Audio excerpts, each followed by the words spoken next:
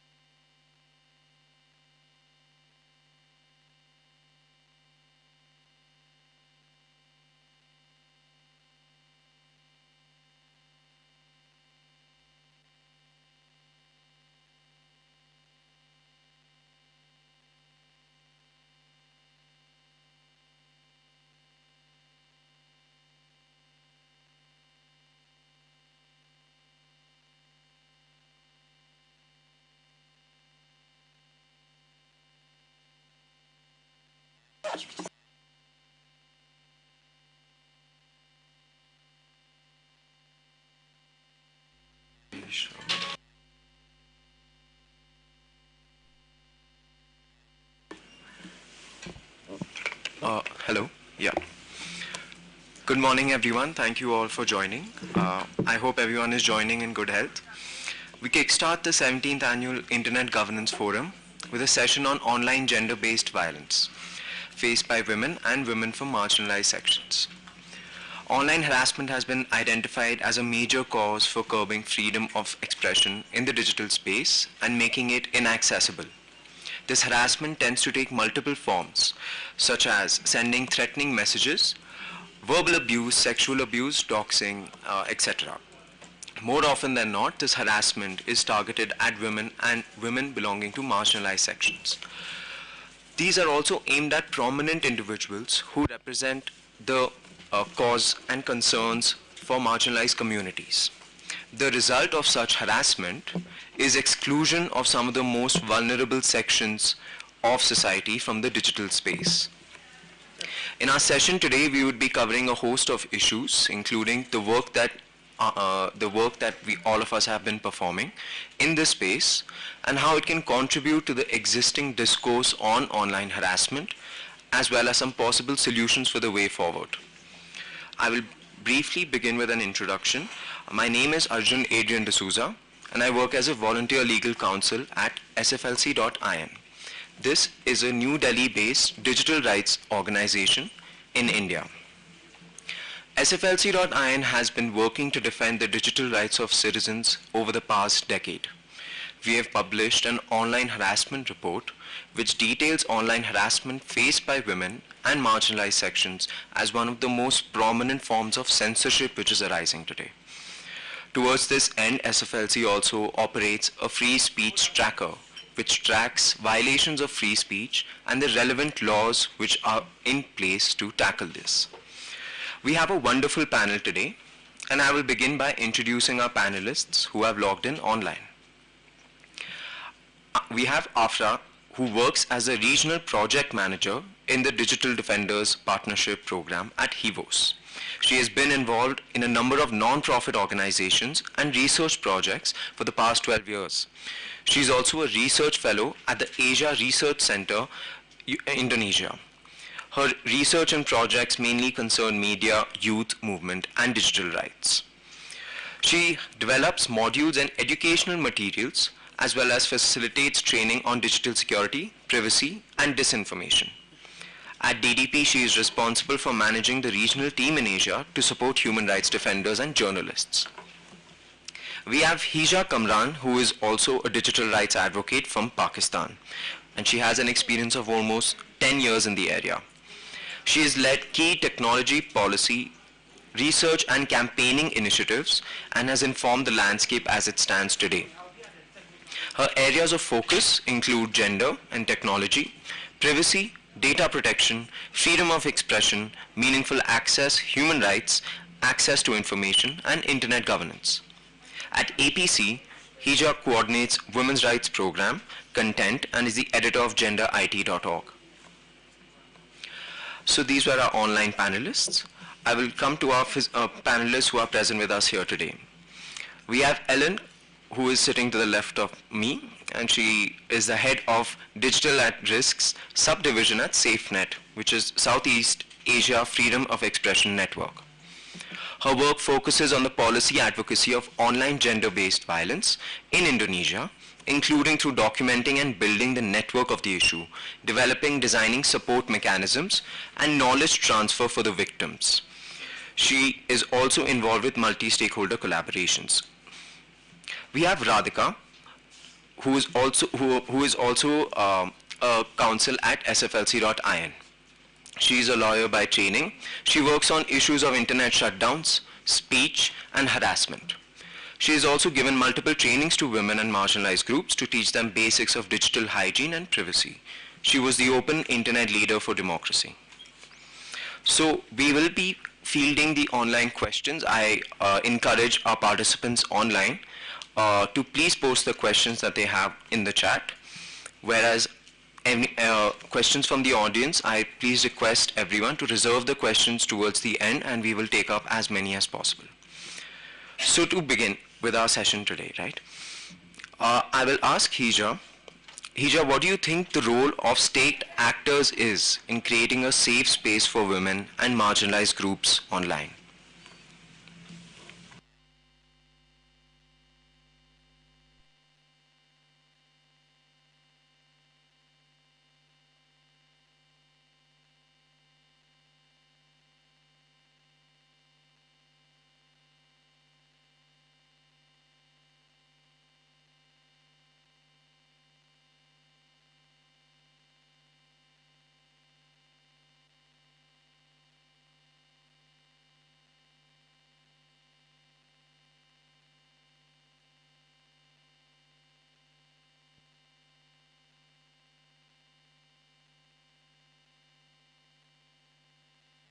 Look at protections and Hija, can you just give us a moment? We're not able to hear you properly. Just give us a moment.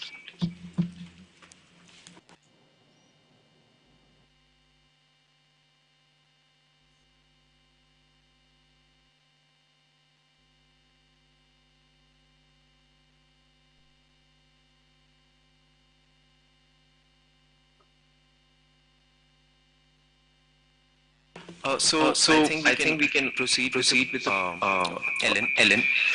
Ellen, can you share your insights and experience in operating a helpline for women in Indonesia?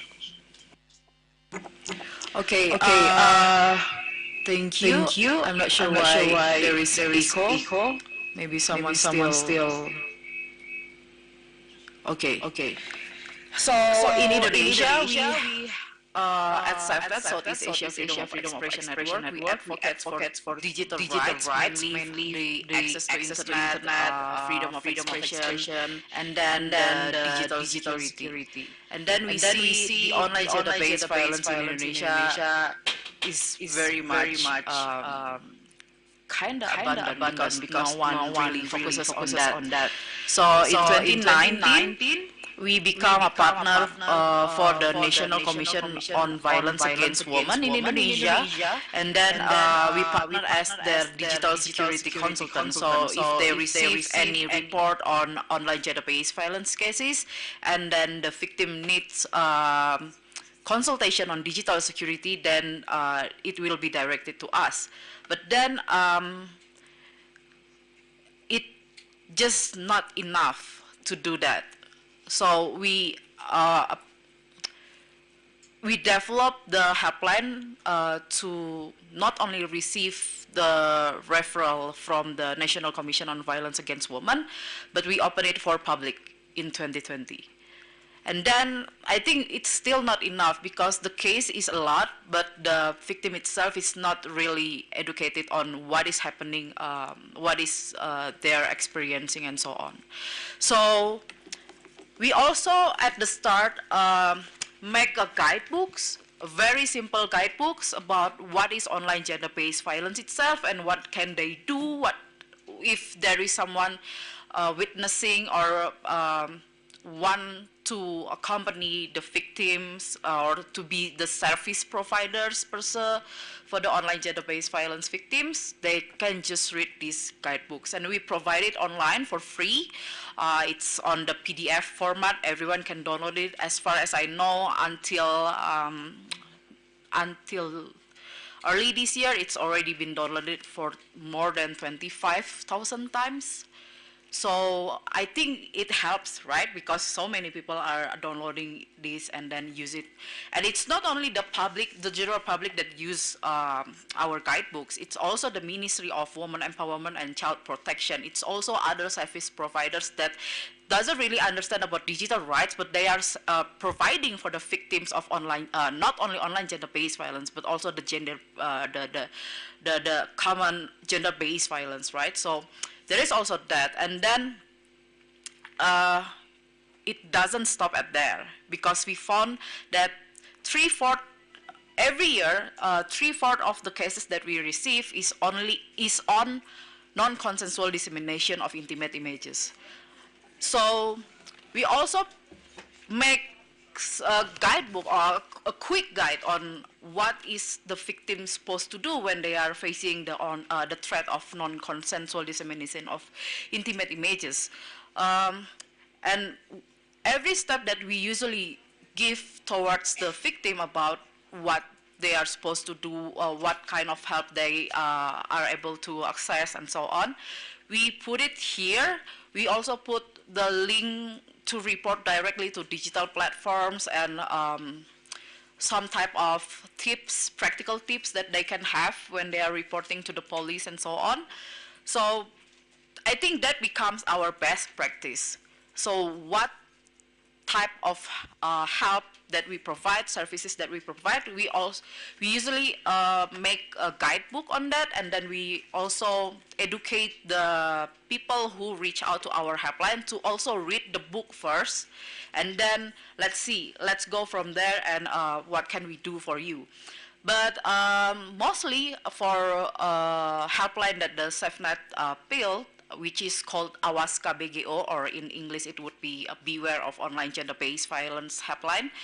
It is mainly providing two services with a bonus, one bonus services. The first is, of course, digital security and privacy consultancy. So we give them any suggestion on how they could increase their digital security and so on settings, the privacy settings, the security settings, because most of them don't really understand how to have it their own way. Also, the second services that we give is to help them escalate the report to the digital platforms, because SafeNet is part of a trusted partner of several giant social media platforms in Indonesia, such as Meta, Instagram, WhatsApp, TikTok, and so on, right? So we are able to escalate directly to the platform itself. So when they report it directly through the apps and they don't receive any expected result, they can reach out to us and then let us escalate it to the digital platforms, which kind of helpful, because some of the reporting system that the social media company have doesn't really give out room to argue why this is a harassment that they need the platform to take some action, right? So that is the services that we have. But then we see a lot of these victims has a very traumatized situation, and they are very, oftentimes when they report it to us, they are often panicky. So usually we refer them to the organization that provided counseling, psychological counseling services, right? But most of the times, the victims, when we refer them, they don't reach out to the counselor, because the problem is they don't have money, or they are scared about what kind of mechanism that they can access by contacting them. So right now we are receiving crowdfunding from crowdfund called Kita Bisa in Indonesia, and they gave us some money to directly provide the counseling, the psychological counseling for the victims. So what we do is we refer them, of course, but then we help them schedule the psychological counseling, so we know that they really get the counseling, and not just like giving, this is the number and then you can contact them. No, we schedule the counseling, and then the crowdfunding who gave us the donation, we use the money to provide that. So there is 3 services that we right now give to the victim itself. So the helpline in Indonesia by Awas KBGO is that.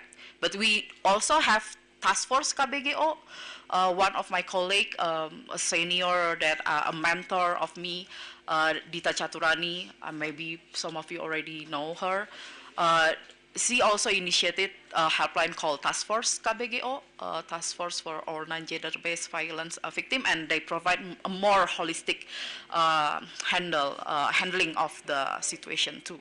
I can talk a lot more about this, but I think the time is short. But just let me. SafeNet has a booth in the IGF village, and I do have these 2 books and another research on how the online gender-based violence against the woman human rights defender situation in Indonesia. And you can also visit the booth to get those research publications and also these 2 guidelines if you would like to know more about it. Thank you so much. Thank you. Thank you, Back to Ellen. I think guidelines and guidebooks become a great way of crystallizing the relief that you can provide to women and marginalized groups. Radhika, I'd come to you and ask, in your experience in conducting security trainings for women, how do you see that going about and actually providing relief? We all saw how during the pandemic everything just moved online all of a sudden. Today, children were going to schools, and then tomorrow they were just there online trying to navigate through devices, right? And and the government did a very good job in trying to migrate it. But one thing that they missed was to give like a basic security training to these these young girls and these young children. For example, we did these trainings for students who were 12 to 15 years old, and they used shared devices. We're a country with very limited economic and social resources, which means that a lot of children use shared devices to access their online education. What happens when they use these shared devices is that they don't know that they need to protect their pictures, that they shouldn't be sending their pictures to somebody, that they should not be giving out passwords, and we have a lot of scams, right? So a lot of them fell for it. Their pictures were shared. A lot of young girls, their devices were taken away, because we are also a slightly conservative society, which means that if your parents think that you're chatting with a boy, right, or you're sharing pictures, your device will get taken away right then and there. So that also means that their education is taken away. And the pandemic lasted for 2 years. It's very recently that children have gone back to school. And the problem with running these helplines and running these trainings are that of course there is there are lack of resources that we have. There's so many children and there's so many people out there. So you can only train very specific ones. You can only provide education material to some of them, and they're not very keen. I feel like EdTech in India has also taken off quite a bit. You have multi-millionaire, these startups, these companies which are doing a lot of online education. And what we feel is even there, like a basic digital security class would not take anything more than 45 minutes, right? That's missing, right? And it's not because they don't want to spend their resources on that. It's because there is not enough knowledge that certain things like this happen. To give you an example, as a lawyer, we take pro bono online harassment cases. There have been multiple times when women have reached out to us and said that, we get unsolicited calls at 12 o'clock at night, at 1 o'clock at night, and they go to the police station. Our police stations are wonderful. In front of them, there'll be graffitis which says that, 1 in 5 women face online harassment. But when you actually go approach the cop, they will refuse to register a first information report. They would refuse to take up your case. They would tell you that, do you want us to go find murderers, or do you want us to find people who are calling you at 12 at night? And what do? You suffer through it. This distinction that online harassment will not translate into offline violence is one barrier that has to be broken into to be able to, to just address this well. Our government has also introduced a couple of websites. There is a cyber crime, website on which you can register a complaint, but it's again for only women and children. We also feel that even though it's an easy to use platform and you can do a lot with it, but there is no like there is no quick redressal. Uh, and that happens because our law enforcement is not equipped. And I say this not only for India, but I say this for across South Asia, right, Ellen? That our law enforcement is just not equipped. You would see that, like these pages of documentation. So they'll tell you that, oh, give us the documentation. That documentation will be in form of printouts that will lie on, in a cyber, in a police station if your complaint is registered. Anybody can have access with that. Any kind of blackmailing that can happen. So I think for me, the one thing that has really come out to me is that internet is what, 25, 30 years old, right? All of these things are very new things that we're seeing. And there's not enough sensitization that's happening. There is not enough, we don't know well enough how is law enforcement reacting on it, how, how are these private players, how are these companies reacting on it, the big tech is reacting on it when we see this. And a lot can be done with, just like, making peer-to-peer networks which can educate each other on how to combat such things. Thank you, Radhika. I'll come to our online panelists now. Hija, I'll come back to the question I had asked. So, in your experience, what do you think the role of state actors is in creating a safe space for women and marginalized communities online?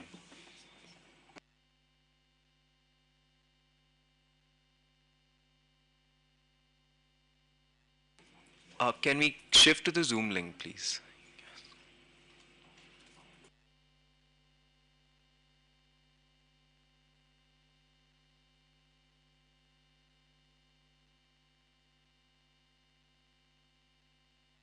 Hija, no, we can't hear you. We're trying to troubleshoot.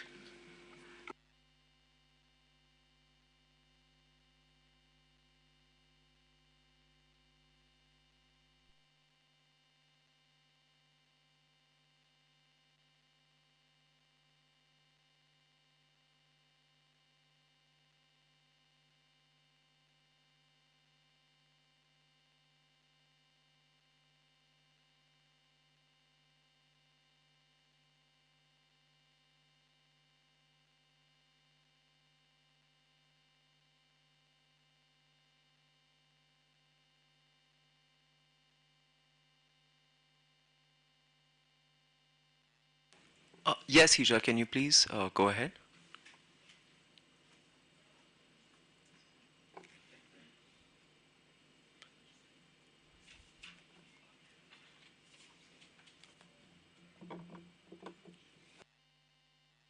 Sorry, the operator, I think you need to change the audio settings from the Zoom to the speaker.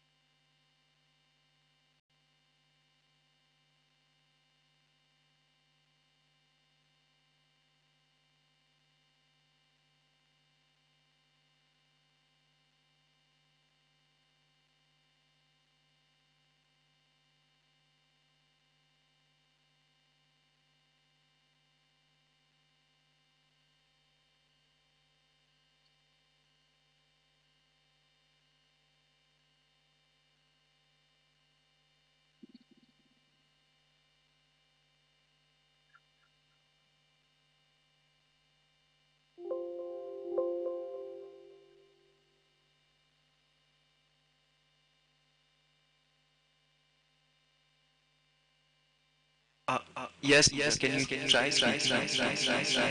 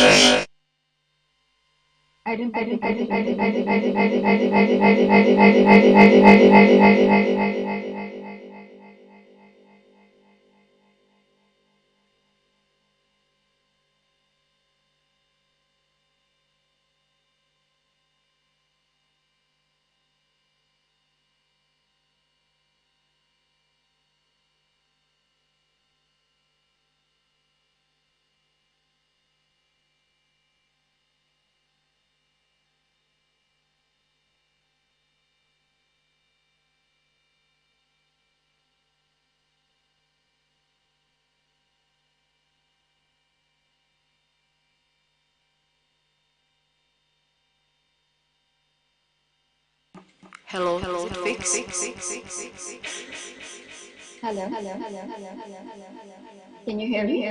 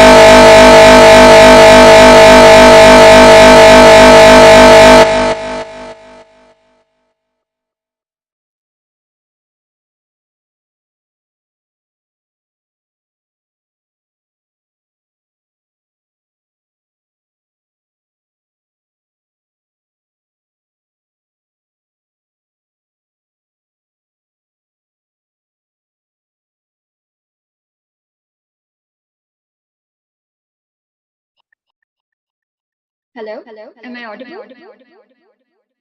No?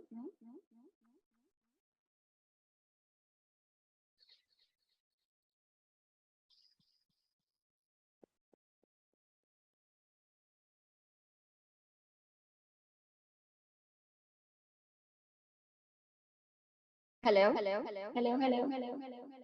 Wonderful. Okay. Brilliant.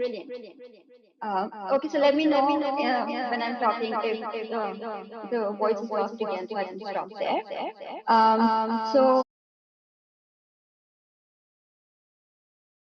online.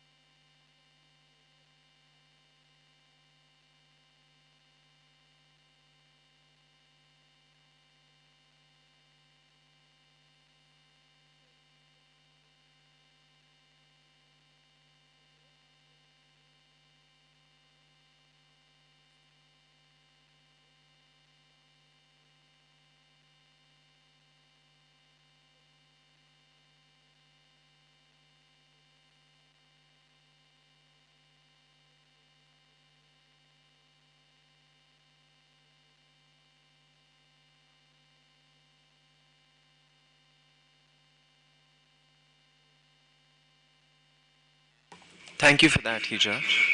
I think there is much to be said about laws that must be well represented. I'll come to you, Afra. Can you tell us some of the challenges you have faced in your work supporting human rights and journalists today?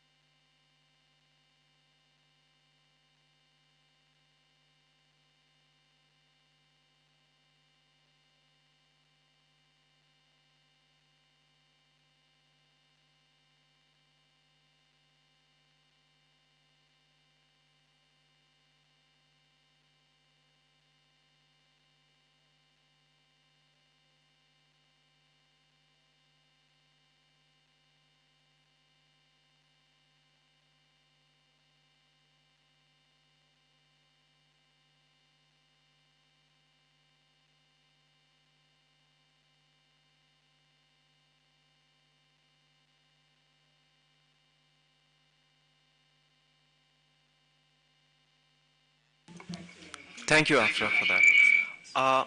I'll quickly leave the floor open for any questions we have, whether in online attendance or here. So please ask your questions, and if you want a specific panelist to answer it, please also specify.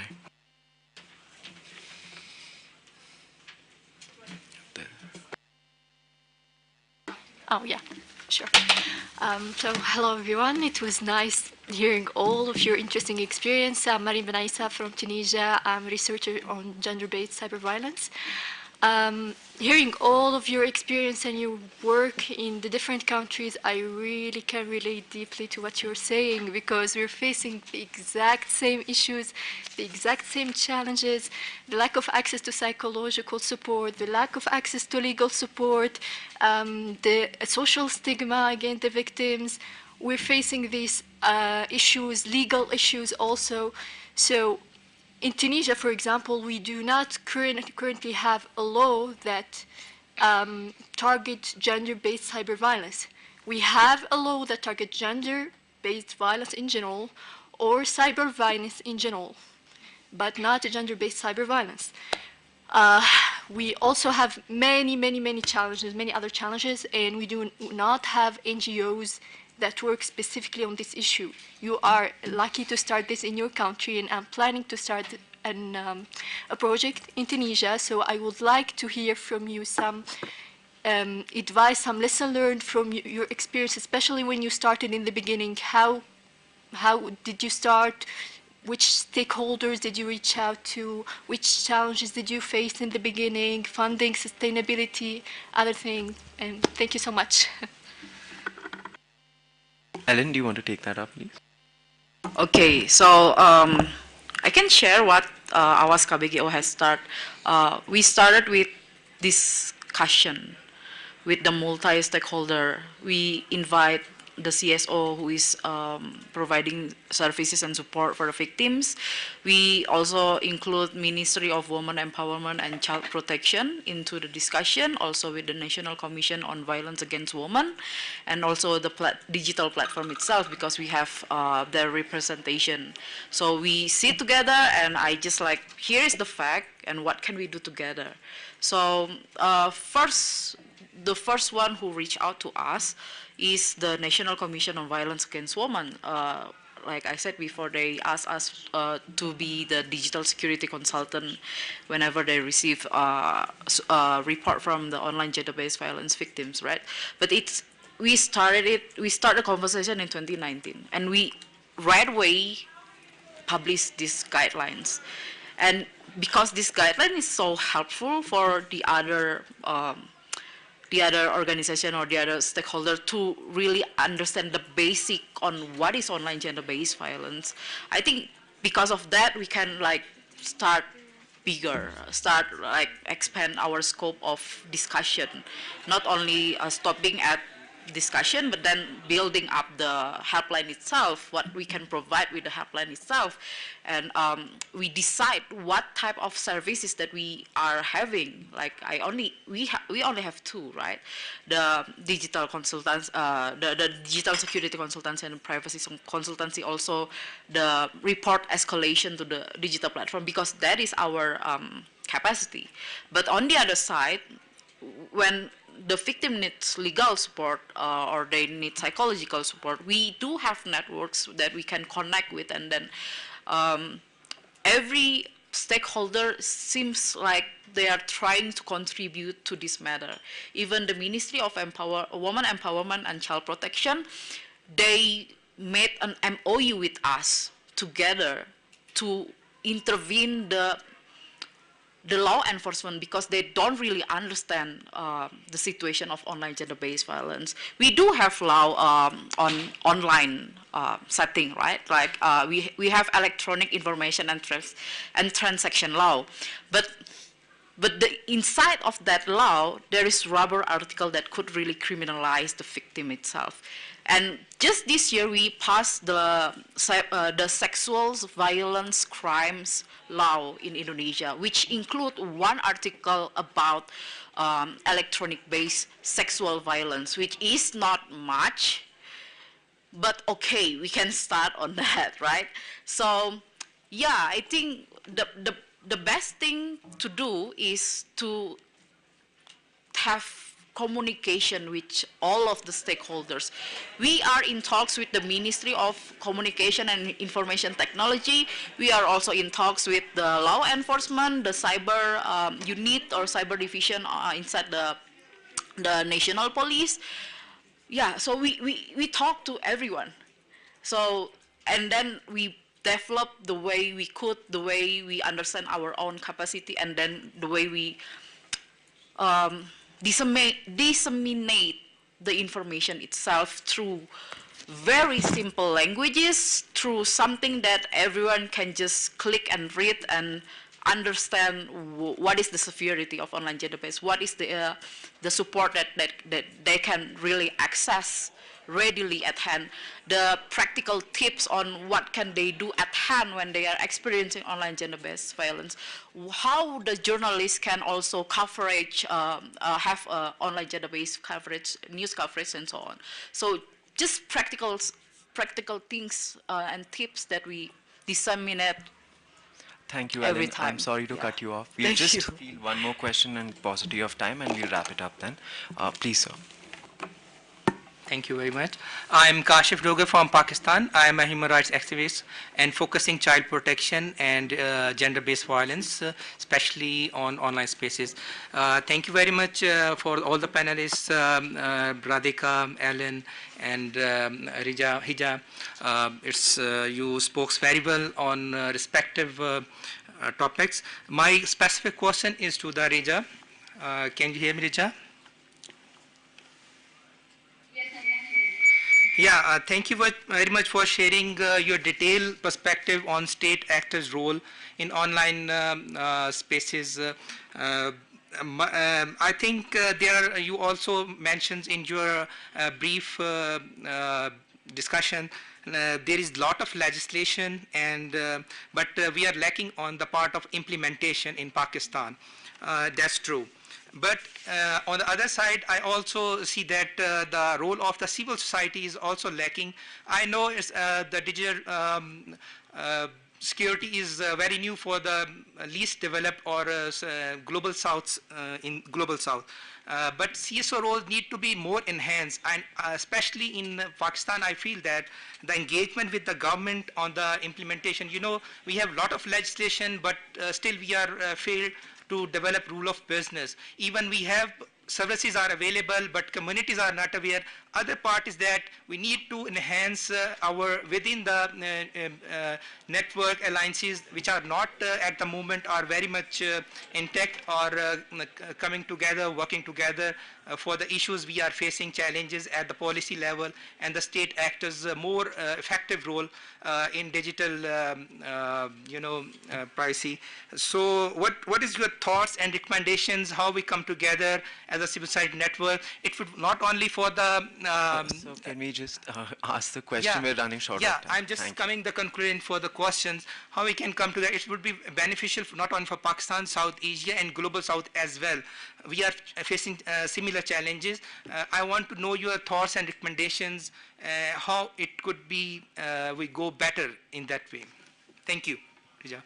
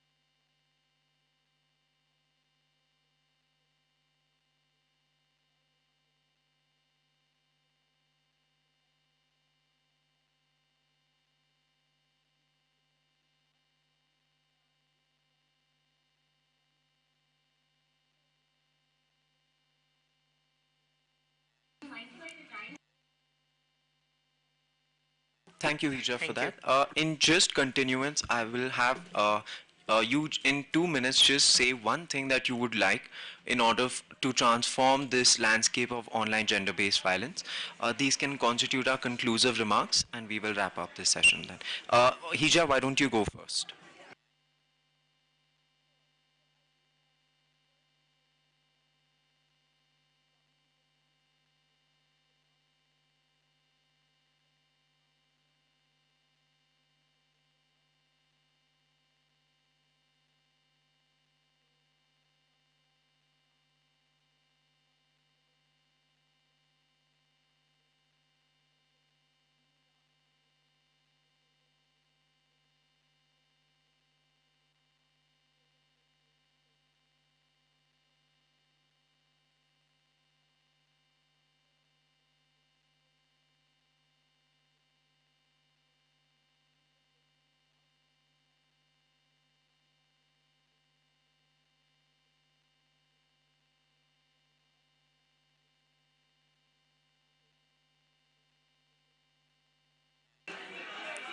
That Hija. I'll come to you, Afra, please.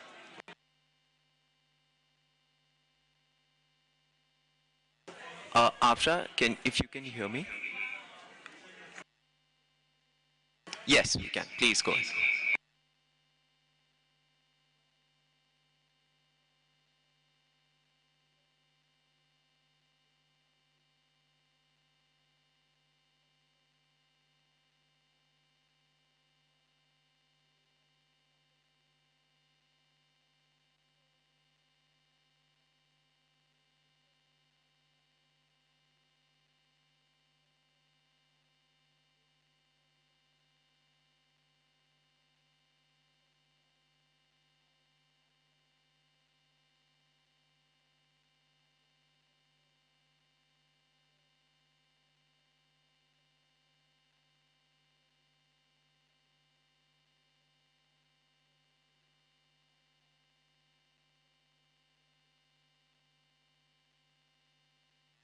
Thank you so much for that, Afra. I'll come to my panelists to my left. Radhika, if you can go first. I deeply believe that it's communities, more than anything else, that can help alleviate this. So sensitization, peer-to-peer networks. It doesn't have to be, a civil society telling, other people on the margins that you have to do this, you have to do that. Rather, them peer learning from each other, understanding why it's so important, and I think contextualizing it in the social political context of the country is quite helpful. Thank you. Ellen? Yeah, I think the most important thing is we need to understand, like Internet Governance Forum itself, always pressing for multi-stakeholder collaboration, right? And we just should just do that, multi-stakeholder in our countries, and get the communication going, the discussion going, the collaboration going. Yeah, I think that's it that I would like to emphasize. Thank you. Thank you so much, Radhika and Ellen. So I think we would have to keep continuing the discourse on online gender-based violations and come up with solutions so that a multi-stakeholder effort can be put and we come out in an open, safe and transparent environment which becomes a safe space for marginalized communities in the online sphere. Thank you everyone for participating today, and we will finish the session here. Thank you.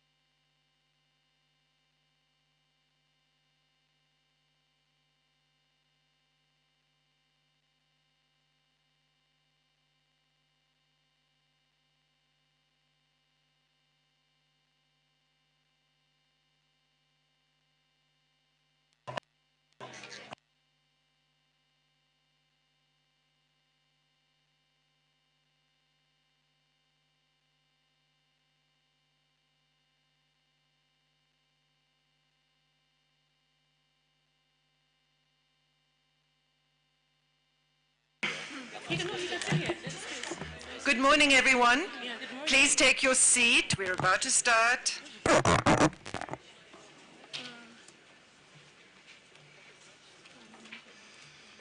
just need the agenda in front of me.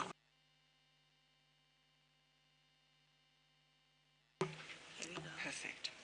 Thanks. Good morning, everyone. Welcome to the Internet Governance Forum 2022 Youth Summit. My name is Anriette Esterhuizen. I'm from South Africa. I am very happy to have an IGF in Africa, and I'm the outgoing MAG chair, and I work in civil society and have been involved in the IGF for a long time. So I've had the honor and the pleasure of seeing the youth caucus and the youth community in the IGF just grow from strength to strength. And I also have to, and I don't think it's inappropriate for me to say, that the African youth have been a particularly strong force in the global IGF youth. So today we are going to start our session. I'll give you a little bit of background on it.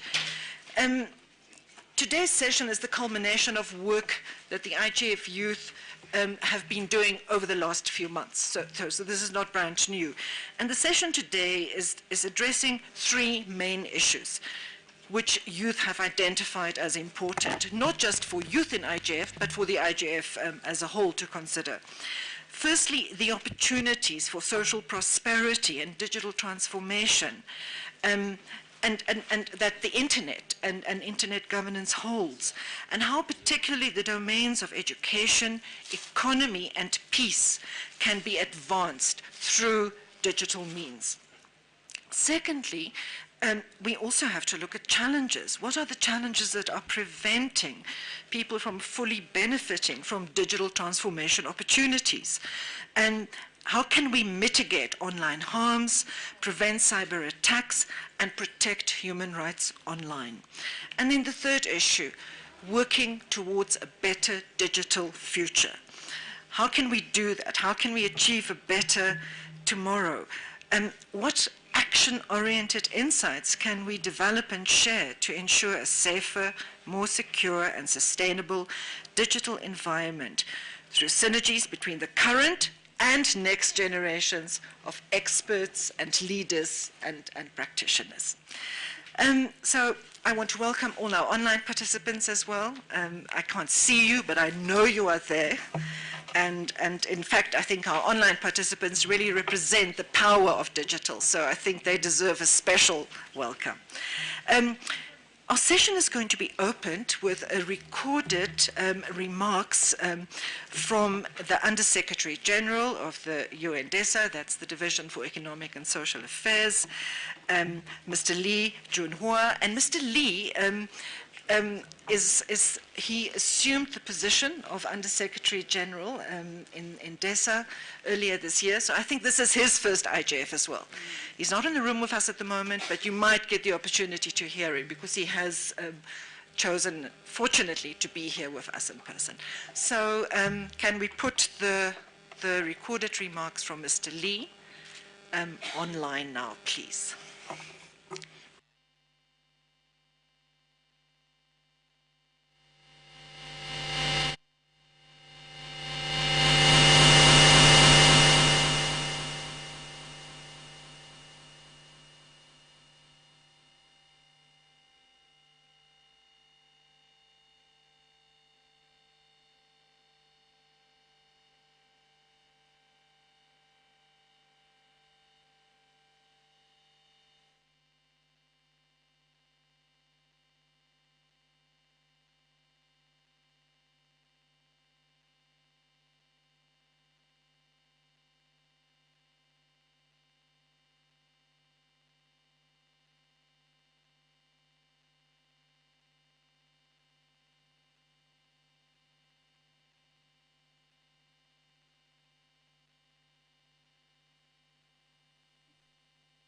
Distinguished participants, ladies and gentlemen, my dear young friends, I'm pleased to address you on behalf of the United Nations. At this year's IGF, one of the strongest partnerships has been with young people coming from around the world. Thank you for your hard work. The 17th annual meeting of the IGF is being hosted on the youngest continent of all. Over 60% of the people living in Africa region are below the 30 years of the age. People under 30 are around half of the all people living on our planet. Your voice must therefore be heard. This is even more true for discussions on our digital reality. Your generation makes up the largest group of internet users. Digital is your lifestyle. Mobile and computer devices are your access to information, education, social, economic, political, and cultural life. Advanced digital technologies such as artificial intelligence, the Internet of Things, blockchain, robotics, quantum computing, and others are becoming more and more relevant to you. Dear participants, dear friends, digital transformation has been changing many areas of our lives so quickly that we are lagging behind in regulations. We need to ensure that this and similar technologies are safe to use. At the same time, we must ensure young people have access to them and, importantly, know how to use them. Let's call for an investment in human capacity, digital infrastructure, reliable devices, and digital literacy. It is an investment directly shaping your present and your future. The IGF is a unique platform to address this challenge. At the IGF, you can meet different stakeholders from different regions and ensure your voice are heard by those who can make a change now. It is also a platform for you to connect to others and learn through the exchange of the good practices. Please use today wisely and actively. As the internet generation, you are its ambassadors. As you advocate for change and progress, please don't forget those deprived of accessing or using digital technologies, whether among your peers, older persons, women and girls, persons with disabilities, or people living in remote and rural areas. Remember that your voice stands also for those who cannot be here. They speak through you. I look forward to your deliberations.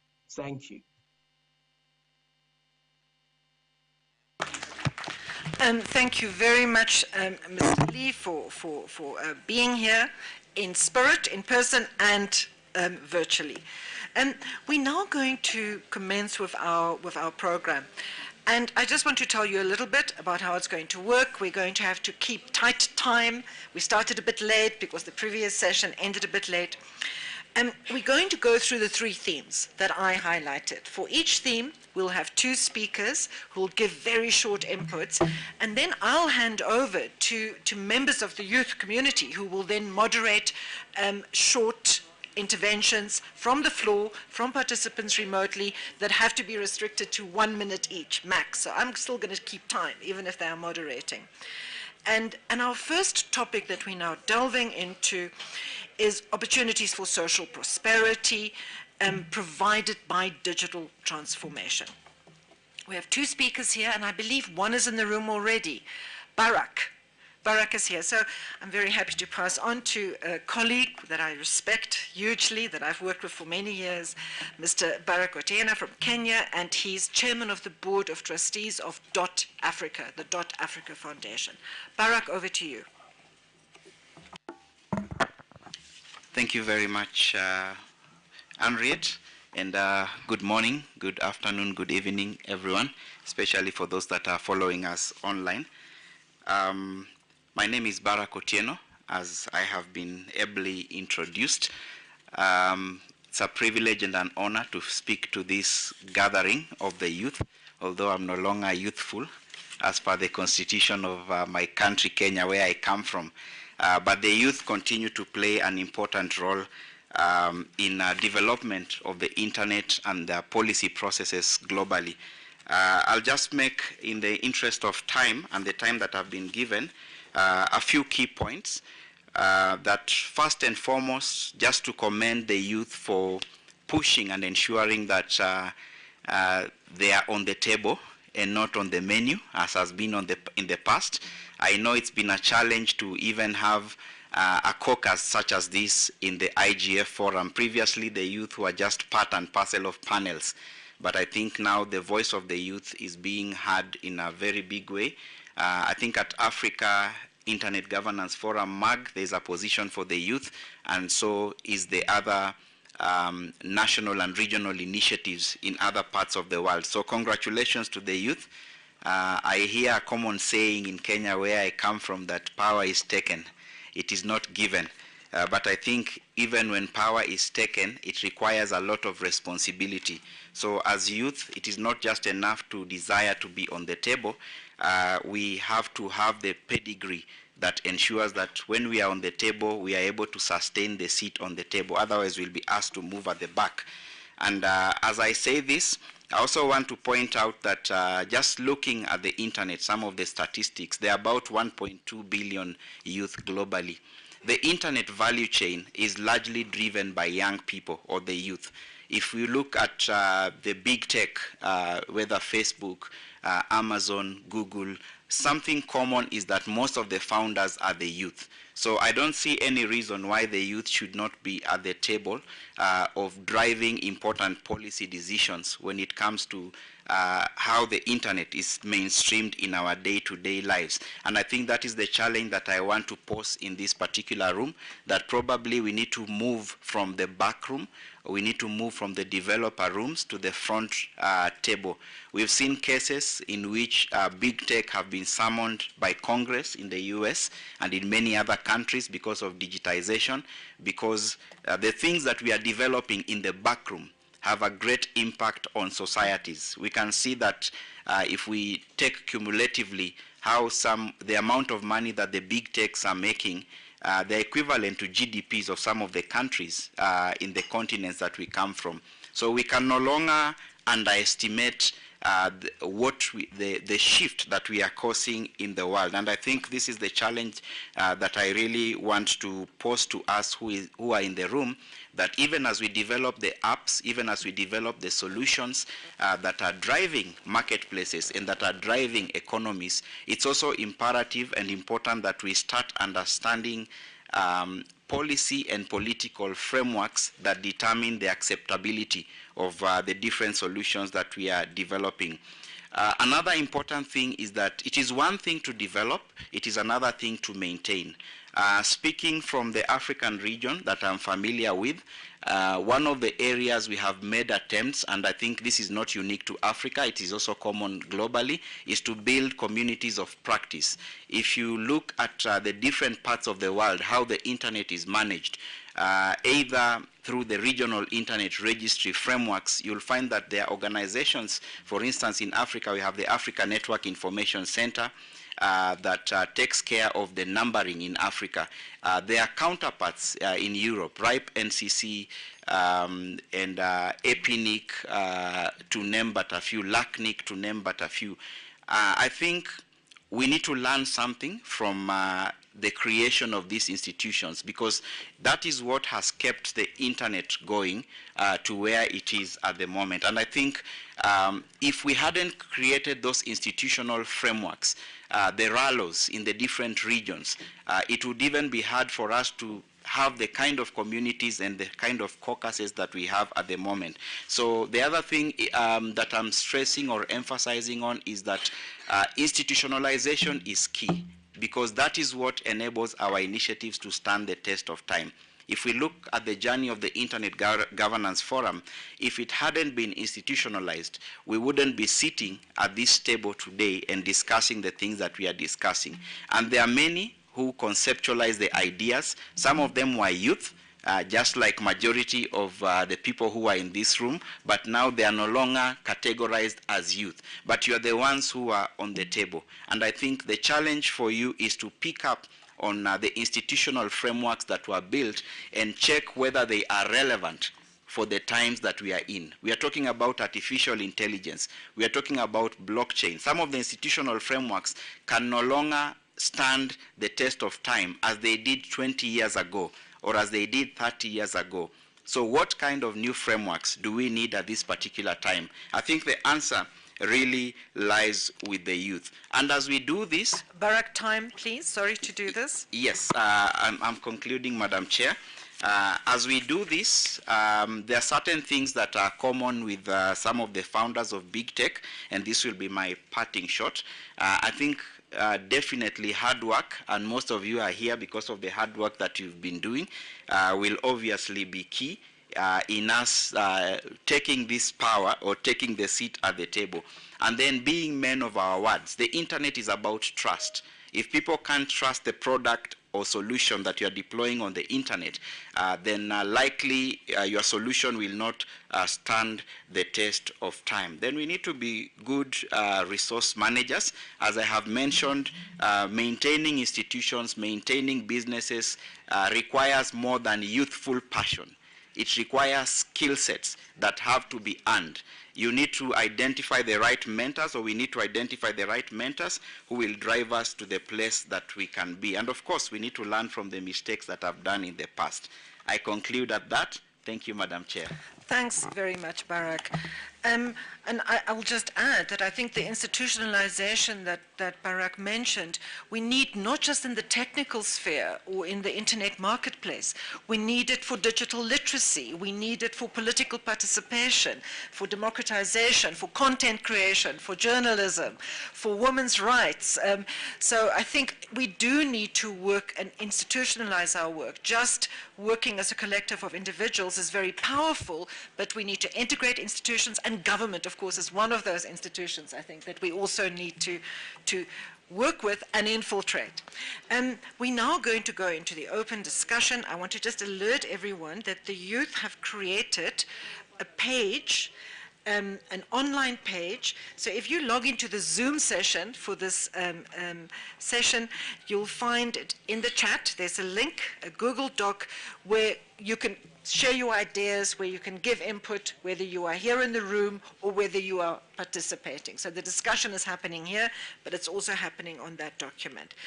So I'm now handing over to the open discussion on this topic to Ms. Emilia Zalewska, who's the Polish IGF Youth Coordinator, and the ISOC, Internet Society Foundation Youth Program Lead, my country person, Marisha Abdul Chilunda. So Marisha is with us online. Emilia is here with us in the room. Over to you. Okay. I will allow Emilia to go first, and then I will follow after Emilia. The floor is yours. Marisha, just to tell you, your mic might, if you can switch your mic a little bit, so we heard you, but we could hear you better. So just for your next input, go up a little bit in your mic. Okay, thank you very much for the floor. Yeah, I think it's... no, it's still not working well, so just switching mics. Thank you. Is it better? Is it better? This is better. Okay, thank you very much for the floor. It was really a great pleasure to listen to Barak, Mr. Barak, who told so many kind things about youth participation, and it is also great to see that there's so much things done for youth participation in Africa. I think it can be a role example for all our countries that we can follow. One thing that really caught my attention is what Mr. Barak said about youth position at the table, that is not only had to be maintained but also sustained. And I think it is something very important we have to remember about, that even if you get the attention, draw the attention of other stakeholder groups, it is not given forever. So, and also this attention is, it is not enough that we as young people get this attention as, you know, some kind of interesting thing of being young people talking to other young people, but we also need to be actually listened to, like in policy making processes, law making processes. We actually need to be considered as serious stakeholder groups, because we might be differently affected by different regulations in the other way than the other age groups. So also our opinion should not only be treated as something, you know, in the kind of interesting thing we can listen to and then forget about, but we also need to be active part of shaping the process of digital transformation also in the regulatory scope of matters. So thank you very much, and now I'm giving floor to Marisha.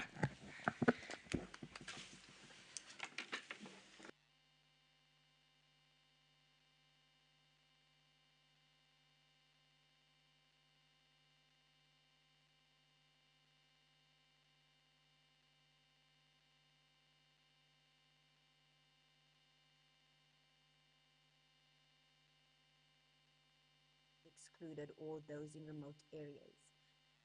Marisha, we can't hear you. Just check that you're unmuted.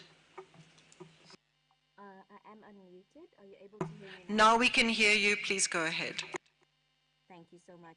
Once again, thank you to Mr. Barak for his contributions this morning. And thank you so much, Emilia, for opening up our open discussion right now. A direct question to you, Mr. Barak.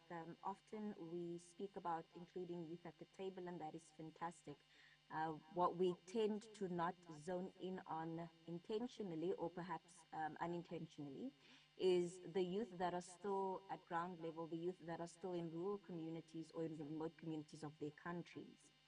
What is your view on the digital inclusion of youth in remote areas, and how do you think we can reach them? Over to you.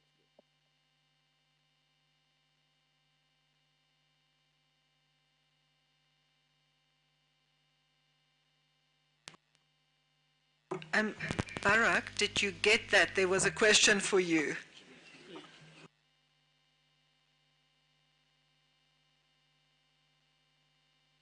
Okay, thank you. Thank you, Mauricia, for that question. I think with the internet, the issue of inclusion of the youth in marginalized areas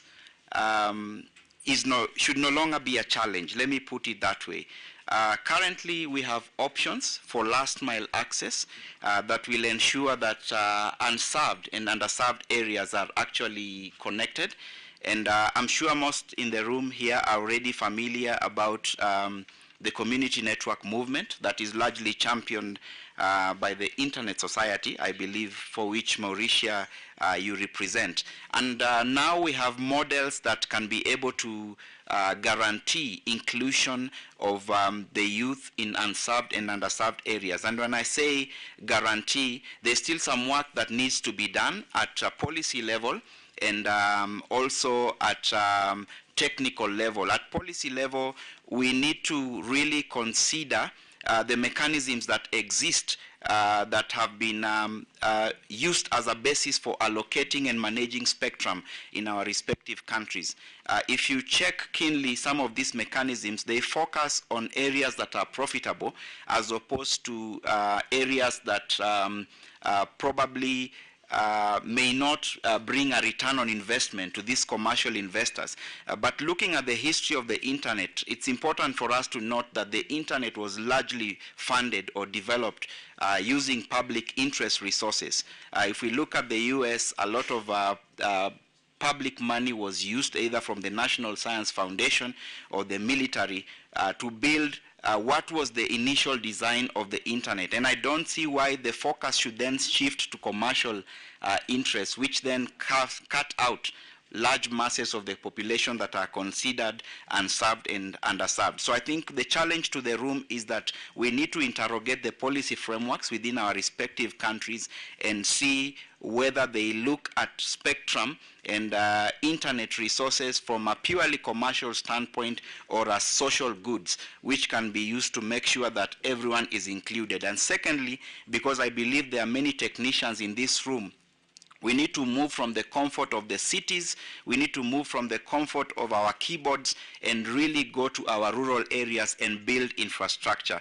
Looking around this room, I can see very learned people, and even on the online list, who can actually go out there and make sure that infrastructure is built. As a matter of fact, if you look at the history of internet and you look at initiatives such as INET by the Internet Society, there are people who traveled all the way from the comfort of their homes to different parts of the world to ensure that internet infrastructure was actually built and deployed. And as I speak, I'm a community network champion, running a community network known as a HeriNet in the western part of Kenya, and just ensuring that we are leaving no one behind and that the internet is for everyone. So it's not a question of talking.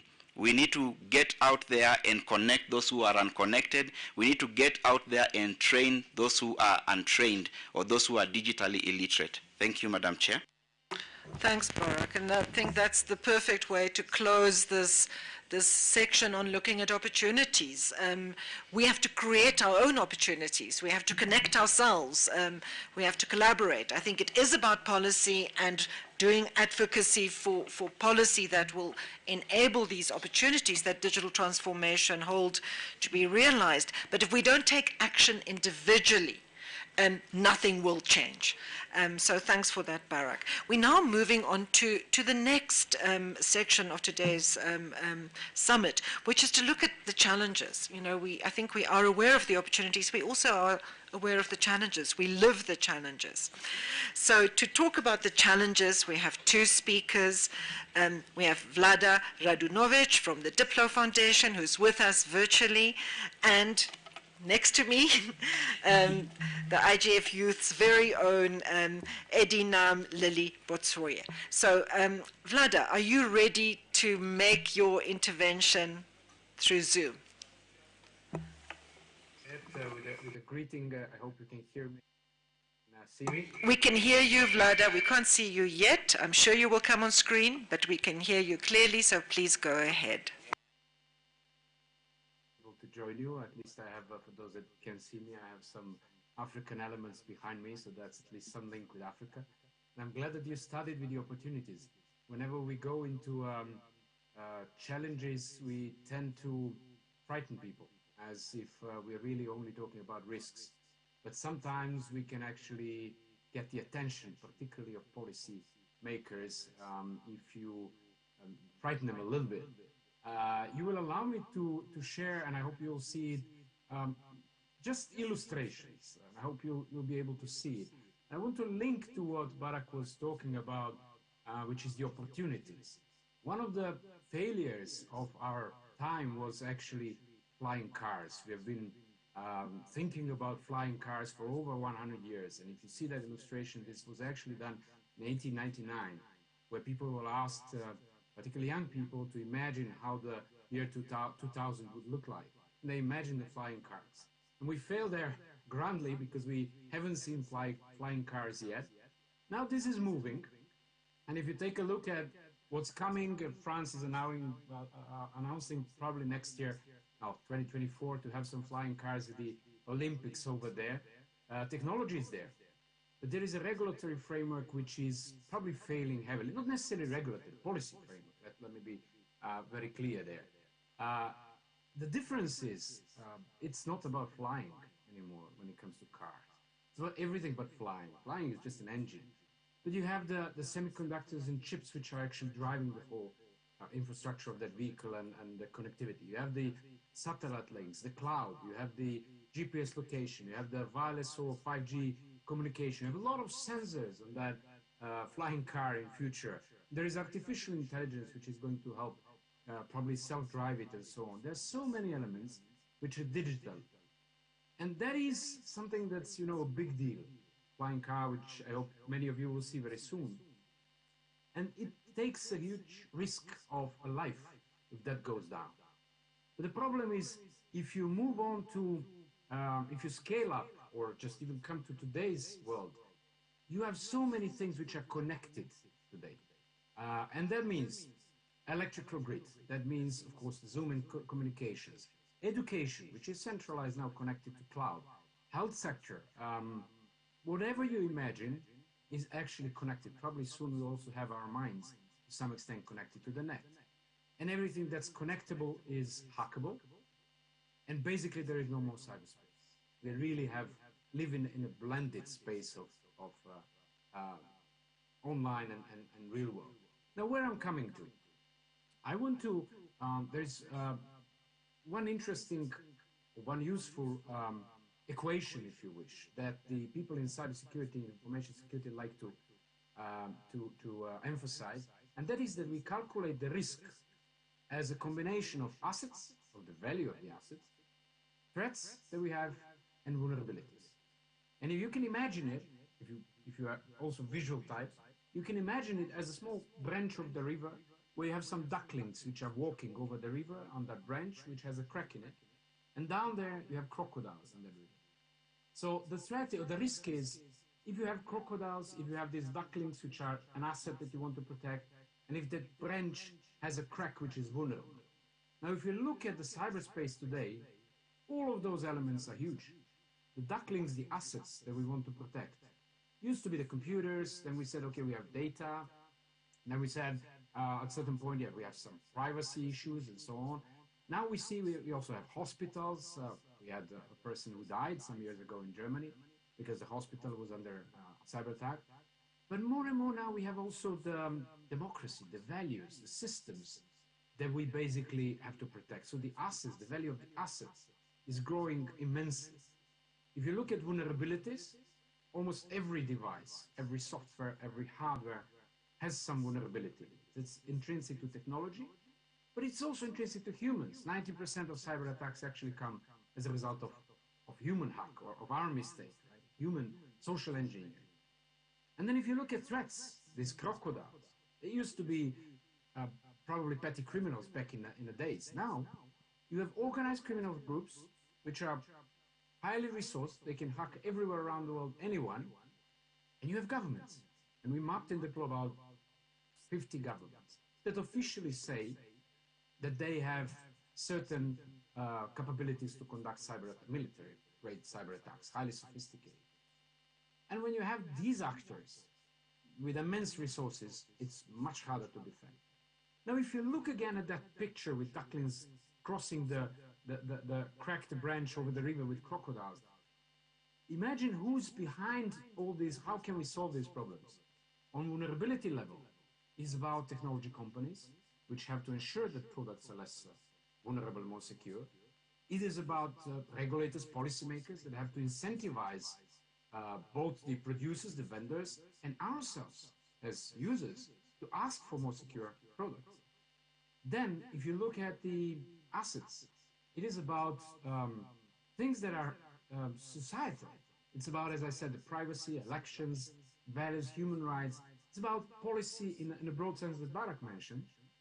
And if you look at threats, we need mechanisms to combat those threats, whether it's criminal groups, whether in that sense some cybercrime laws and the ways to enforce that. And we also need the international peace and security framework, which is developing now in the United Nations. In all of those, you can see different players. It is the government, the regulators, it is the private sector, it is us as the users and technical community setting standards. I'll stop there just to showcase the complexity and why we need you and all of us together. And I'm really glad to see you sitting over there. So I'm back to you and open for any questions and thoughts. Thank you. Thank you very much, Vlada. And now I'm handing over to Lily. Hi everyone. I could listen to Mr. Vlada for as long as possible because the issues hit close to home. And now I'll give you a shocker. Each of us are susceptible to attacks online. Like you said, usually we do not mention the challenges to scare people, but we mention challenges so that we can have people well positioned to be able to maximize their use of the internet space and digital spaces, because we'll be equipping them with skills that will help them to question the why, the what, and the how. So essentially, everybody is susceptible, like you said, and we are looking at that broad range. We cannot essentially rule out the risks that exist online, but there are threats and vulnerabilities, one that hackers or people that are on the other end try to evade. So how do we make sure that there is that responsibility taken and somebody has a role to play and somebody is accountable for something? He's mentioned a couple of them, so I'm bringing you on the journey from what we have now by way of digital trust and how we are seeking to ensure that there is safety for people that are using the internet. So one thing I want you to remember out of this session is that even though we are all susceptible to attacks online, and it shouldn't deter you from being in the online space, the reason is because there's responsibility for us to play, for government, for manufacturers, and for international bodies, like you said. Now we have the issue of cybersecurity from the past, which essentially looks at how we are safeguarding the cyberspace, the devices that are produced and all of that. And now we are looking at the human rights part, which deals to a large extent on privacy and how we can protect people's rights on the online space. So think about what the devices that are protected, and also you who are the user, and how you are also going to be protected. So this, putting this side by side what you have for the hardware and the devices and the cyberspace, and for you as humans, we want to ask, what can you do, or what can governments do? Now, essentially, you'll be hearing about legislation and policy. Think about it. Without policy, all the ills offline are only augmented in a giant network like the internet. So if there's no policy, we are reinforcing the biases, the injustices that are offline. So looking for things that are guiding the use of technology so that it serves us in a good way as humans.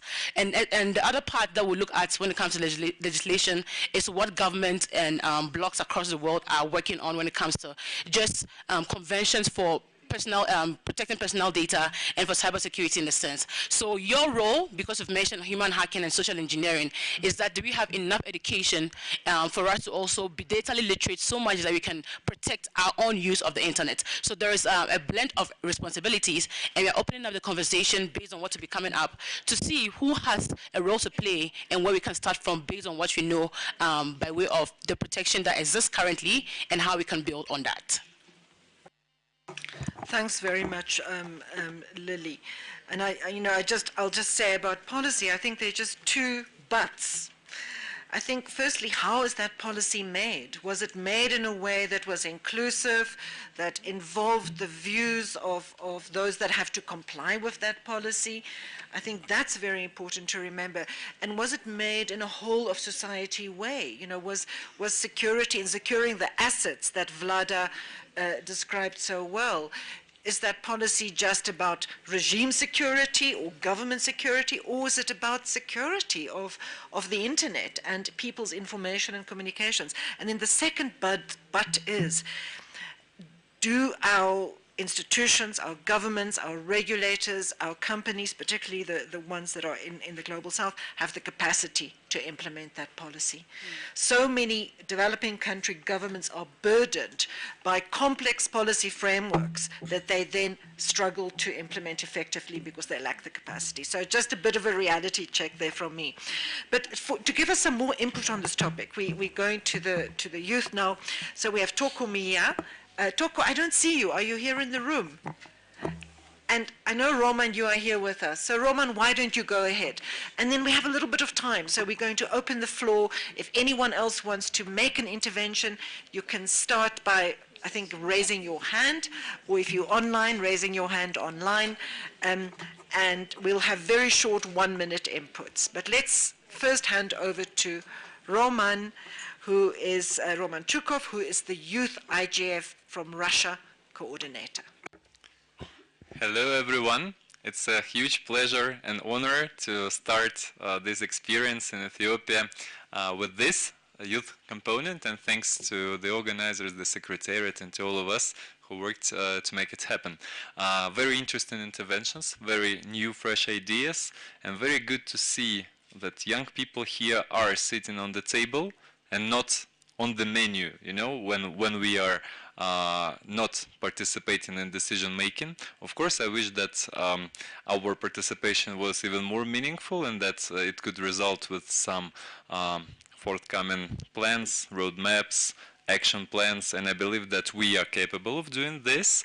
Also, what we are capable of? Well, we are capable to ensure that in our countries, young people receive access to technologies. We are lobbying for this, even in Russia, you know, with the highest possible internet penetration in our region, we still have schools or remote areas where we need to work in that direction, and I really call upon everyone that this is the priority number one, to ensure that everyone from the youth is connected. Second, I believe that in order to prevent the pandemic of happening online, we all should be very careful, and we should educate the new generations how to use the internet safely. And all of us also can work together to ensure youth position and youth vision to be included specifically and how say comprehensively to the Global Digital Compact, because as I see it, this is maybe the first opportunity for us to act together as one youth voice and to show our ideas, show that we want to have new frameworks, as it was outlined by the first speaker, new, let's say, rules of the game with a clear role of young people. So I believe that the most interesting process is ongoing and just starting now. So I wish all of us good luck and lots of energy and passion to drive this forward. And thanks to Henriette and our mentors and colleagues who are always taking care of us. And I imagine that together we can make it. So let's wish us all luck. Thank you. Thanks, Roman. You know, we take care of the youth because they take care of us when we are older.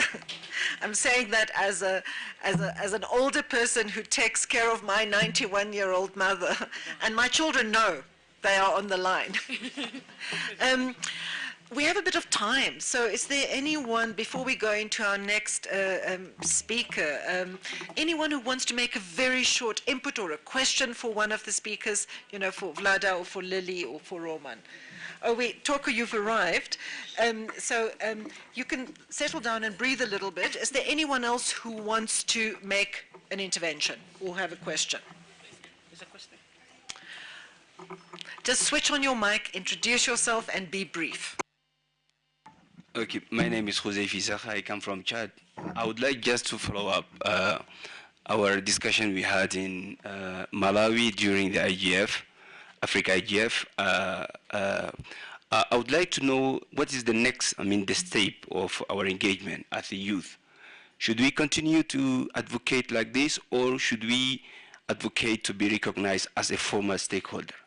Because having young people among governments or private sectors doesn't mean these young people can advocate for our rights. In countries like mine, for instance, where I come from, there is always internet shutdown. Government used to do it. So I don't see that a young person can say to a government, no, don't shut internet because it is a right. We need a formal seat for young people among the global MAC IGF. And Anja is here, so I think you remember about what we have said, and I want you to take this into consideration. And young people present in here in this room, if you do agree with this idea, just give some applause, please.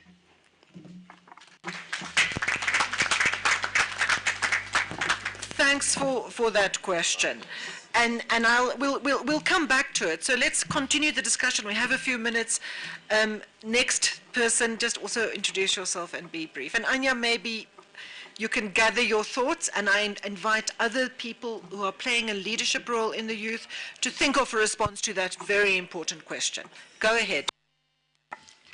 Hello everyone, Mariam Benaissa from Tunisia, digital rights activist and gender-based cyber violence researcher. My question is, how much are we doing to engage youth? Are we using, in our project, in our intervention, youth-friendly approaches? Because the topics related to internet governance and online violence, I'm really glad to see all of these youth gathered in this room, but usually they do not really attract many youth.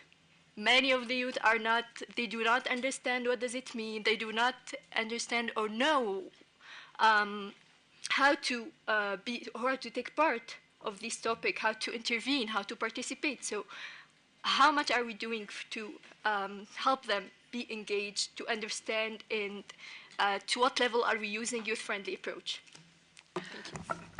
Lily, will you respond to that? I just want to add to that, actually. I agree absolutely. Why are we not talking about TikTok or Instagram and about the challenges of using platforms that youth are using and the opportunities of influencing those? I agree with you. I think we tend to try and formalize youth participation, integrate it into what, the governments, the platforms, international civil society organizations are talking about, and there's a whole wealth of governance challenges that are directly related to how youth are using and shaping the internet. Good point. I'm going to give the floor now to Lily to respond, and Toko is going to make her intervention after that. Right. I think that is actually spot on, the mention of the innovative ways or approaches to engage young people in these conversations. And like Madam Anwar said, the issue has been really a matter of the personas and the pathways. We know young people, like Mr. Barak said, are the largest users of the internet, and we've mentioned from examples that there are other platforms which are probably ways that we love to be engaged and how we love to also add our input or voices to some of these discussions. Now, it's exciting to note that this conversation has pretty much started and has expanded to a large extent. There is a session that's going on today that is going to be talking about youth meta participation, and it's going to be describing how young people can be engaged in a way that doesn't look like performative representation, just like we are seated and like more like we are just being there and there because we want to add to the numbers or sort of tokenism, but in a way that is active, so much that we are present and our ideas are being met at a point where our needs are actually considered. So like you said, if it is by way of a hackathon or ideathon, that is a way that young people are maybe freely able to communicate, and so that should be taken up. We've had the issues of hackathons come up, and I'm happy to say that this afternoon there's an ideathon, and everybody's idea can be pretty much infused into what we want to do. The ideathon is at 2:05 and 2:05 in this room. What you're looking to do is how do we envision that youth can be engaged in a way that's meaningful to us based on what our personas are, the parties we come in, and how we can move our conversation ahead. So that is pretty much the ways that we are looking at beyond just the sit-in. Is it a way that we can continue the conversations out of this room, and how can we do that? Is it by programs? Is it by boot camps? Is it by everything that we young people love to do? So those are ways that we are looking to engage further, and I think we're on the path to doing that. Thanks, Lily. Toko. Good afternoon, everybody. My name is Tokomia. I'm one of the youth coordinators for the IGF track, and I've been privileged to be part of organizing one of 4 workshops taking place over the course of the year. And I'm really excited to be here and actually attending the finale at the IGF Youth Summit held here in Addis Ababa. It's an incredible privilege to see a room that's full with young people and old people, and to see the kind of interest that there is, firstly not just interest but participation. It is wonderful to see young people coming from all around the world, and it actually speaks to my first point. So I am the founder and CEO of an innovations agency called Startup Toko. And the reason I started this company is because in my home country in South Africa, there is an over 63% unemployment rate. And I think that's what needs to be addressed in the policy concerns that we're going to be talking about. Over the course of the conference, there'll be various experts and high-level panelists speaking about all the wonderful things that are coming with the digital rise and the digital revolution and what this means. I think that it is our onus as young people to take ownership and actually be contributing to the factor that we are the innovators, we're the next level, and we have to stand up and speak out. When we enter rooms, it's up to us to actually make those innovation interventions and see where it is that we're able to create the solutions that we require, to create the impact that we want to see amplified, and to actually see a rise in young people's capabilities, but not only capabilities, young people actually interacting and engaging in the formal economy in the sector, and taking charge of not only their own futures, but the future of generations to come, and actually seeing that, you know what, this is definitely something that I would, for myself, want to see as a change in my community. And how can I start by leading the change? Is firstly by taking that impact myself. So absolutely, the onus is on each and every single one of us to take away from this conference, to bring into this conference, to bring into the summit what it is that we have, and our various skills are actually opportunities. Thanks.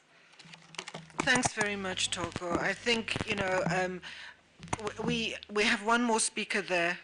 Go ahead, Emmanuel. Is that you? And then we'll move on to the next session. I've not forgotten the question that's been asked. We'll come back to it. Emmanuel, over to you. Just introduce yourself, please. Okay. Thank you very much, Henriette. This is Emmanuel from the Togo IGF. So it's to respond to the question of the colleague. He was making a question right now regarding what can we do? I mean, should we continue making the noise? Or somebody also asked a question to know as youth, should we just continue, having meetings like this? But one thing from my personal experience is when we meet in 2016 in Mexico, one of the key points was to engage with the policymakers. I think that was the beginning of the parliamentarian track, which today is becoming stronger. So one thing that we can do is to engage with them, those parliamentarians, especially from our various countries, because from the experience in the global south, in countries like the country I'm coming from, I don't think most of the, policymakers or government, their interest is to vote laws to protect citizens. That's not the case. In most cases, you notice that usually they want to just adapt, the state policy to the global digital situation. Because sometimes, for example, country vote, for example, for data protection laws and things, not because they want to protect the citizens. That's when you look at Africa right now, the number of countries who have voted such laws are many. But how many of them have data protection agencies? So that is clearly showing that we as youth, we have to start engaging, voting good laws. That's very important. He talked about internet shutdown. We do have good laws in some countries, but we don't test them. And as young people, we have to start testing those laws. If you look at the case in Nigeria where the ECOWAS court, for example, condemned the Togolese government, that's a regional court. But if the citizens in Togo didn't take that step, or the civil society organization didn't take that step, I don't think today we will have that precedent in the African region where a government has been, condemned for shutting down the internet. So we have to test our laws and celebrate our small victories. Thanks, Emmanuel. And I think you only partially answered that question, but I think you did. I think that youth have to participate. They have to participate in policy making, in national level. They have to participate globally. I think the question was a tactical question. Do you form structures as youth in order to participate and in order to be represented consistently, or do you work as individuals or integrate into other advocacy groups? I mean, the answer is probably both, but we'll come back to that. We need to move on. I just want to stress 2 points that Toko made that I think are very important, and that is that if youth are being constrained by poverty, by unemployment, by social and economic marginalization, political and internet governance empowerment is very hard to achieve. So we're never really going to have an empowered youth participating in a youth-sensitized internet governance if we don't address those underlying social and inequalities. You're never going to have young women participate in internet governance actively if women do not have equal rights. So I think that's just important for us to be reminded that the struggle has to take place also at that base level of creating more equal and more just societies and economies. We're now moving on to our next segment. It was the third question that we're addressing. And that's really, I think you've already, I think Toko and Emmanuel have already taken us there, towards a better digital future. What do we do now for a better tomorrow? What are the action-oriented insights that youth have gained about ensuring a safer, securer, sustainable digital environment? Particularly through collaboration, intergenerational collaboration, and collaboration with leaders and experts. We have with us, I think, is he here online, Tobias Bacherle. He's a member of parliament from Germany. Tobias, are you with us? Yet from Berlin. He's with us online. Please go ahead, Tobias. Yeah, thank you very much, and all the best from Berlin. I'm sadly only joining you tomorrow on site. We can't hear you yet. Can the tech team just assist, please?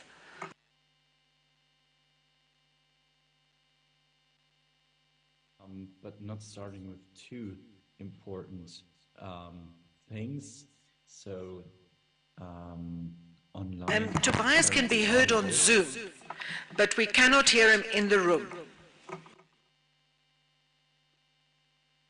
I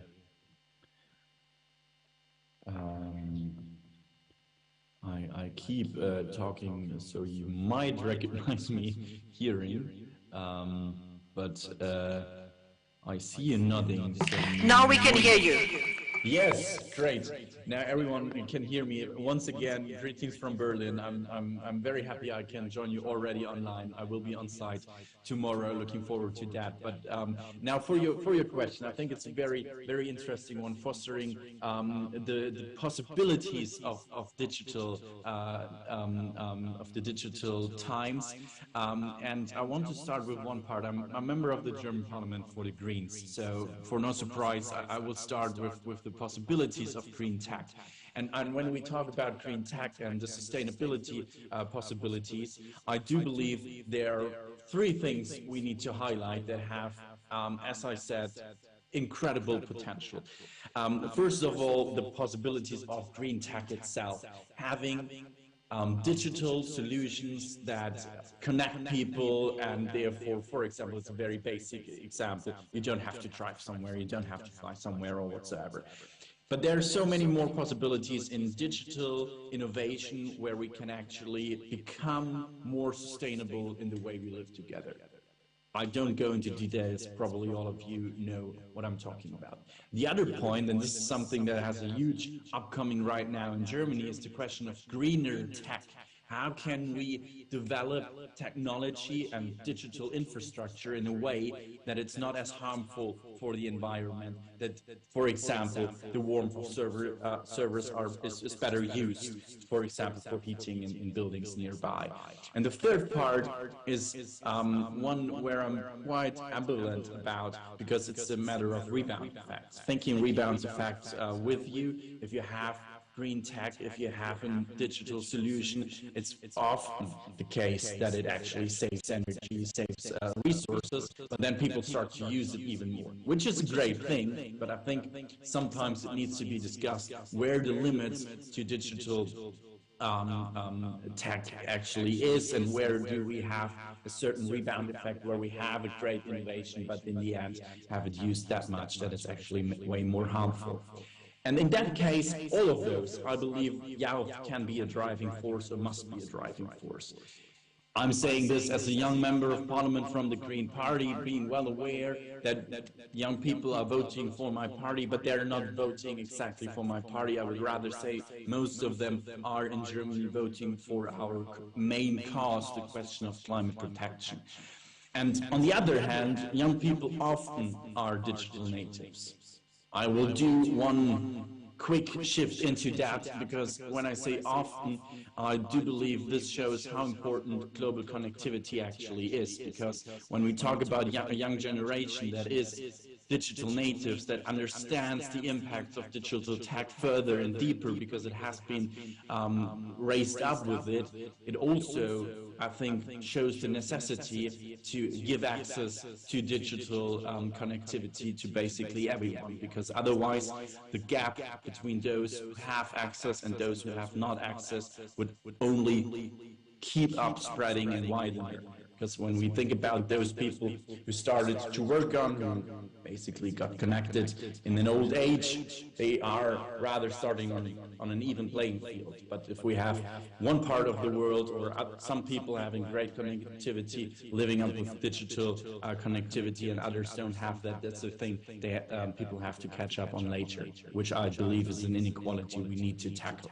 But coming back to the digital natives, I do believe they understand the impact of digital tech way more enhanced, way more deeper. They are a driving force behind it, but they are also can be like the warning signs for things if things go wrong, not only when it comes to rebound effects, to green tech, but also when it comes to the matter of privacy and having digital tech actually enabling human rights, enabling free speech, enabling privacy, and not having the opposite happen. Thank you very much for listening to some of my thoughts, how we can pursue digital freedom tech.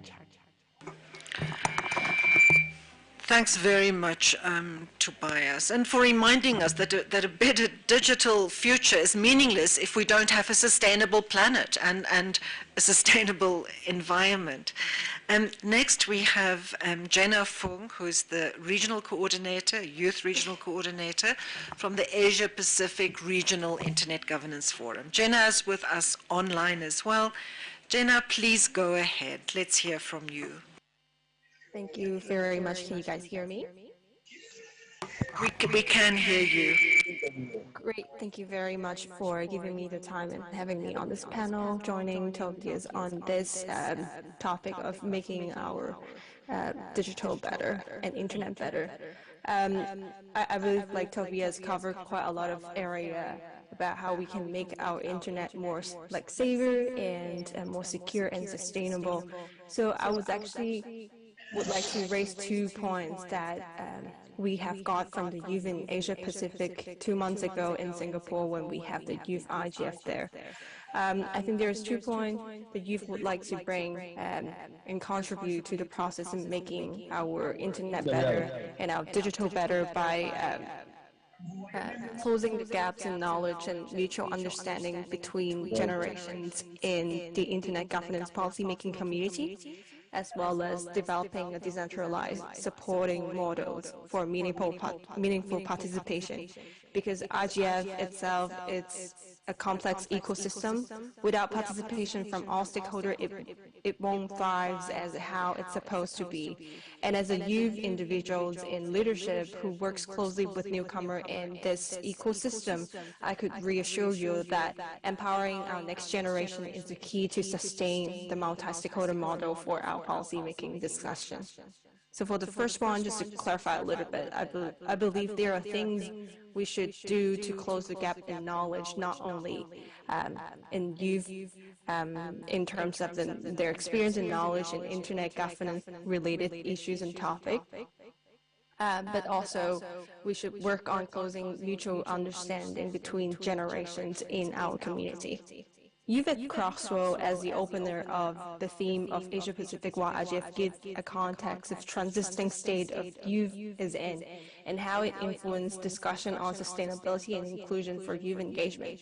For many years, we have been focusing on closing knowledge gaps and empowering the youth with capacity to catch up with discussion from the majority. Undeniably, that's important for newcomers. However, often our community neglect the fact that mutual understanding among other stakeholders as well as members of different generations in the community is also one of the major factors for sustainability and inclusion of meaningful participation that may eventually contribute to a more sustainable digital future. While mostly focused on empowering our youth, I think we have done lots of great work in different regions already. And then I believe most of you managed to meet so many other youth coordinators in the room this year, and I would like to say a big thanks to everyone who has been contributing to the process of making this Global Youth Summit happen, because this year many of the coordinators sit together with the UN IGF Secretariat to make this event happen in an inclusive and open way, and I really appreciate it. From the Asia Pacific perspective, for more people to engage in global IGF or some other internet governance event in order to join the policymaking process. And from lessons that we got from Asia Pacific this year, we realized a decentralized funding and supporting model may be the future of meaningful participation of the youth. Because taking examples of the Asia Pacific, we managed to get some private sectors or organizations to support the individuals from the local community to join our regional meetings.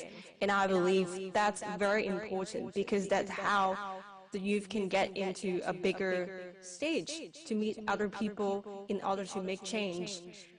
3 years back, we joined my first Global Youth Summit in Berlin for IGF 2019, and that's one of the inspiration on how I think as a youth coordinators for Asia Pacific YGF, I should take in stock of those models, because the coordinators of that year's Global Youth Summit and all the organizers was trying so hard to get so many different private sectors in helping youth to get engaged and stay engaged.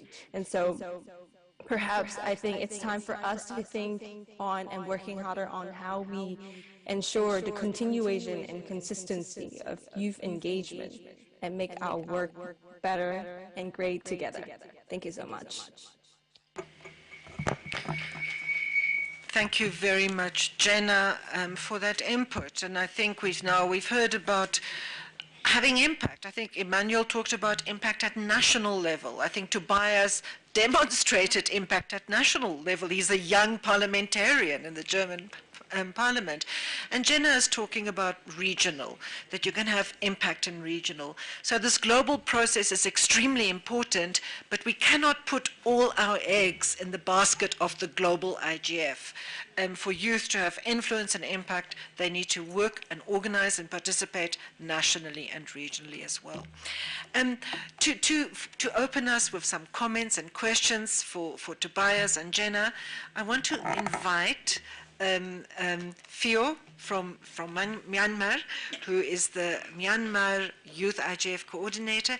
I met her this morning, so I know she's here. I'm not sure. There she is. Please, Fio, please take the floor. Hello. Hello. Hello. Okay.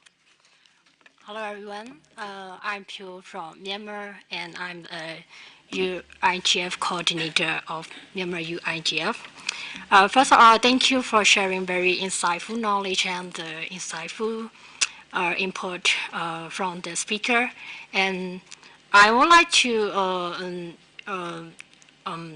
continue discuss about the sustainability and the safer internet, and also about the secure internet as well.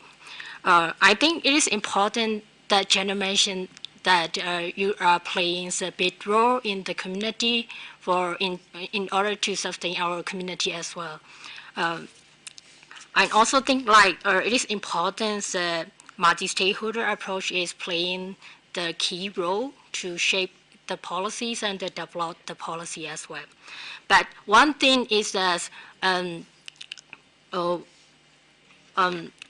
although young people are playing a key role, I think they are still lacking the specific support for getting involved in the policy development process.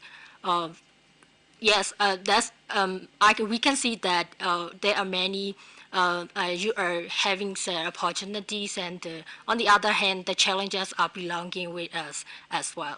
So I would like to mention that it is questioning the rules of the young people specific empowerment involvement in the policy making and in the discussion of the digital policy development as well. In addition to that, I think young people are still needing the strong support from the community and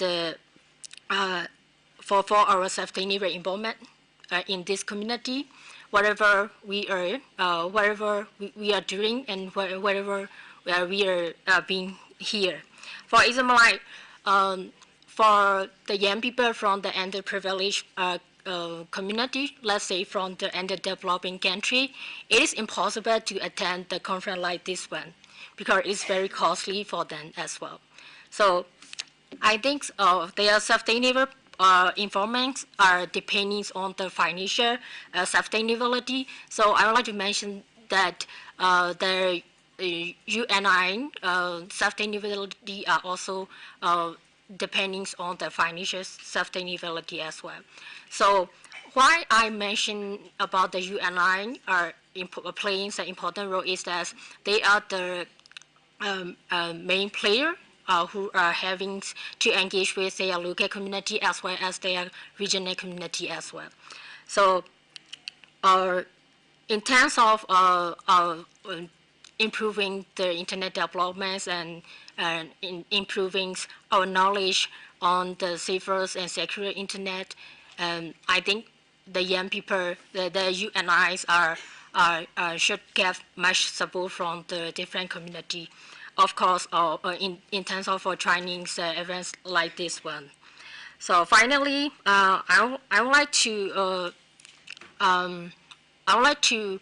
question to all of the young people here is that, have you already think about how to protect ourselves while surfing the internet and while surfing the safer and secure internet?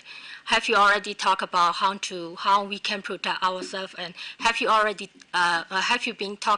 think about how we can advocate and educate the end people from young people how to protect themselves online? Because we can see that many end users are not come from the technical background, so I think that we also needing the educating program for the digital safeties and securities. That kinds of the education programs are also needed for them, especially to those end users who are using the internet. On the other hand, I think the basic knowledge about the application, as Mr. Barrett mentioned, like we have to maintain when we are developing one thing, we have to we have to think about how to maintain that one. On the another perspective is that we can think about how we can share the knowledge about using that application to the customer or the end user as well. Yeah, this is my point. Thank you, Theo. Thanks very much for that. We have Tobias, Jenna, do you want to respond to Theo's question? You have 1 minute each.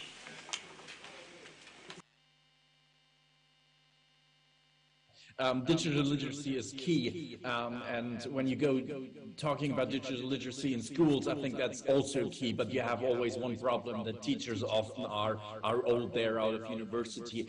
First of all, you need to get the teachers back on track. They have to be educated and up front when it comes to disinformation on digital literacy and so on, and safety in the internet and everything.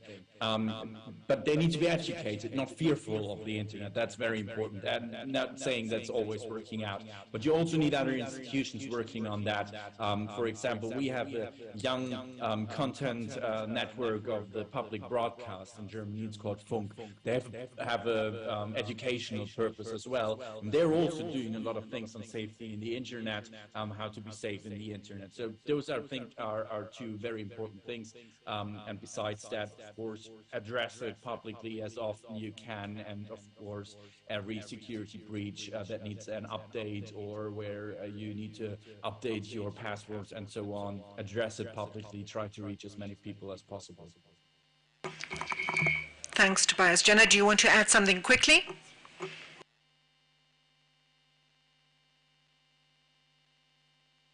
literacy program or education process compulsory at school, like in the public education system. And then I think Tobias mentioned about the barriers or challenges behind it. I personally am a person that strongly advocate for collaborations between stakeholders. So maybe one of the ways to have our youth educate our youth, that may be one of the way we can do it, because I think some of the speaker mentioned most of the youth are actually digital natives. And then some of the youth are actually getting old, and then they may have the experience to educate our next generation, which is like younger, because I think some of the people in Asia Pacific mentioned to me 2 years ago, we should start this digital literacy education when they're young, like when they're in primary school, not when they're in university. So start early. Probably, I'm confident that we may have the capacity to do this kind of education at a certain level. That's what I want to add. Thank you. Apologies for that echo. Thanks very much, Jenna and Tobias. We need to move on. We're coming to the end of our session. I just want to say, in response to Fio's question, here at the IGF, in the IGF village, you will find a booth called the Digital Security Hub or something like that. And what you'll find there is actually people that will help you with digital security, but also with green tech and sustainable use of sustainable energy and renewable energy with hosting and with technology. So anybody who wants to learn more about sustainable technology and also about digital security, there are people in the IGF village who can help you. Thanks very much, everyone. We're coming to the end. Next, I want to invite to the floor, she's with us online, Ms. Hilary Bakri, from the Office of the United Nations Youth Envoy. Hilary, are you able to join us and take the floor? Hello, can you hear me fine? Yes. Great. Thank you so much. Good morning from New York, everyone. My name is Hilary. I am joining on behalf of the UN Secretary General's Envoy on Youth, Ms. Jaya Mawickramanayake, who unfortunately is not able to join us today. Firstly, before I start, please allow me to thank UNDESA and the IGF Secretariat, as well as the host country, for having us and for the Secretariat's commitment to highlighting youth as a critical aspect of this year's forum. So allow me to start my remarks by reminding all of us that we are living in unprecedented times, and to also re-highlight some of the points that our youth speakers have raised, that our world today has not only the most educated and the most connected generation of young people that the world has ever seen, but also a generation who are living in a time of triple planetary crisis, pandemic, and also the threat of a global economic crisis. I want to highlight this because, as we just heard from all the 3 different dialogues in this IGF Youth Summit, we could instantly see that despite all these challenges, young people, those who are present here with you in the room, online, as well as many others out there, are resilient, hopeful, and also resourceful. As also highlighted in the earlier discussion, digital transformation comes with a lot of exciting opportunities.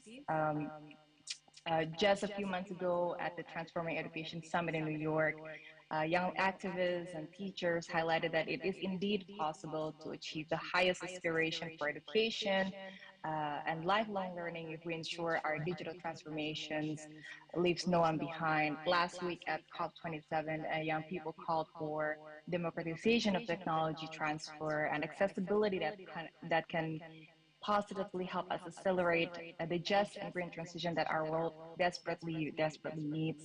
I believe Tobias earlier also highlighted this on the point of green technology and how young people have called for it. A lot of these exciting opportunities can be achieved, obviously, if we ensure young people are included as equal partners. I think that's the key word. To not only just be engaged as participants, but also as equal partners, because young people are the ones that can help shape the course of these opportunities for the better, and they are capable of leading not just as partners, but also as experts. And I'm sure you could agree to this after hearing all of the young people that have shared their intervention here today in the forum, both online and offline. Even here, as I said in the Internet Governance Forum, and I think many of my fellow speakers highlighted earlier, young people did not wait and sit still, but they also advocated themselves to be included in this table and many other tables, and also mobilized to ensure young people's participation in this forum is institutionalized. However, I think it is also important for all of us to acknowledge that technology is not neutral, and the internet being the lifeline of our digital transformation also increasingly face challenges that put a lot of young people as its user at risk. Earlier last year, our office launched the Global Report on Protection of Young People in Civic Space, where the report highlighted that 78% of the youth respondents actually reported that they have experienced some sort of digital threats. Moreover, for young women and girls, these digital risks, as we know, are constantly increasing. In a recent survey, I believe launched by Plan International, from 14,000 of young women and girls, 58% of them shared that they have experienced online harassment. Online civic spaces have also continuously faced challenges, as many of the young speakers have also, and also the other speakers have highlighted earlier, with internet shutdowns continuing to exist and increasing, and having preventing young people from exercising their rights, and further excluding young people from civic and political participation. Now, please really allow me to emphasize that to ignore the number of digital online threats and also to ignore the structural barriers that take place against the most vulnerable is to also turn your back on the world's largest generation of digital natives. Really need commitment and investment, as many of the speakers have highlighted earlier, directed to meaningful youth engagement to achieve this. We need a digital future that is not only inclusive but also safe, trustworthy, and also reliable. That can an internet that can serve as the foundation of our lifeline for our digital transformation. And the only way to ensure this is by having human rights at the center of our global internet governance, and also inclusivity at the heart of our efforts to address this the digital divides that still exist. At the UN, when the UN Secretary General presented his proposal for our common agenda, human rights is undoubtedly the foundational pillar. So according to the Secretary General's call for the Internet Governance Forum to continue to be agile in supporting effective governance of the digital commons, it is really my sincere hope and our office's hope that the insights, the recommendations, and the calls for collaboration that young people just shared in our dialogue today can be taken forward to partnership at both local and global level beyond this forum. Particularly also the recommendation that young people have called, as I believe have been highlighted by Lily, Theo, and many other of the youth speakers earlier, and having a stronger educational resources, digital literacy for young people, including having capacity building on online protection, digital safety, and how to uphold human rights online, as well as the points I believe highlighted by the previous speaker, Jenna, on addressing barriers for young people to contribute to policy process, and leveraging on multi-stakeholder partnership to support youth participation across different forums and processes. Therefore, I really like to urge everyone, the young people here and everywhere, the policymakers, industry and institutional leaders, to also see our common agenda recommendation introduced in the United Nations earlier this year, in particular the Global Digital Compact recommendation, as an opportunity to collaborate together in shaping an open, free and secure digital future for all of us through a multi-stakeholder approach. I believe some of our speakers also highlighted this, and I will share the information through the Zoom link just shortly after this. Our office, the Office of the Secretary General's Envoy, and we really looks forward to continue our support of this recommendation to collaboration with the Office of the Tech Envoy and also all the partners that are already engaged here, but also those who are just started to joining to ensure that young people as right holders can be included in shaping the process so we can achieve a digital transformation that could benefit all youth in all of their diversity. I thank you once again for having us and congratulations once again for a very fruitful discussion. Thank you very much, Hilary, and thank you for emphasizing the importance of the centrality of human rights and of inclusivity, and for reminding us about the opportunity presented by the Global Digital Compact.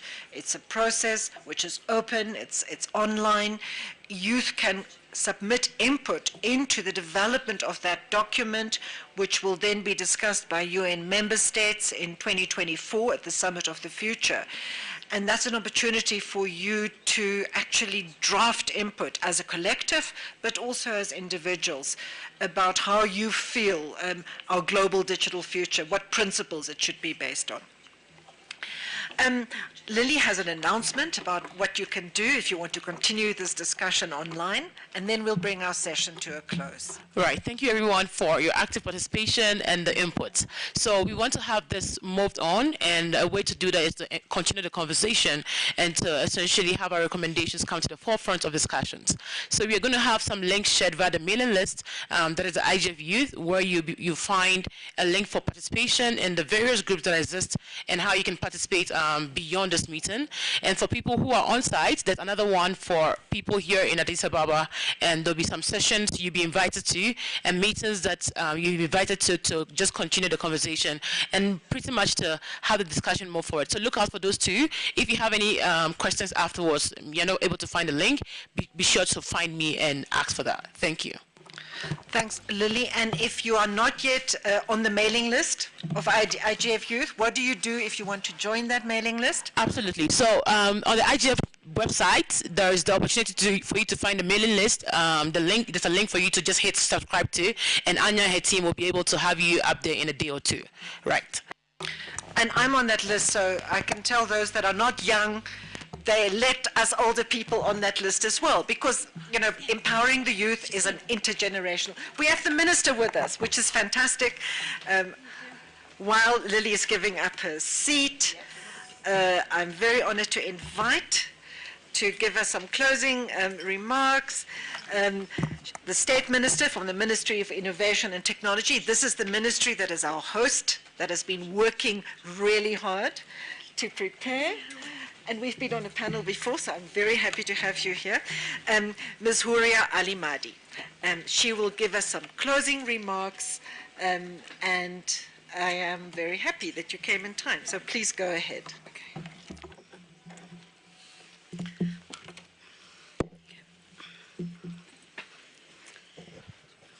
Thank you so much. Good afternoon, all users, beautiful users. How are you? We are happy to host you. We are very glad. I hope you will have a very enjoyable and successful time. So we are very happy to have you here in Ethiopia. We hope that you will get a lot of relevant benefits from this forum as a youth. You know, you guys are the power for the world. So let me start my closing speech. First, I would like to start by thanking all of you for participating in this historical event. So the speakers for their excellent thoughts, provoking talks, the moderators for organizing and maintaining the agenda using timely, reasonably. I would like also to thank all participants. Your inputs to the workshop contribute immensely to the success of this panel. The IGF 2022 Youth Track aims at creating a set of activities to connect youth from around the world among themselves, and also create opportunities for them to network with senior stakeholders, experts, internet governance.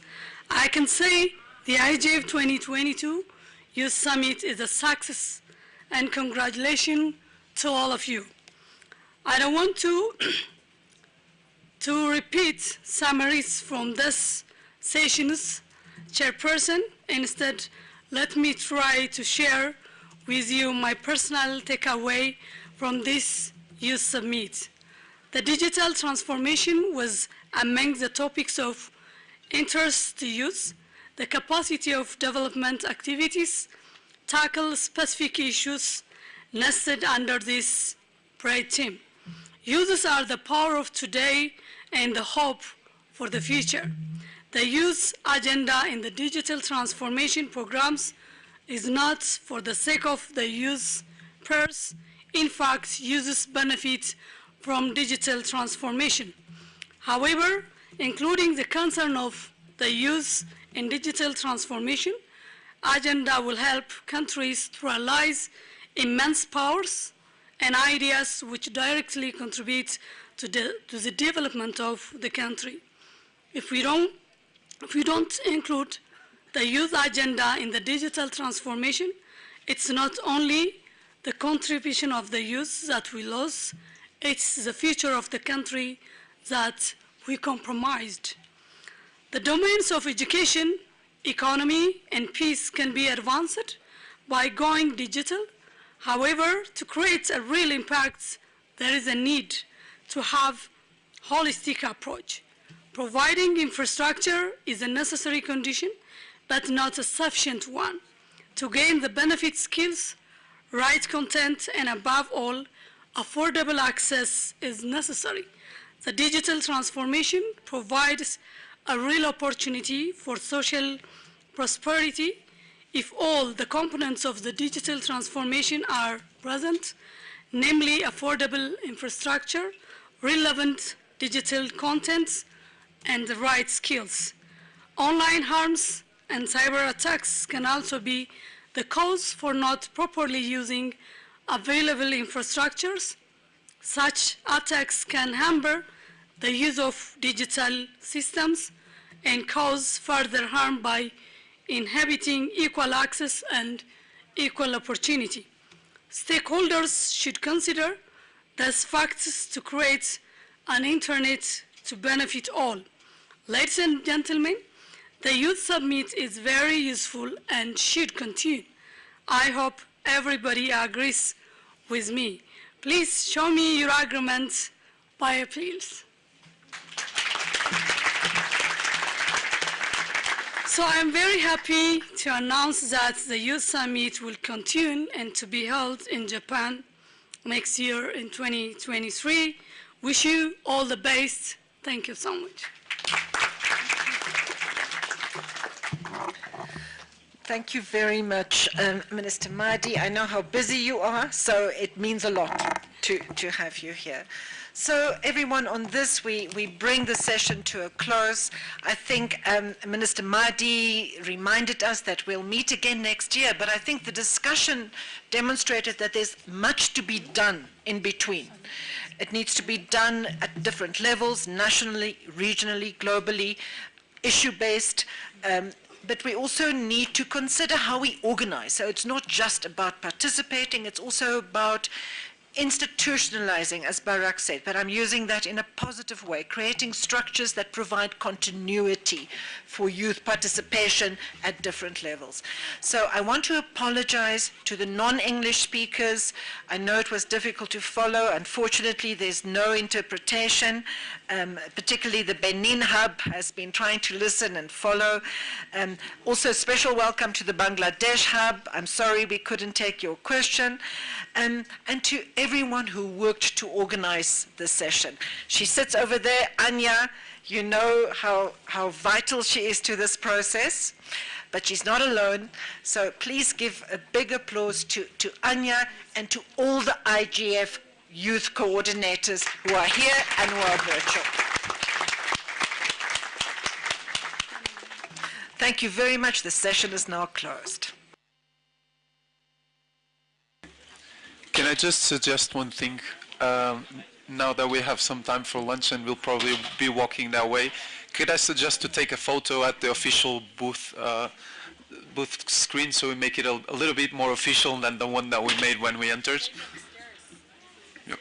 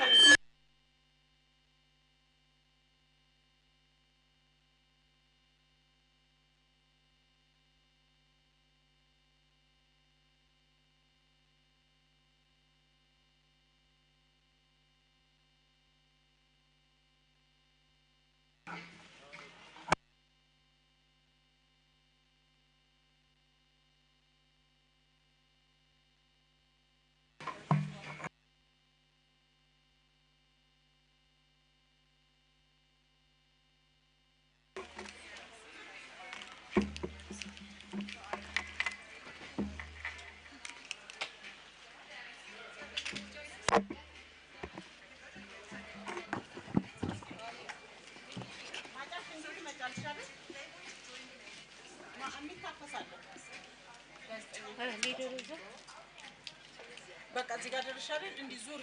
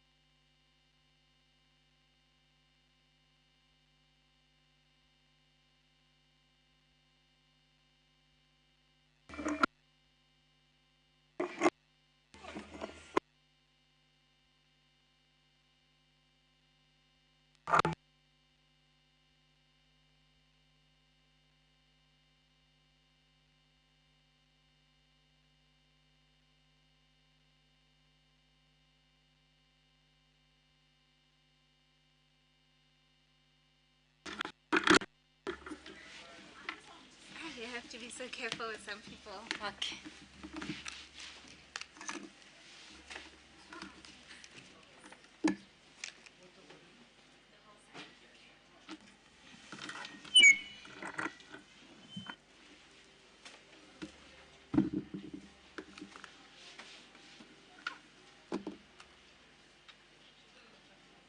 Do you want to stand here?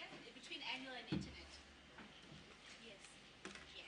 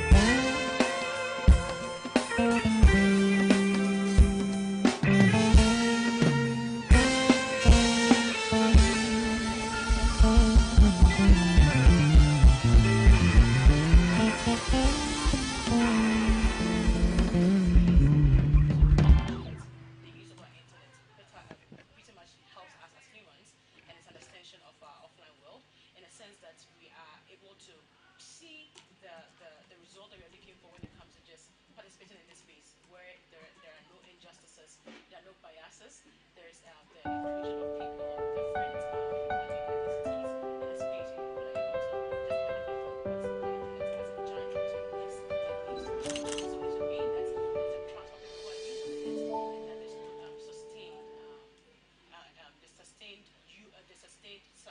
to a large extent sustained use for not just the answers just at the end, but for even for government that they're using it for developmental purposes. So in essence, everybody benefits from this data, which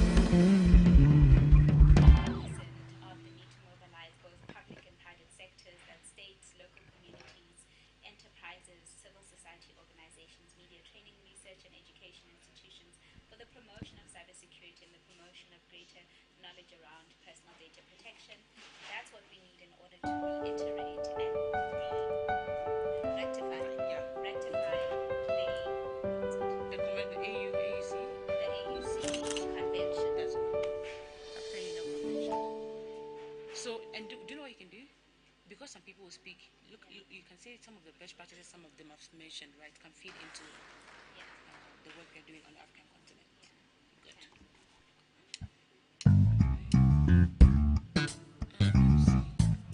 Mama, I'm coming, I'm picking the link for you. I'm picking the link for you.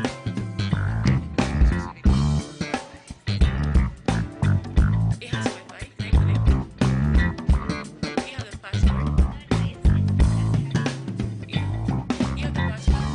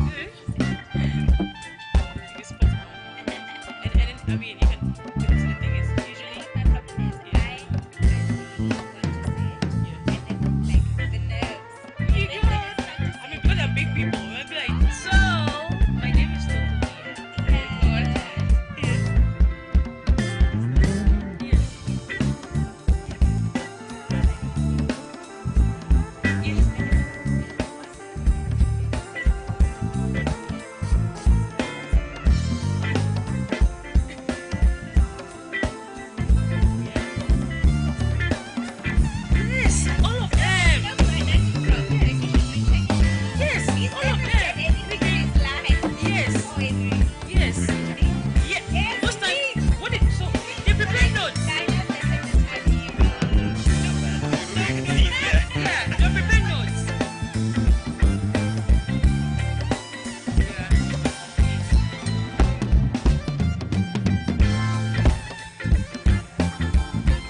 What to prepare notes for them? Yes, yes. He's ready. Like the minister. Look how the minister came in. Look how the minister came in. Yeah. The minister. I'm like, this is the minister's phone. I'm like, okay. You know, he's this minister. Wow.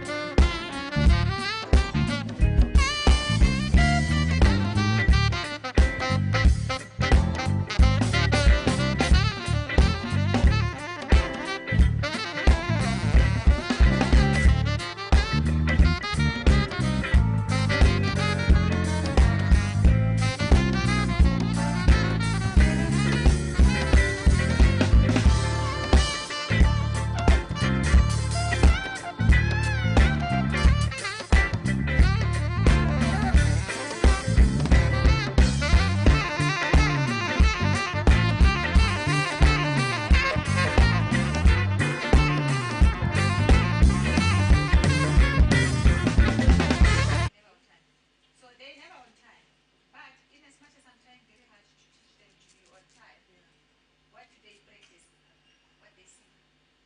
So I've been very hard on myself to say, Barata, even that's why today I said to myself, when this session finishes, an hour before you're going to sit in that session. Because I need to show Togo, who's here with me, to say, you need to do your sessions up front, you need to do this. Because it becomes a legacy. And you know where it came from? My grandmother was never late, ever. But my mother was always Even my mom, late. both of them, and I think that's why I am the way I am. Even stepping on grass, like I cannot walk on grass. I walk on designated paths. Really? Yes. My father would not let you. Hi, No, but ladies. please. So these things that stick, automatically when you go, you know, you're like, I'm not. Guys, does anyone else have Wi-Fi? I don't have Wi-Fi. I do have Wi-Fi. The guy gave me the password. What does it say? Give it to I me. don't. I copied it on a piece of paper that he had, so I wouldn't remember it offhand. For the phone, I scanned. There's a code. No, I scanned, but it's not working, and I need the password here. You'll have to go outside. There was somebody here. One of those guys should be able to give you the password. That's what I did for my laptop. I can't. I see people stepping in. I'm like, how can you do? Because from when I was little, that was that. You don't step on grass. There's a place to walk. Of course, it's different if there's nowhere else to step. But you can clearly see you're not supposed to be stepping there. And then I think it was drilled down again in school. So, yeah, don't walk on grass. I have the personality that if you tell me don't, You rebel. Okay, in some things I rebel. Especially when I think you're just being stupid. Exactly. When I feel Yes. that's a silly rule, Yeah. and I don't. Yes. But you see, why am I stepping on grass? There is a place for me to step. When it's logical, I don't disobey. But when it doesn't make sense to me, oh, yeah, I'm a rebel. I will simply do the opposite.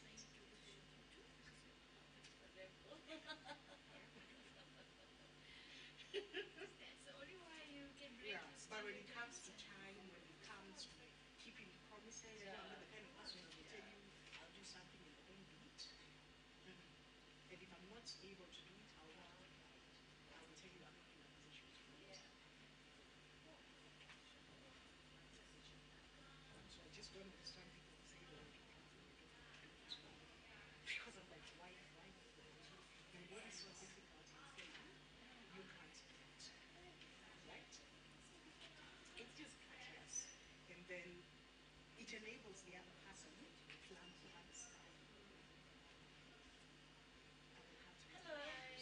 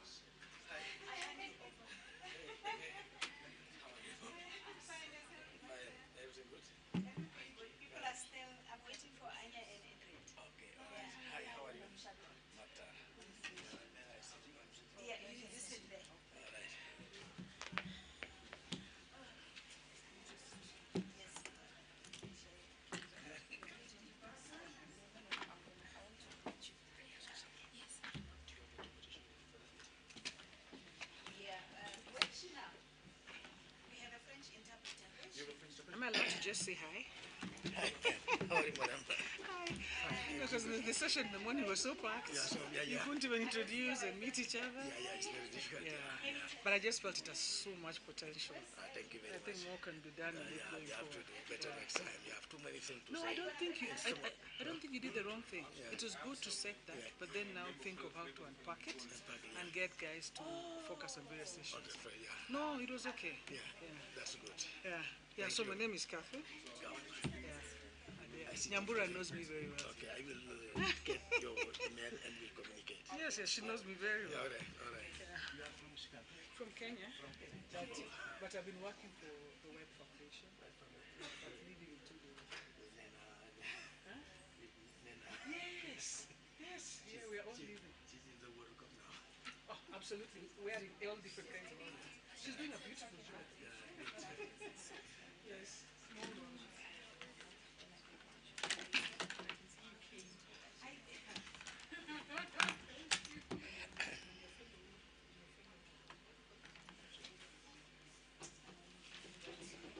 How are you? Everything good? Everything good. Yes. When did you come? I came early. I came on the 24th. 24th. I was here from the 25th. Preparing for this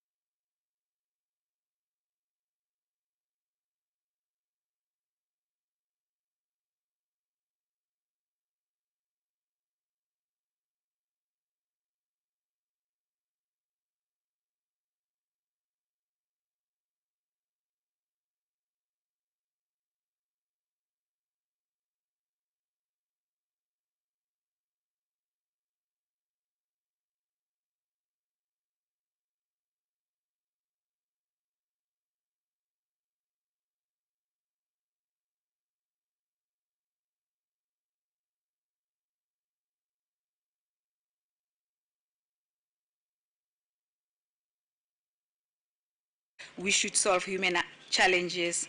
But I think not enough time is spent on maintenance and fixing what's already there and what's already wrong, especially when we come to the AI space.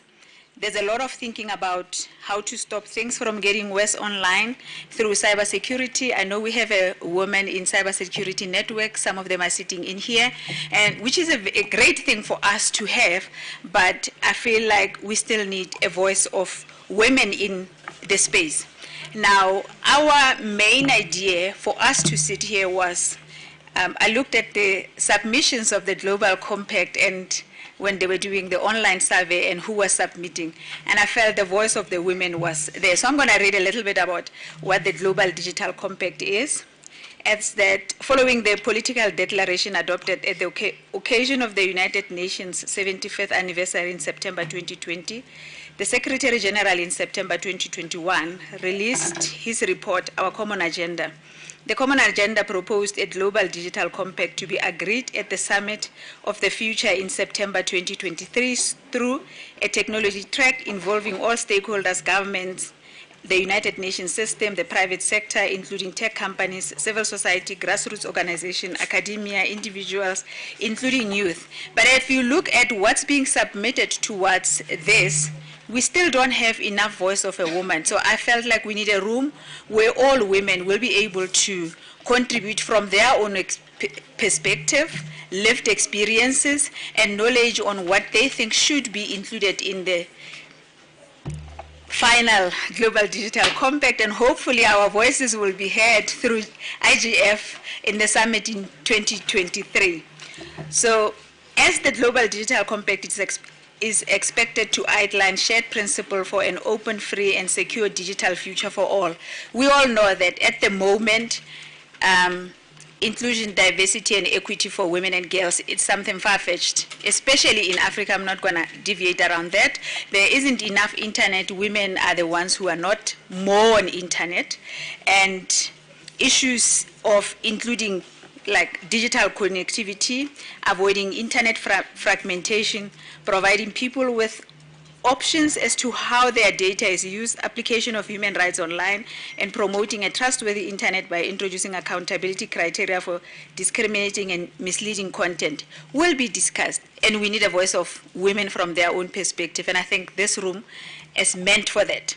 So we're overdue. I'm going to start giving the overview of who is IGF for those, thanks to the UN Secretariat. They sponsored most of the women to be here who applied through a proposal to be here and really contribute. These are women who are leaders in their own communities, and they really are going to add a lot of value into this. So they are part of the panels and speaker line.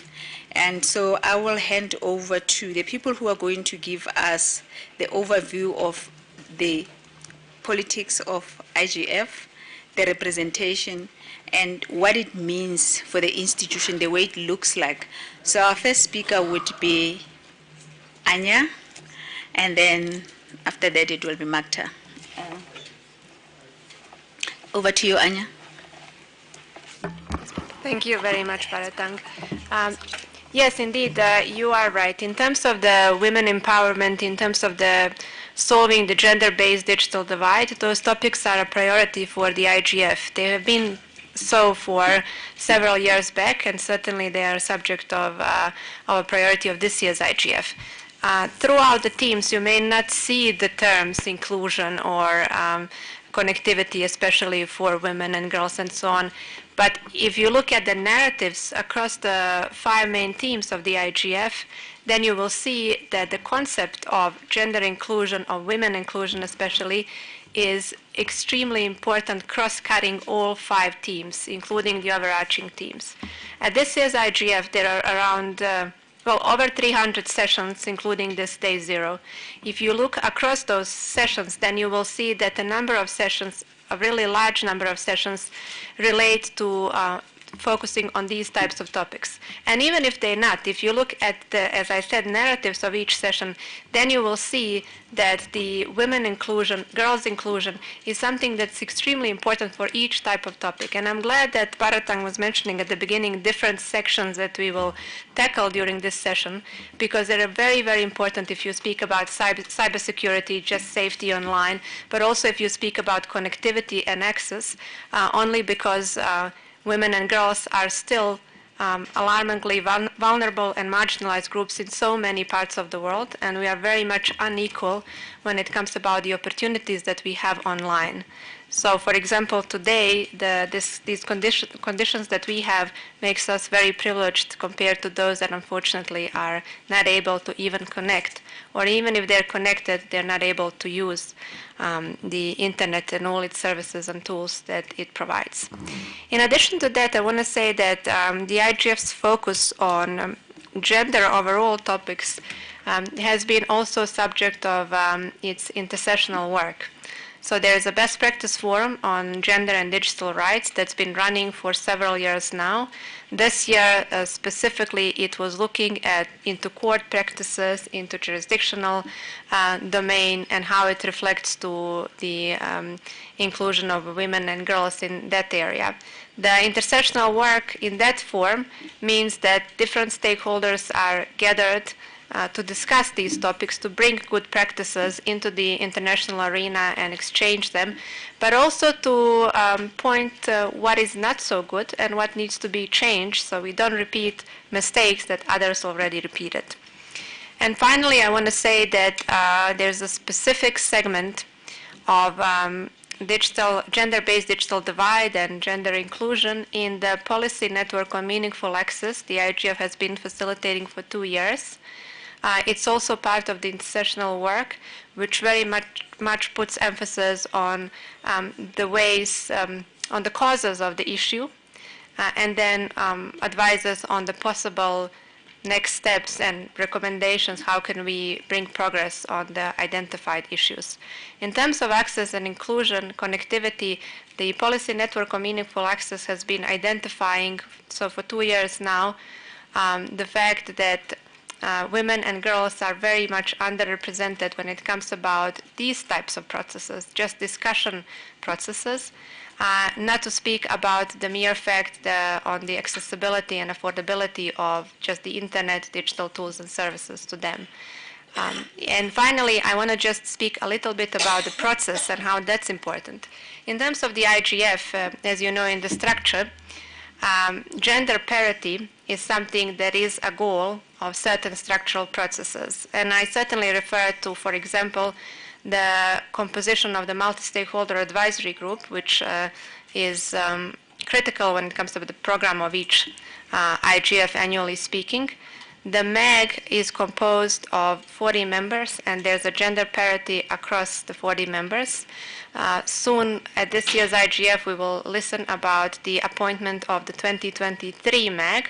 So approximately 1/3 of the membership will be appointed to plan the meeting for next year for Japan. And certainly gender parity there will be one of the goals to achieve on the overall composition. Likewise, if you look at this year's IGF, if you look at the panels, one of the key criteria that the MAG applied was gender balance on each panel. But not just on panel. It's important that in designing everything that's going to be presented through panel, we have meaningfully included women and girls just as men and other gender diverse groups. And so that's something that I think we can take note of for our processes as well, that it's not just about the substance, it's also about the process and the fact that we all have to be recognized as equals. One of the ways to do that, I think, is sessions like this, to raise awareness, to point that these types of practices do exist in the world, that we can learn from good practices, and also to become aware that problems of this nature exist.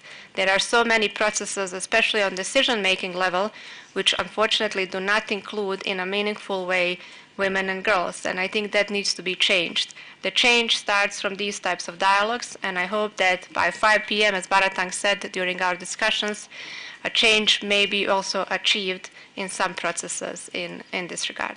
Thank you very much.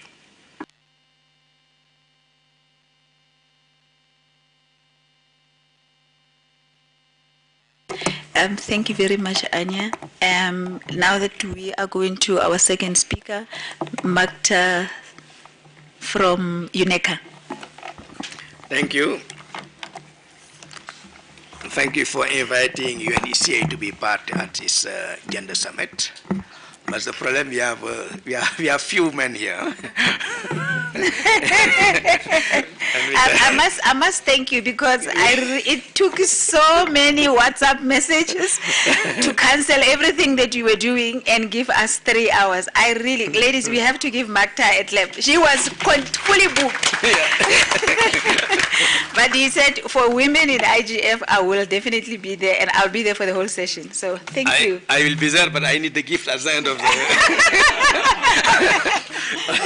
Okay, that's a very, very important meeting. I think a woman, when we look at the situation in Africa, 50.1% of the African population are women. And when we translate on the digital connectivity, there is a huge digital gender gap in the continent. The women represent more 51%, and access in internet, they represent only 20%. It is something we have to think about. And this issue is happening since a long time. And when we look at the global world, there is some quite good progress, because at end of 2001, 70% of the men have access to internet, compared to 47% to women. The difference is not enormous, but when you come to Africa, the difference is huge. And also, if I go to other sector, look at the percentage of women on the ICT sector. Very few, around 12%. Very few women in the ICT sector, and this is due to several factors. We have a cultural factor also we have to take into consideration, because for the capacity building skill development, when you go to several countries, women are not allowed to go to school. It is something we have to look at, is our culture. And also in several countries, women doesn't have equal chance to the men to access to several jobs. And there are several studies around the world to show if we can sort it out, this gender equality, we can come up with $3 million to the global GDP. It is show the importance of women in the development of the world. Without women, we can't develop the country. We talk about this Africa digital transformation strategy. We talk about IGF, digital inclusion, or inclusion of the woman. We can talk about WISIS, all initiative we have in the world. And without women, it's not successful. I remember when we start the WISIS and IGF, we don't have a lot of women. Now, I think the majority are women. It seems that there is a very important step taken by the woman to be part on this digital era. At the United Nations Economic Commission for Africa, empowering women is very important. It's part of our key program at the ECA. And we have a digital center, called it Digital Center of Excellence on Digital ID, Digital Trade, Digital Economy. One of the focus area is empowering women, and how we do like that. How we do in the program. First, when you look at the composition of the digital center, we have more women than men. We have few men in our center. A lot of our women. Second, we have two key program, very important program for women. The first is the Africa Connected Girl Coding Camp. We started this program in 2020. Now the program is reached in 6 countries: Ethiopia, Cameroon, Senegal, Guinea, Tanzania, and Namibia. As of today, we have trained around 25,000 girls on artificial intelligence, web gaming, on Internet of Things, on how to use digital technology in the climate change, how to use digital technology in health, how to use digital technology in the social environment. And as of today, we have around 242 projects developed by this young girl aged between 12 years and 25 years. And you found great initiative developed by this young girl.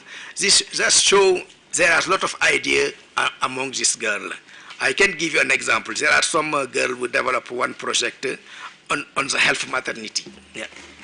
And this girl never use digital technology, but we give them these tools during 1 week, and they come up to develop this kind of project.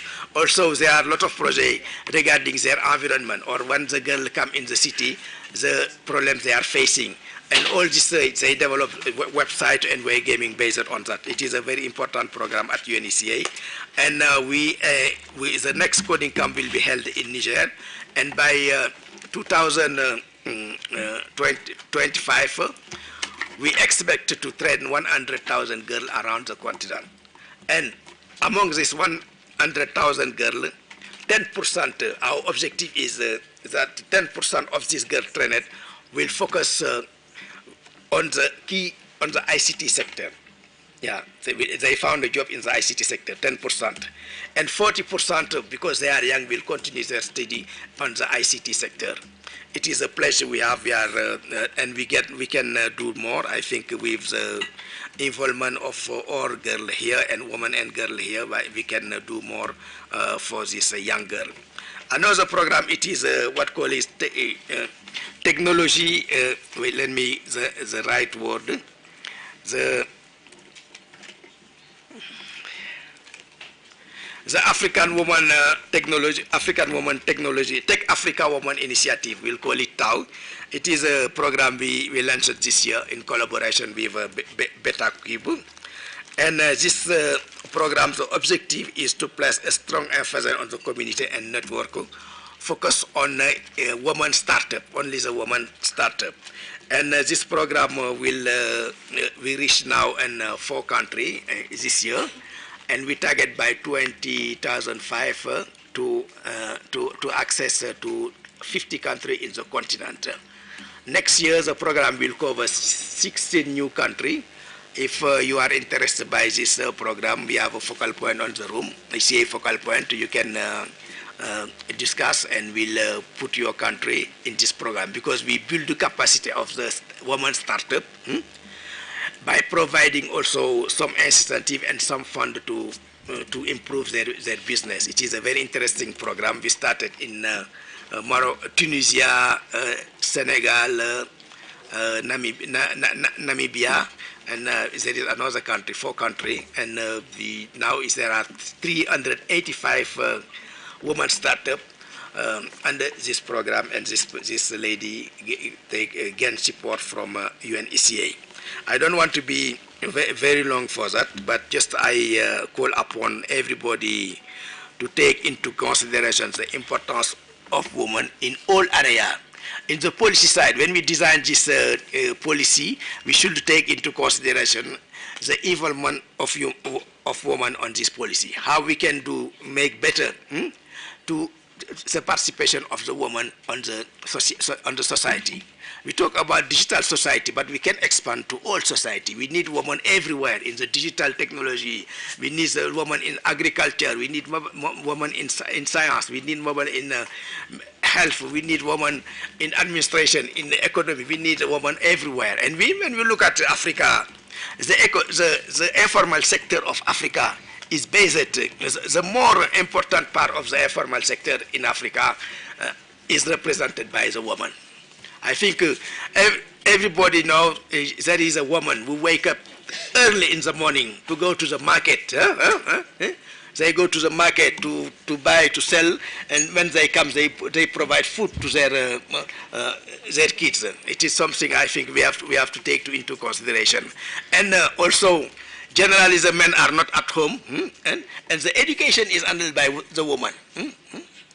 If people get success on this in his work, in his future, it's because there is a woman behind. I think we have to take in consideration and put women on the top, and what we are doing at ECA. And personally, I believe that women should be at the top of the society. Thank you.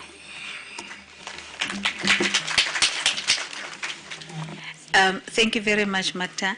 I'm now thinking you touched on three things that really brought all of us together here, and I think everybody else here took notes. You talked about skills, employment, leadership, and then what the UNCA is doing, and you touched on one project that I think I'm interested. It's called Tech Africa Women.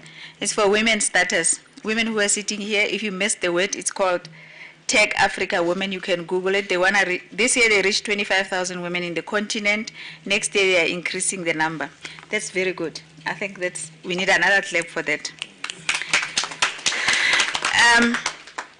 The next speaker is Sister Janti. I've met and listened to her speak many times, and I was very impressed by how she touched on, we live in a world that exists with so many dynamics of power, and the patriarchy has been around for generations and generations. So I thought we should bring another dimension, because as women, we all believe in something. And we always, when we talk about policies and when we talk about certain things, we always have an alignment of our beliefs and what the society have told us. So Sister Janti will be joining us online, and she will be speaking about power dynamics, politics, economics, and policy, and how the three are interlinked. I can't see because I'm now offline all of a sudden. She can... God, I'm offline. Can she join if anybody is able to send a message and say she can join?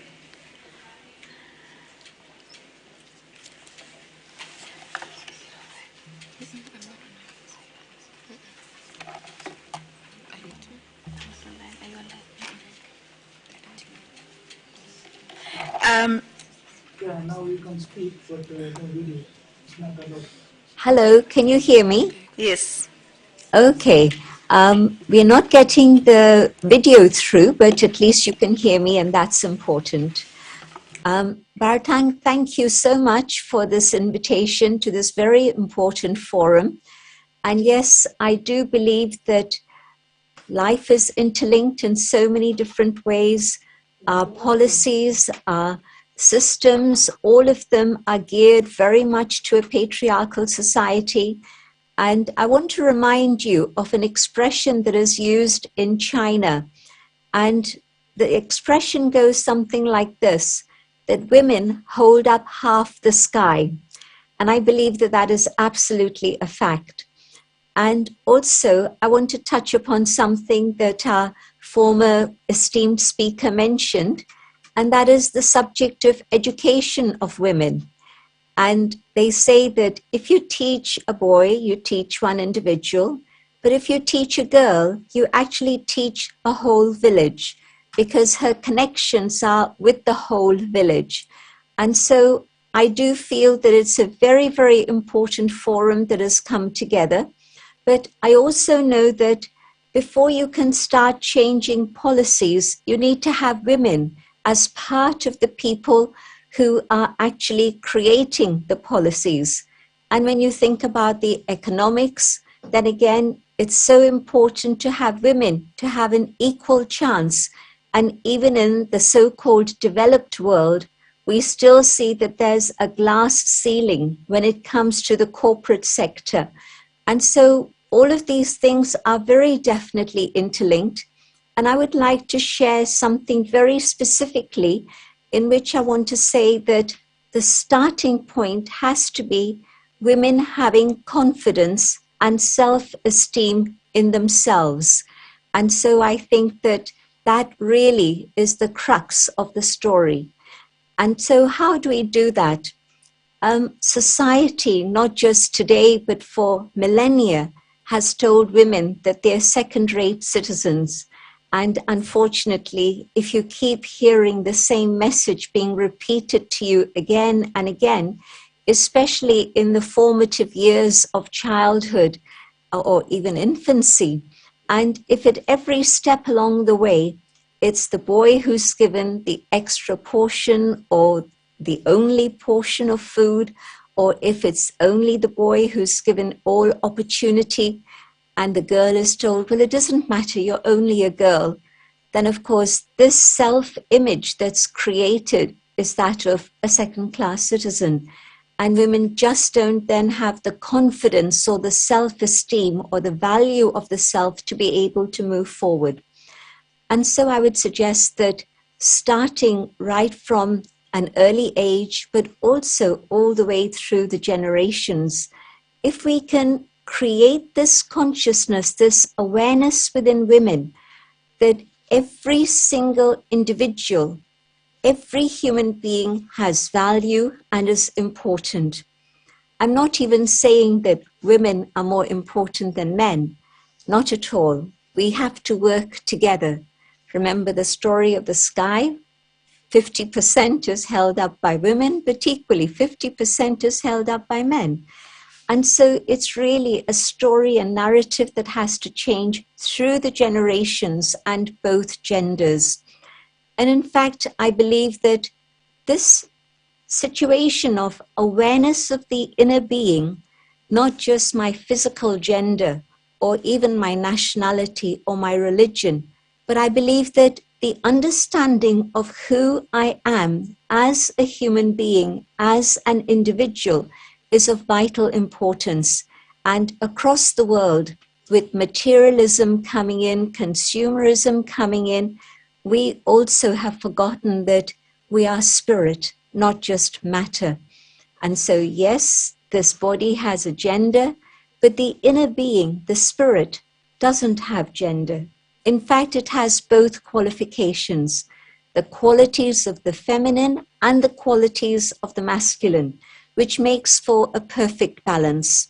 Because yes, you can have courage and conviction and power and authority as the masculine qualities, but you also need the qualities of compassion, of kindness, of fair play, of justice, which are inherently there within the woman. So the feminine qualities are absolutely, and the masculine qualities, both qualities come together to make up a balanced human being. But also I think that another thing that we've been struggling with for a long time has been the whole subject of inferiority and superiority complexes. And may I say that I think this also applies across the gender. Because if I think I am superior and I try to push down somebody, well, there'll be somebody who is my superior. And at that moment, I will feel inferior. And so these sorts of complexes that human beings go through actually apply to both genders. But today, looking at the subject of women's equality and the opportunity to come into roles of leadership so that they can be there to create policies so that women have the opportunity to participate in an equal share within the economic climate of country, I think that women especially have been told, you are less than others, you are inferior. And I know that Africa is a continent that has a lot of love for the divine and has a lot of love on the focus of spirit. And so I want to bring in that we are the creation of that source, the being up above. And as such, as the creation, we were created in the image of the divine. And so there is no question of inferior or superior.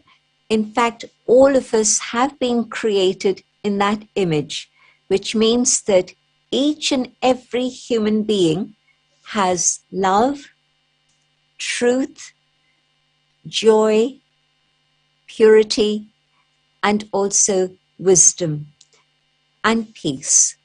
These are the essential ingredients of every human being. And I think what we need to do is to make people more aware of spirit. Yes, we're in a world of technology, but technology is a tool, and it's our awareness and consciousness that enables us to either use tools in the right way and in an appropriate way, or to misuse and abuse tools, and we have enough evidence of this. So what is the consciousness with which we approach technology? That's important. If I tap into my own inner reserves of my own goodness and compassion, then I'm going to use all the things that are available to me in the best possible way for the maximum benefit of all around me. I believe women have a natural inclination to share. Have you ever seen a woman say, no, I want to eat first and then I feed my kids? I've never seen that. And so always there's a spirit of giving, spirit of sharing. And so when I tap into that inner compassion and goodness, then the technology that I have is something that I'm going to share with others also. I want to give you the example of the Brahma Kumaris.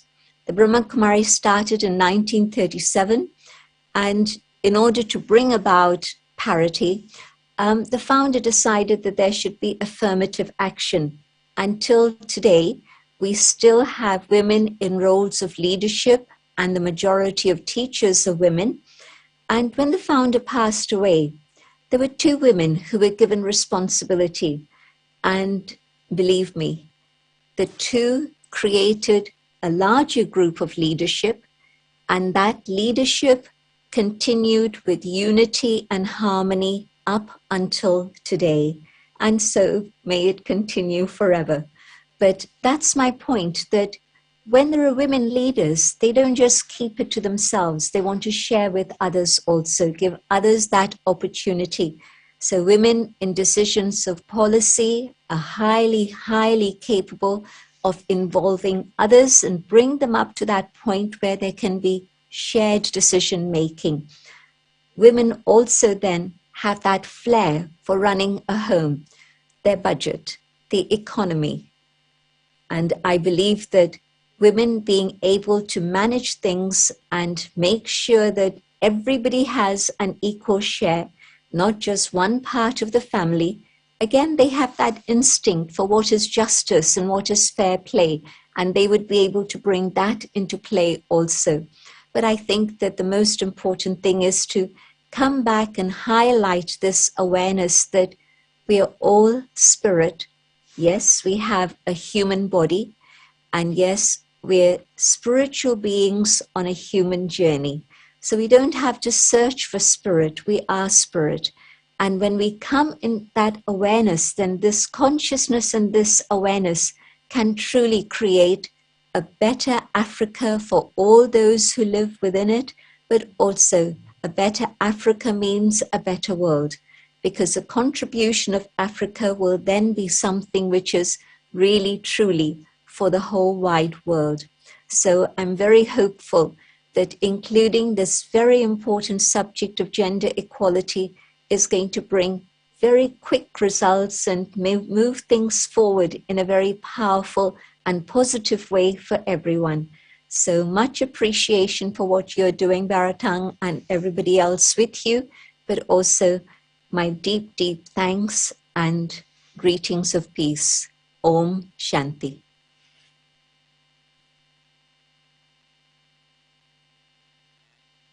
Thank you very much, Sister Janti. Unfortunately, I'm not going to take questions for the speakers because we're all running out of time. We lost 20 minutes in the beginning, so I'm going to go straight to the next session. And I will start, unless there's a burning question for Magda and Anya, because they come from UN and UNDESA. Okay, none. And I'll move on to the next session. Thank you very much. Our next speaker will be the co-organizer of the session of Women in IGF, Margaret Nyambura. So she will take over and talk about what PRIDA is doing and the training that they've done across Africa, which is amazing, and what they look for when they think of how to look at policies. Thank you, Baratan. Good afternoon to all of you.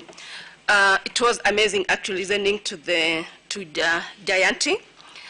when she talked about building confidence to young women when they are growing up, and myself as a mother of a triplet who are 8 years now, and one of them is a boy, who I have no idea where he gets the knowledge that he should control the remote, he should be, when it comes to devices, issues of access and affordability, they are real in my household because we only have one device.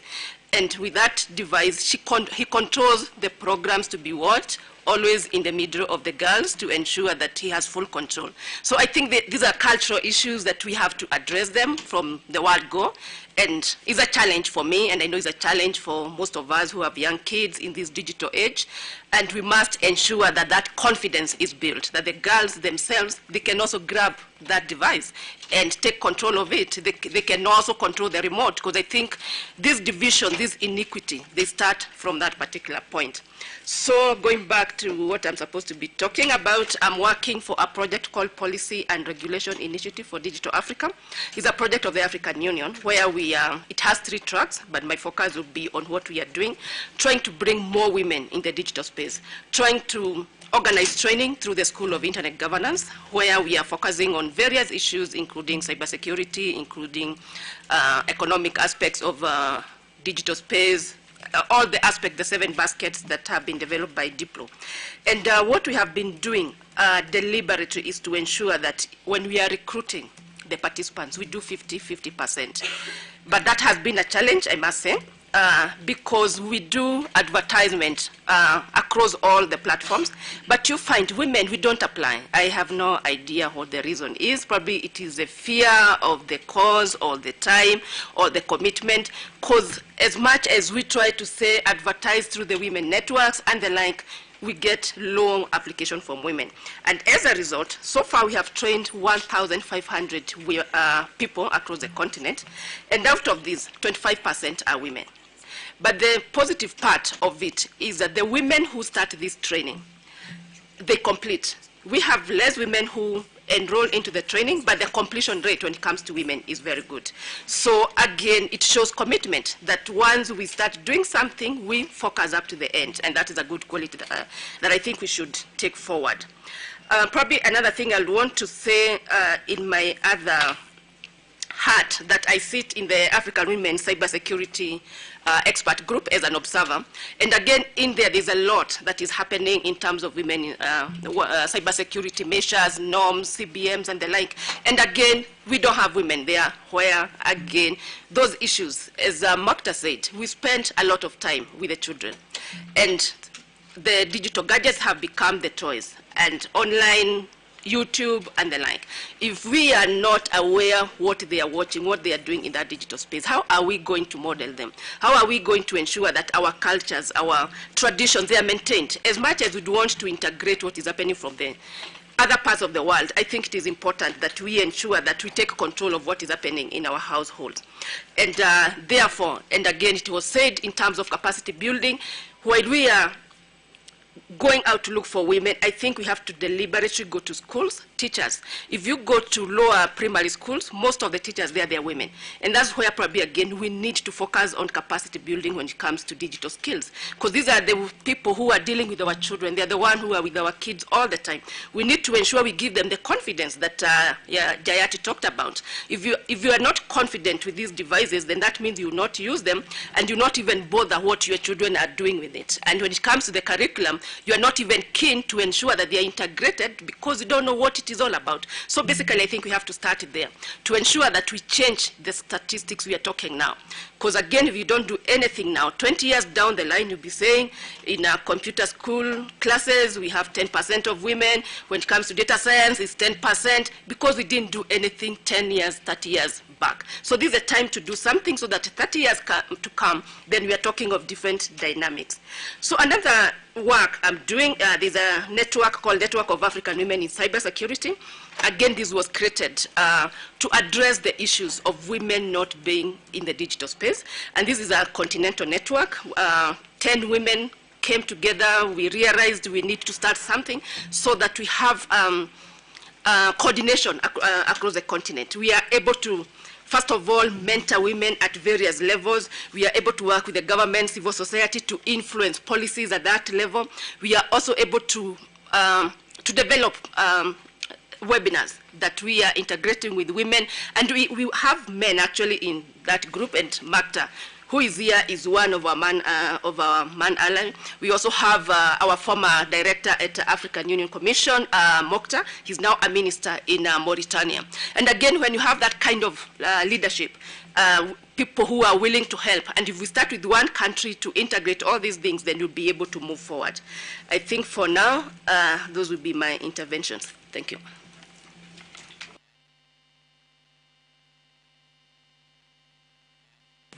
To wrap up this session, I will open the floor to Adama. Adama served on MEC, so she listened to all the speakers that has been speaking about what is happening. So she will tell you what is MEC and why it exists, and how, when calls come through, we should all be involved in making sure that that representation continues. I'll hand over to you, Adama. Thank you, Bertan, and good afternoon, everyone. It's a bit impromptu that I am speaking here today, considering I'm just notified today. My colleagues should have been here, Mary or Henriette, but I'm hoping to be a good replacement. So, talking about the MAG, I would like to, along the way, to shift the focus a little bit of the MAG and more on the grassroots level. And considering the MAC agenda is using a bottom-up approach. The MAC is just a multi-stakeholder advisory group representing the academia, representing the private sector, the technical group, and the government, and the civil society, and now the parliamentarian, which is a huge step towards actually trying to get the informed discussions that we do during the forums being heard and being listened to and implemented within our policies through the government and through the parliamentary policies and decision making. Speaking of the MAG, I've served for the MAG from 2018 to 2020, being the first Gambian and a female to join the MAG. Joining the MAG, I was very inexperienced within the IGF space, but it was a good challenge. And then it put me in a position where I could actually listen to high-level discussions, informed discussions on internet governance when it comes to inclusion. And gender being a topic that I hold dear to my heart, it's a place that we can seek representation and then have our voices heard. But going back to what I have been saying, the MAG is just a committee that assists the IGF, which is under the UN Secretary General's office, to organize the programs and then the workshops, and also sort of look at the proposals that are sent in by the larger community from the different stakeholders and then from the different regions and globally. So just to bring the focus of women and then the involvement of women into the IGF space, and where we discuss relevant issues or prevailing emerging issues that actually affects us as women, and get it heard by the right people, the right sectors, and then the policymakers that can reflect the change or see the change that we want when it comes to internet governance and digital internet and everything that evolves around it. Usually with the MAG, every year, the global IGF that we're having here, there is a call for proposal, call for sessions. And these are things that are very crucial, but at times we lose focus. It's not just about being here today, but it's about having the right discussions that actually reflects on the issues that are affecting us, especially when it comes to women.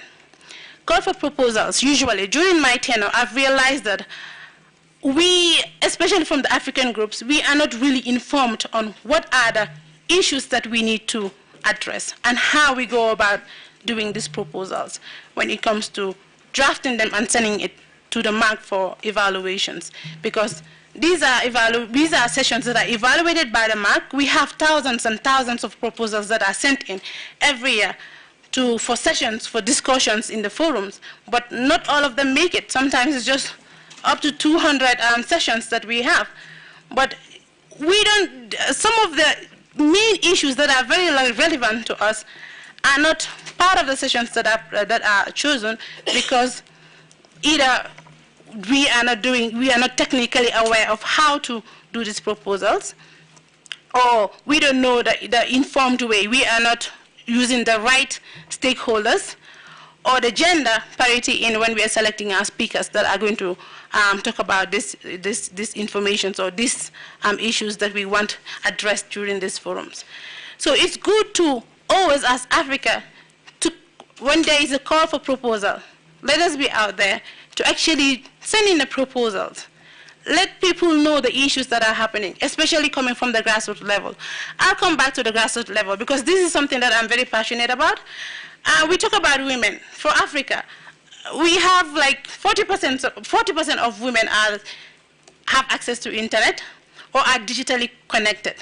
And even when we talk about digital connected, there is a pending issue, which is meaningful connectivity. Because then we might be connected, but how is the connectivity improving anything when it comes to our social or economic development? Is it just we are connected to just go on Facebook? But no, how about when we talk about women in agriculture? How are they involved? How are they incorporated in the digital space? How can they use platforms on the internet in terms of e-commerce? I'll take Gambia as an example. We have most of the women that are 60% of agriculture are done by women. But locally, most of the women don't even know, are not, educated enough or don't have access to internet because they are at the remote areas where you can find internet. But what can we do as a society, or what can we do as advocates, or how can we get the government to really look back at these people and say, okay, these are relevant stakeholders, that if we bring them on board and they are digitally included, then there will be a meaningful impact when it comes to the social and the economic development. Because we have them doing all the local farming, the agricultural product, our day-to-day sustainability when it comes to food and all that are done by these women. But the marketing is not there when it comes to digital. And then the part is digital transformation. So we have to look back and see how do we reach by a grassroots level to sort of incorporate, to integrate these people, to connect the unconnected, and get them on board. When we talk about inclusion, it should be decentralized and not centralized. Thank you. I'll not take more of your time, Baratan. Over to you. Thank you.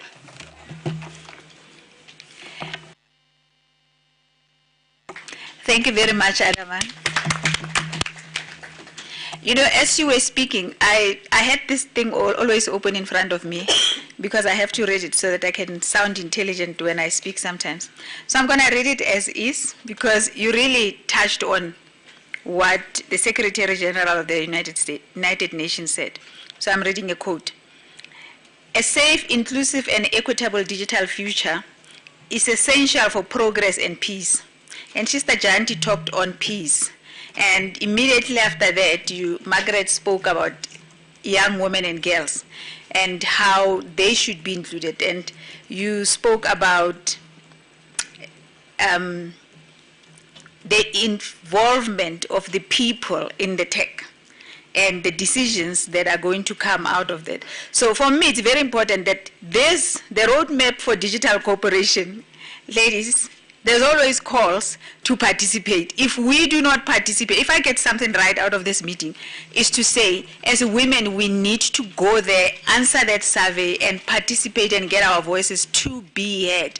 So the biggest achievement for us out of this meeting is to say, as the Women Tech Policy Hub, we should have a voice and we should submit towards this, because there's wide-ranging, I'm still reading what he said. He said, the roadmap for digital cooperation that I launched in 2020 offers a vision for a digitally interdependent world that connects, respects, and protects all people, in which all can thrive, and in which digital tools do not cause harm or reinforce inequalities, but instead are a force for good. To be fair and honest, I think he was thinking about women, girls, and gender issues and the people that are really marginalized, because at the moment tech favors a certain group of people. And we need to involve that, because Magda mentioned earlier on that women don't use the internet. I think you said 40, if you can remind me the stats again, only 40%, 47% of tech is used by women, if I'm correct. So those are things, those are serious issues. You know, when we sit and we say women and girls, some people have closed their ears already. They don't hear, because it's like you're telling a story every day. And what's so special about women and girls? But reality is 10, 15 years down the line, when we look back into humanity, our human consciousness, that thing that makes us human beings, will be taken over by AI. And it doesn't know what is a human woman. It doesn't give a damn about your gender. And if we do not correct it now and add perspective of a woman's voice now, that is something we'll miss for the rest of our life. The new world will come and build a better one, but this one that we live in, we are losing it. And so I'm going to hand over to Zanyiwe, who's going to start a new exciting session on technology and justice. So she'll be our first speaker, and then I'll hand over to you, Zanyiwe Asare. Zanyiwe is one of the organizers of the whole IGF as it is now in Addis. So it's an honor to have her sitting next to me. Thank you, Zanyiwe.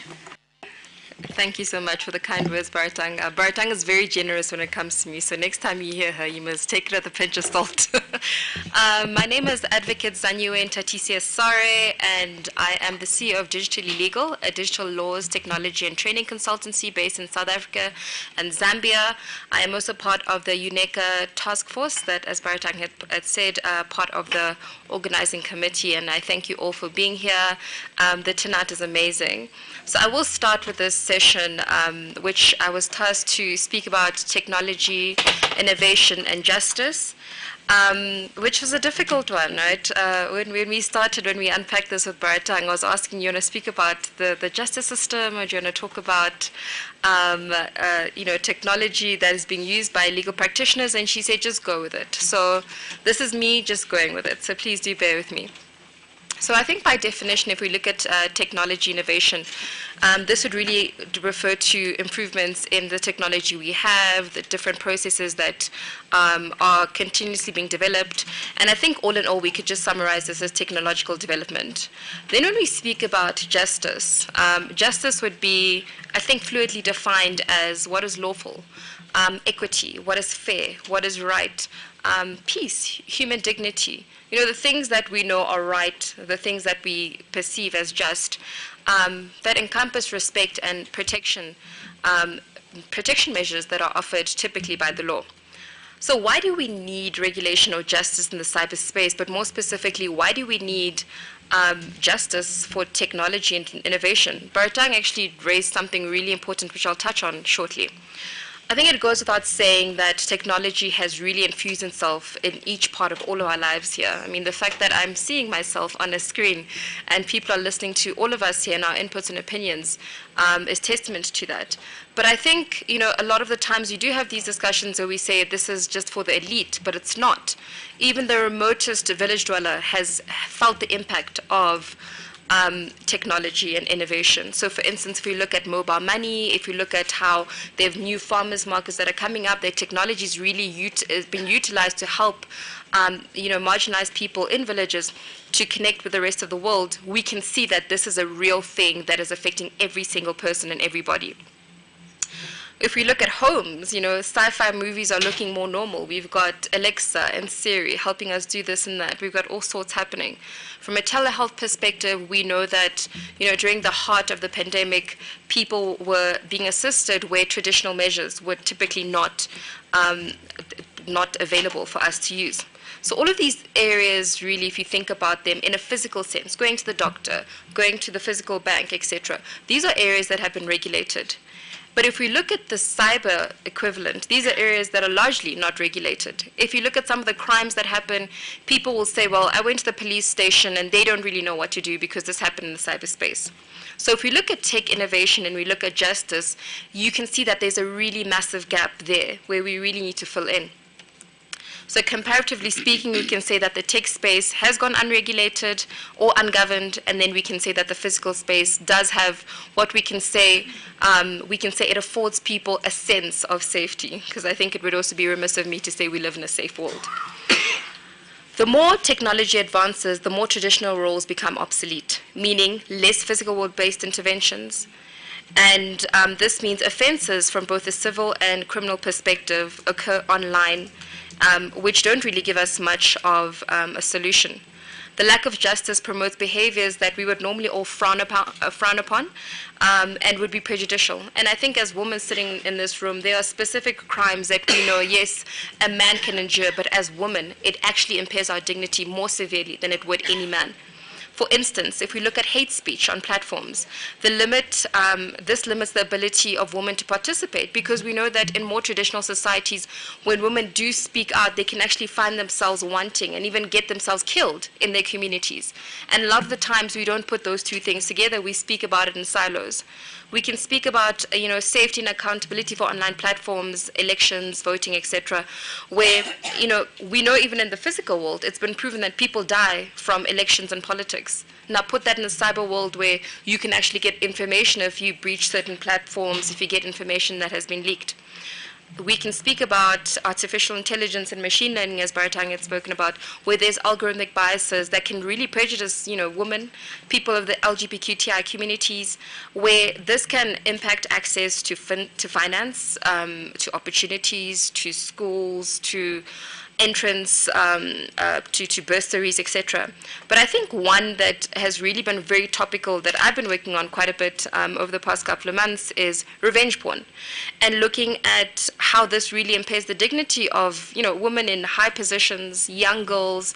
This can literally change the trajectory of lives, and has also been part of the contribution to the scourge in suicide.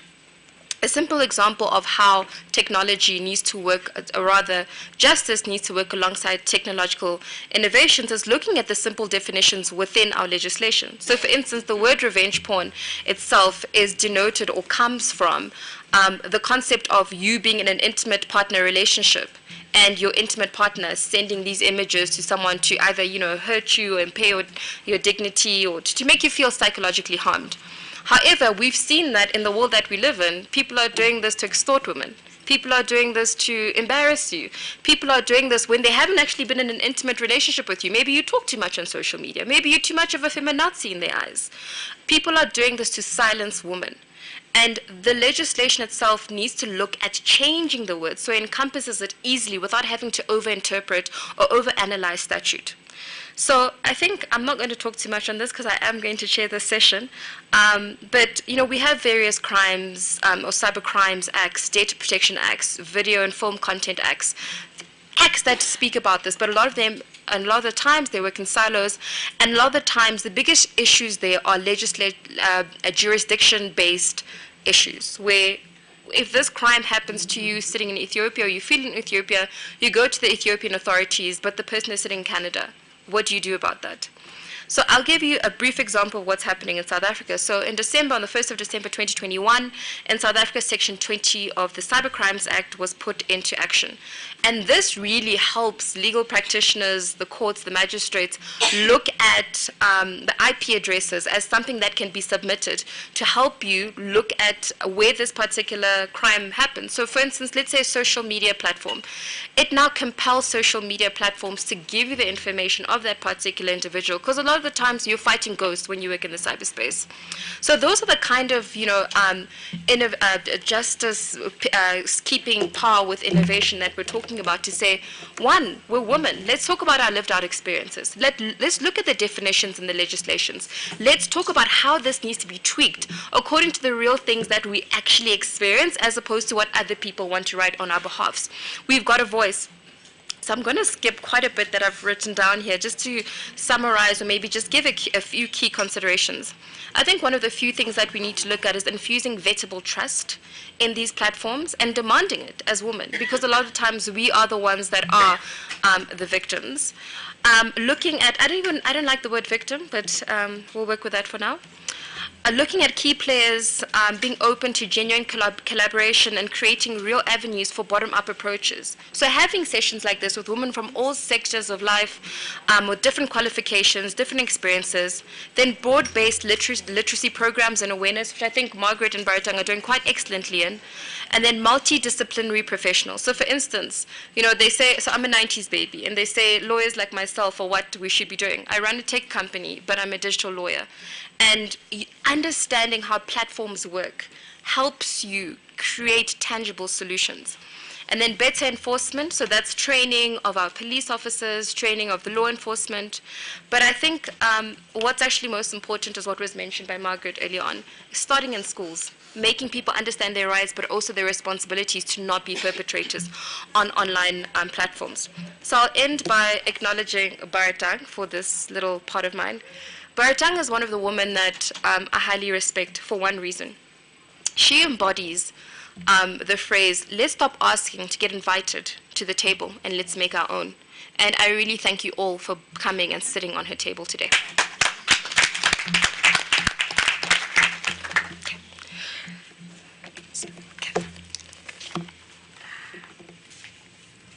Okay, so we are going to go to our next speaker. Thank you so much for your audience. We're going to speak to Sophie Ngasa. Sophie, if you could please take the floor. Thank you very much. Can you hear me? Okay, I am Sophie Ngasa from Cameroon. I am a member of ISOC Cameroon. I'm the founder of Digital Rights Coalition Cameroon.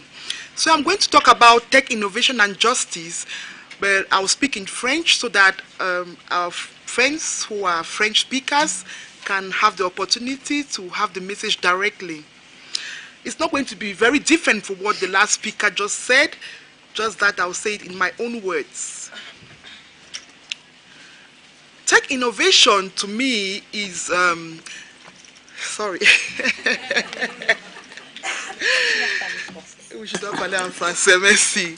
Sophie, just 1 second. Binta, as most of us are English speakers, can you please translate in the process? Please. Ok. La technologie innovative, pour moi, c'est l'information qui a été organisée dans une manière créative. C'est-à-dire, ça va pour créer les opportunités nouvelles pour tout le monde. Et c'est un principe que les gens doivent être traités d'une manière égale. Is it okay? Ok. Donc les gens doivent bénéficier de ce qu'ils déservent. Donc ça doit être égal, même si ce n'est pas totalement égal, on doit faire tout et tout pour que les gens soient satisfaits. C'est vrai que c'est difficile.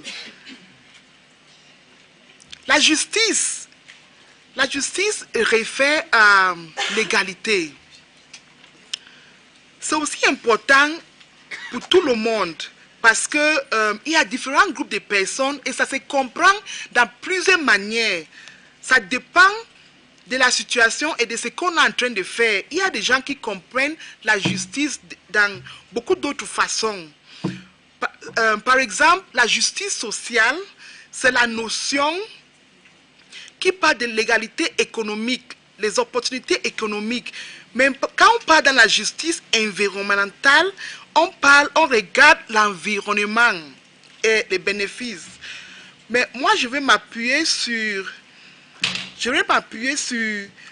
la justice technologie, qui parle de le développement des applications technologiques et les processus pour les droits humains.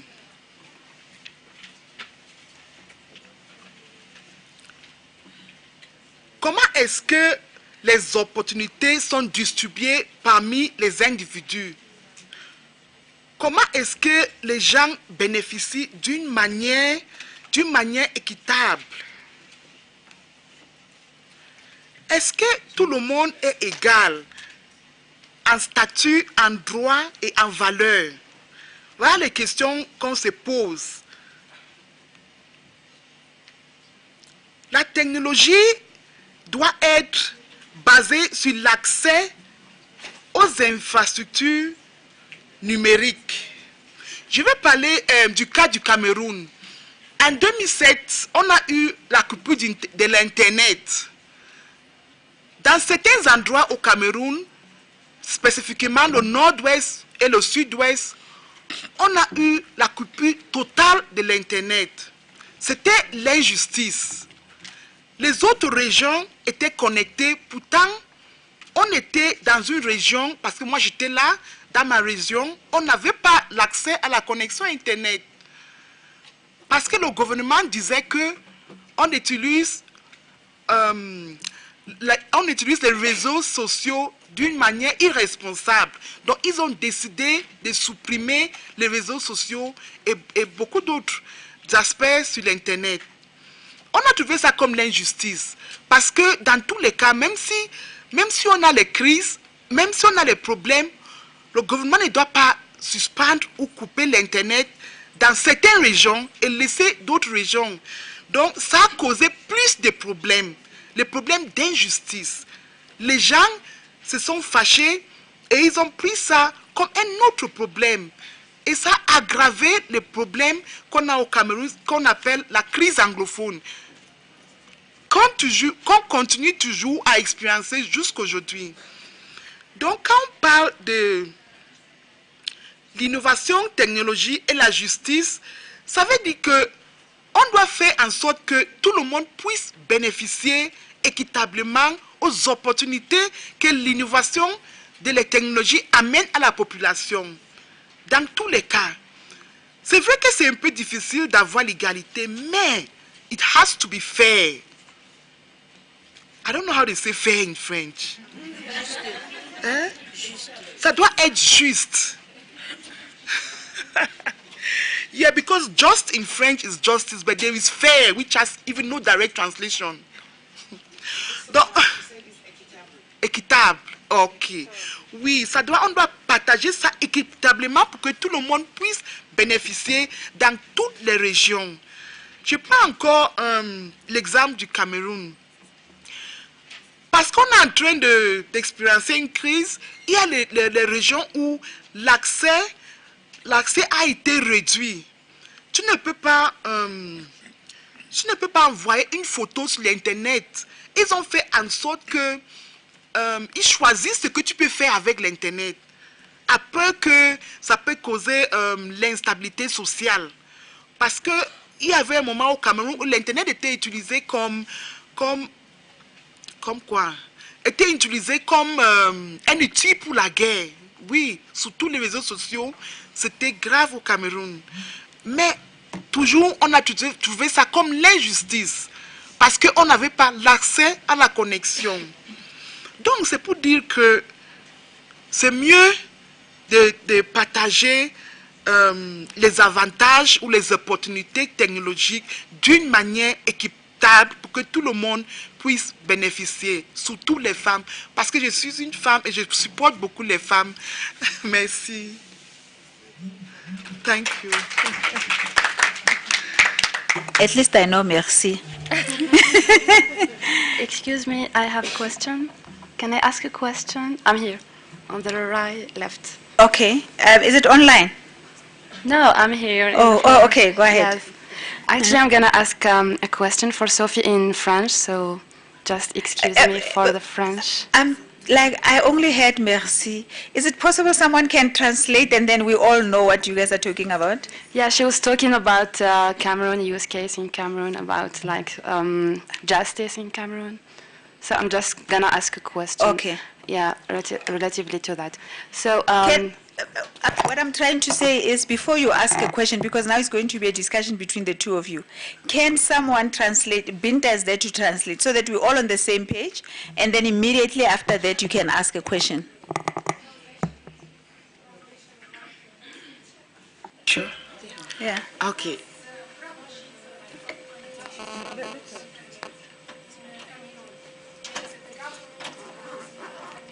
Can you switch on your mic, please? Fine, yeah.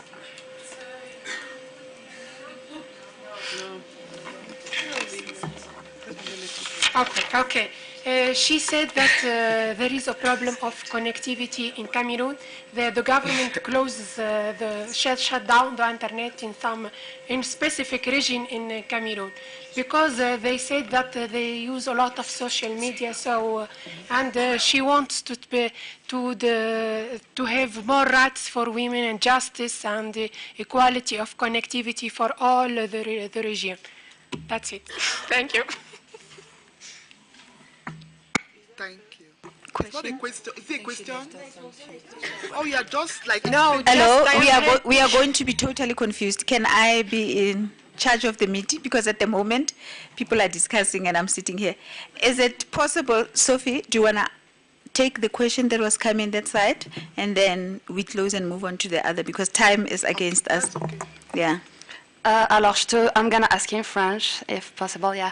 So, je te remercie, Sophie, pour le discours que tu as fait. Tu as pris, en fait, un use case du Cameroun. Et, en fait, ma question sera concernant les femmes africaines. Comment, en fait, quel genre de justice tu conseilles les femmes africaines doivent adopter pour pouvoir avoir plus de présence sur les plateformes digitales? Et aussi, what I noted... et aussi, autant que représentatrice de la femme africaine dans ce meeting, notamment le Cameroun, et pour moi, ce sera l'Algérie. Et comment tu conseilles, en fait, les représentatrices transmettre ce genre de messages et d'initiatives à leur pays natal? Donc, est-ce que tu as des conseils à transmettre pour, par exemple, la communauté algérienne ou marocaine? Je te remercie pour le speech. Merci. Ce que je veux dire, c'est ce qu'on est en train de dire ici depuis la session. On a commencé... The question be translated first. Look, I have a French-speaking person next to me, and he's from UNECA. I know he will do a easier job for me. Magda, can you translate the question for us, please? Because I'm lost, and I think half of the people should... do it and then just answer it. Before you answer, we need to hear the question, because there's a lot of us. Half the room speaks.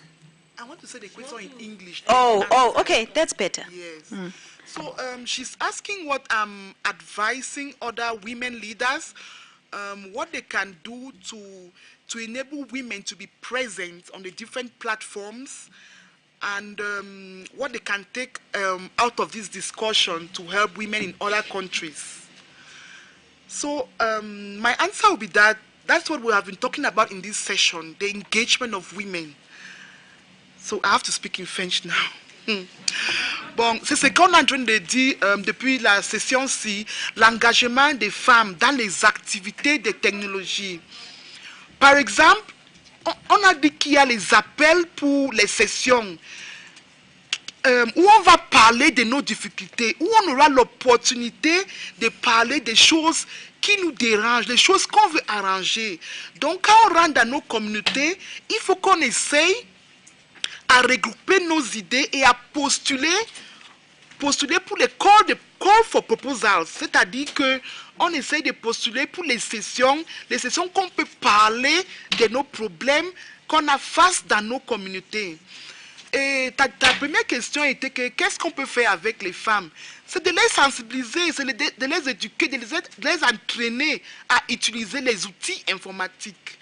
Si elles ne savent pas utiliser, si elles ne savent pas fabriquer, ça ne va pas aller. Et c'est pour ça que madame a même dit qu'elle préfère qu'on descende aux enseignements des écoles primaires. On descend à la base pour éduquer les femmes, pour amener ces femmes à comprendre l'importance des technologies, comment développer ça. Parce que quand on aura un plus grand nombre de femmes qui seront engagées, on pourra donc s'asseoir sur la table comme ça et parler, parce qu'on va parler avec beaucoup de voix et on va dire une même chose. J'espère que j'ai répondu à votre question. Oui, ça répond. Merci. Can I add something? Thank you very much. We're really running out of time. I think questions could be put on the chat, and Sophie will follow up with answers to whatever was raised. I can see that Cameroon has raised very valid points and interesting facts. And you have your hand up, Binta. Me before. Okay, so Me? okay, so very fast. Wait, Binta. Binta is our next speaker, so I'm assuming you're going to speak Together, once and for all. once and for all. Okay, thank you very much. So it's some very interesting conversations. In what we're talking about in this session is about inclusion, diversity, and unfortunately for us, it's not just about women. It's about, for example, when you talk about tech, it's about francophone countries. They are very lacking behind. I'm fortunate to be working in a francophone and an anglophone country. I'm Nigerian, but I work in Niger, which is francophone. We just launched a digital ambassadors program.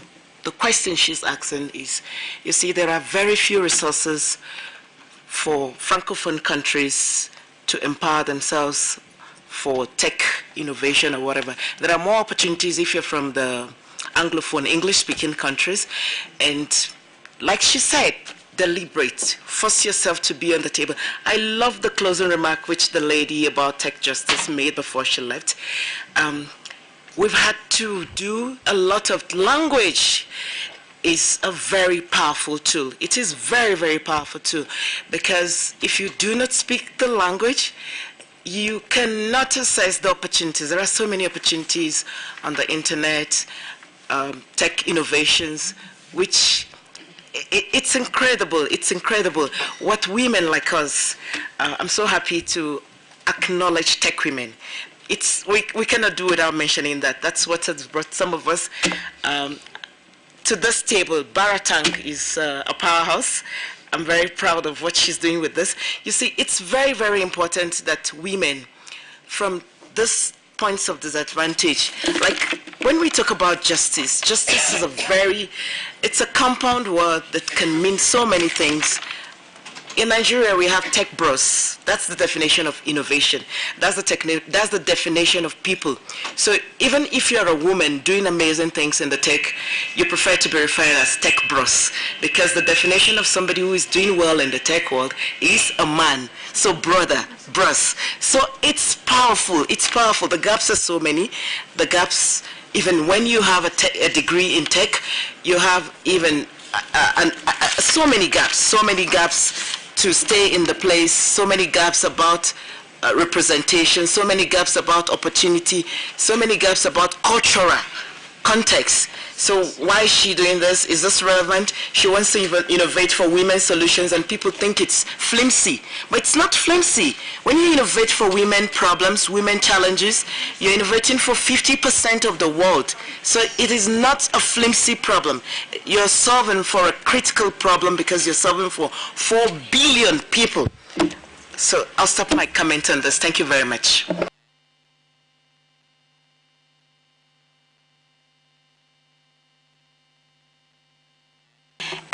Thank you very much, ladies. Zanyiwe is going to wrap up on justice and technology.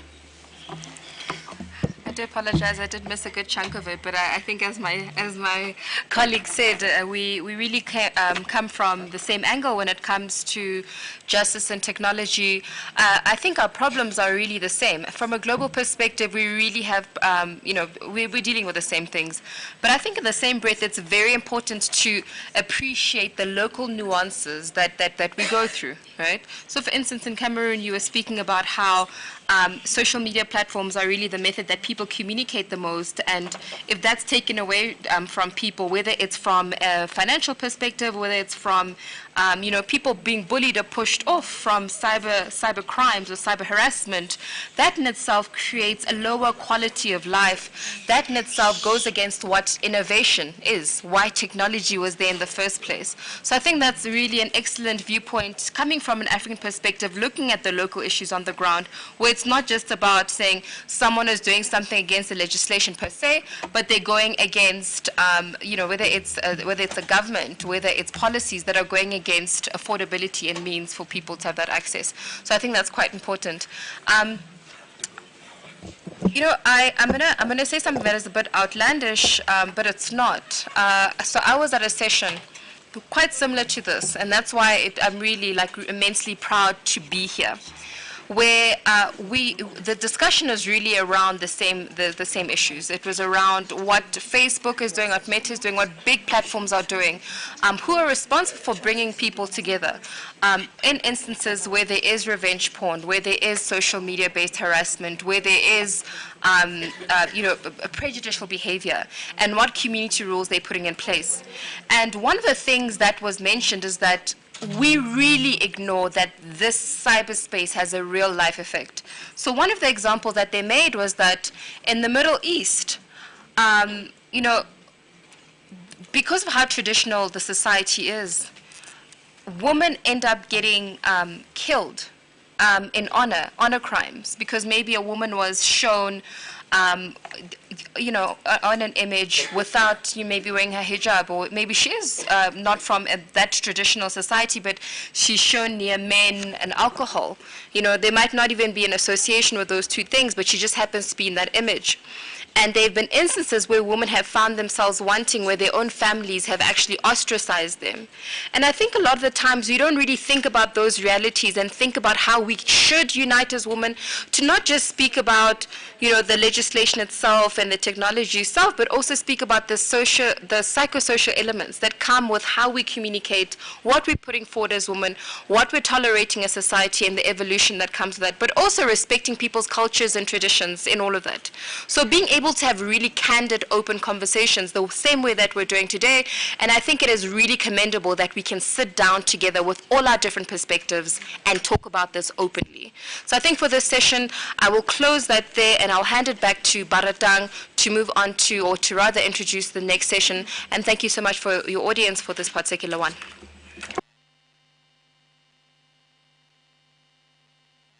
Can I ask a question? If you can put the question on the chat. Are you online? I'm not online. Okay, we'll take one question. I think it's fair. Yeah, I want to ask the woman, I don't know your name, sorry. You talked about like the two languages, the Francophone people and the Anglophone people. So you had the chance to have the two caps, the French and the English. So you had the transition from English to French, not French to English. So you talked about the importance of the language for a digital inclusion. You talked also about the justice is to have an equal right for Anglophone and Francophone.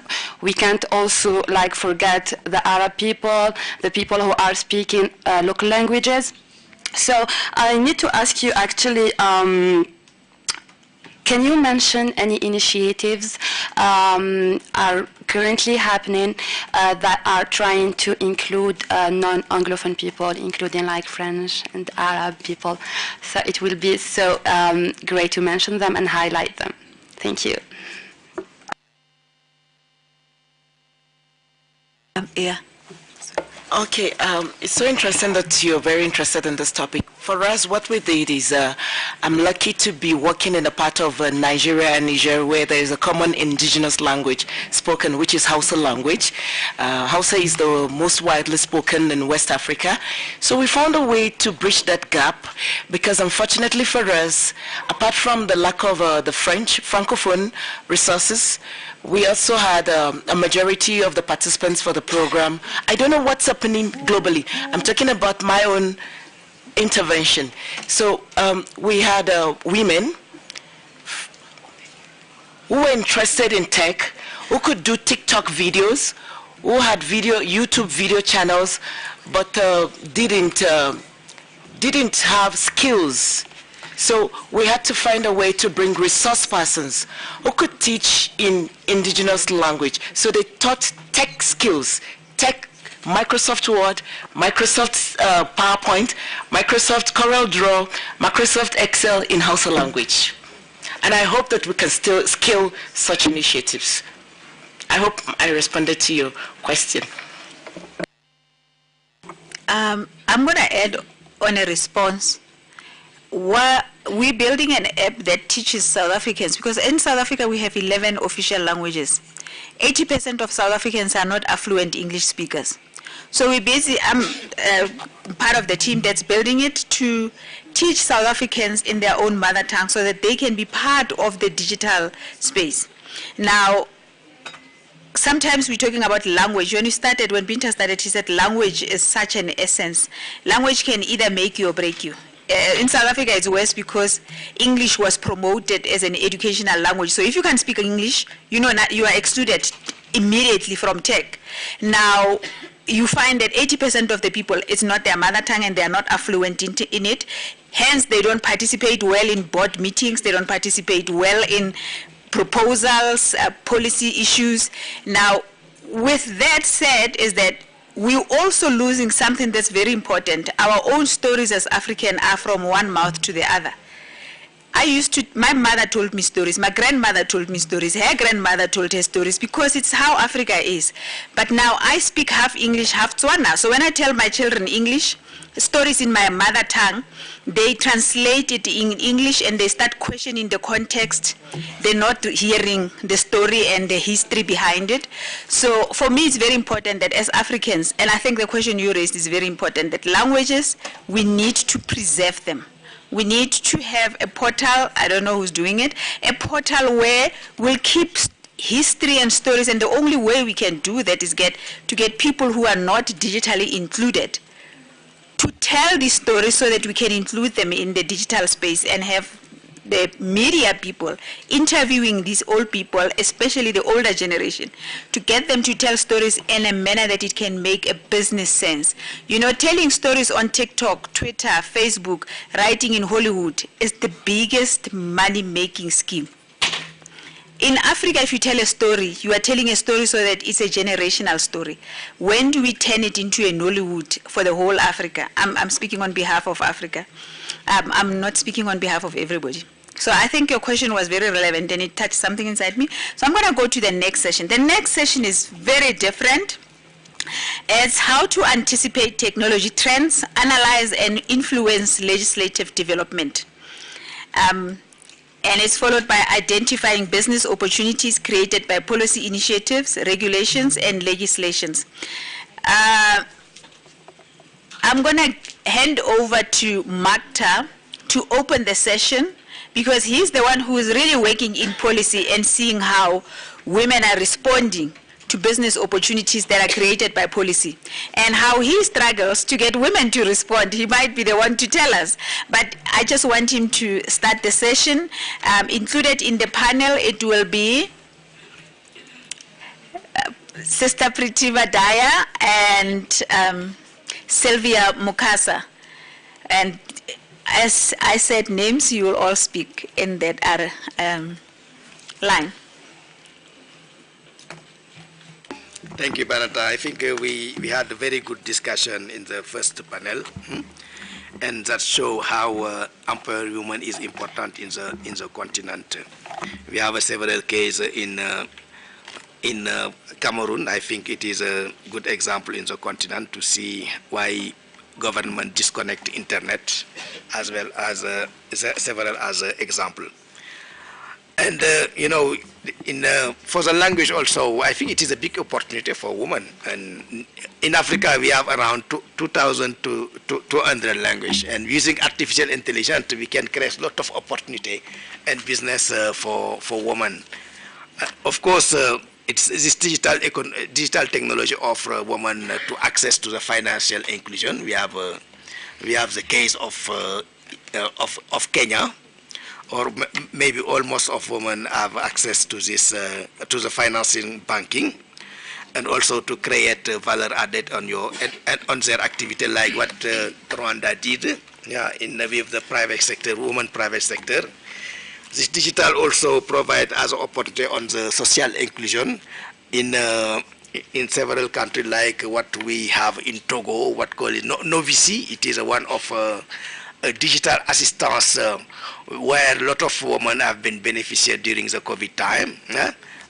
Also, it is something we have to look at it as an opportunity also on the. When we talk about financial inclusion, there are a lot of fintech women now in Africa, and we need to build their capacity. One ongoing activity now at ECA, it is a collaboration with Alibaba to build the capacity of the startup on fintech. And the objective is to build by, we are going to start 1st of January, and by end of January 2023, we expect to build 10,000 startup in fintech, and we think we are going to get more women on this capacity building. It's free. The training will be in English and French. After the team will give you the link to register for this capacity building. Also, there is something very important when you talk about policy side. We need, as I'm said at the beginning, we need to increase this gender on all our policy. We have this African digital transformation strategy. There is a gender parity on everywhere in this digital transformation strategy. When we, because the digital transformation has several pillars, there is a pillar on education, on skill development, on industry, on private sector. Everywhere we have this gender parity, increase this gender parity on this policy, because without this gender parity, this policy will not success. And why I think the discussion you are going to have is very important. We need to build the capacity. It's very to build the capacity, such in the local area, because we have a lot of problem in the urban area we have, but of course we have more problem in the rural area to find. To have the business community center to build the capacity of the woman in this area. Also, in the finance sector or activity sector, we need to develop policy to provide incentive payment or incentive in the fiscal sector to the woman to build their enterprise. It is very important to empower women also in the enterprise sector. On the industry also, we have to find a way to make more women in the industrial sector, because we have several lack on the sector in the continent, and it is where we have a very, very few women in the industrial sector. We need to build their capacity to provide them enough knowledge and enough skills to be part on this sector. And where we have a lot of women now, it is in the artisanal sector and also in the informal sector. We need to build capacity for this lady, for the girl and woman, to improve their productivity using digital technology. We have some example in Guinea, where we support to the lady working in several areas in the informal sector. Then in their shop, they have a restaurant, they have several kind of activity, and they use digital technology to improve their capacity, also their business. There are some area of reflection during the next session, where I think we can find a solution for the African woman. But what is important also, we need to hear the voice of women during the next summit in 2024, Summit of the Future, and why we need to have the involvement of all women in Africa in this Global Digital Compact. We already opened the consultation for the Global Digital Compact. I think you can come up with one recommendation or woman declaration for the Digital Compact we can put in the Digital Compact, as well as if it's not possible during this, because it's very short, you have only 20 minutes to discuss or 30 minutes, we can organize early next year, a meeting with only for the woman. ECA will organize a meeting for I take that as a commitment. Yeah, it's a commitment. We can, yeah. We'll organize early before March or February a meeting for women to discuss about the global compact, digital global compact, how you can, the idea of women, and we can have a declaration of African women for the digital compact. Thank you, and good luck for your discussion. Thank you very much, Magda. I have taken 2 hours away from the whole IGF, like literally. I cannot thank Magda more than I can. What he did for me today is more than what I could ask for. And we will hold you up to the Digital Compact discussion next year. Thank you very much. I will set you free, and then our speakers will continue. You know, I just thought, the lady that's sitting next to me, she wasn't on a program, but she works with digital media. I want to wrap up before those two ladies start, and I ask her if she can speak for 2 minutes, because it's very important. 5. It's very important to hear her voice and where she's coming from. I asked her to take notes today, which was a demeaning task. I should have asked the men to do it for me. But I'm going to ask her to just speak about media monitoring, especially because we just came from justice and technology. And the points that they said didn't have the closing aspect of it. And with facts that Sister Janti had raised earlier on about women being powerful. So I think this is the right person to wrap it up. So Nom Shadow will take over. Thank you. I was taken off guard, but I'll definitely do justice. My name is Nomshato Lubisinko-Sinkulu. I'm the head of communications at Media Monitoring Africa. And I think what Baratang is speaking about is one of my passion areas, and I think it's also a discussion that is lacking still. And I'll basically divide this in 2 parts since I only have 5 minutes. And I want to speak about it from the internet perspective and the media perspective. In most instances, when we talk about, women and media or women and the internet, we really lack to discuss about the lack of voice that they have. At Media Monitoring Africa, we always find that women make up less than 30% of voice in the media itself. And I'm talking about access as experts, and this is on a global scale, on issues like climate change, for example. And this is on, a continuous basis of yearly monitoring at the same time. But the second part, which for me, without intervention, without innovation, will continue to grow to become a threat, and that is online violence against women. And this has grown to become a very serious issue whereby you are seeing online harassment, you're seeing online sexism, you're seeing online attacks of women that are becoming a situation whereby it's coming online to offline as well. And this is a space whereby women were given and have been utilizing it from an activism point of view to echo their voices on issues of society, to hold power to account at the same time. However, it's the very same voice where they are tried to be muted. They are taken below average as if their voices don't hold power. And I think these are 2 issues that we really need to look upon from a perspective of policy, from a perspective of holding tech to account as well, from a point of view of protecting women online. I think I'll hold it there, but thank you for the platform, Barata.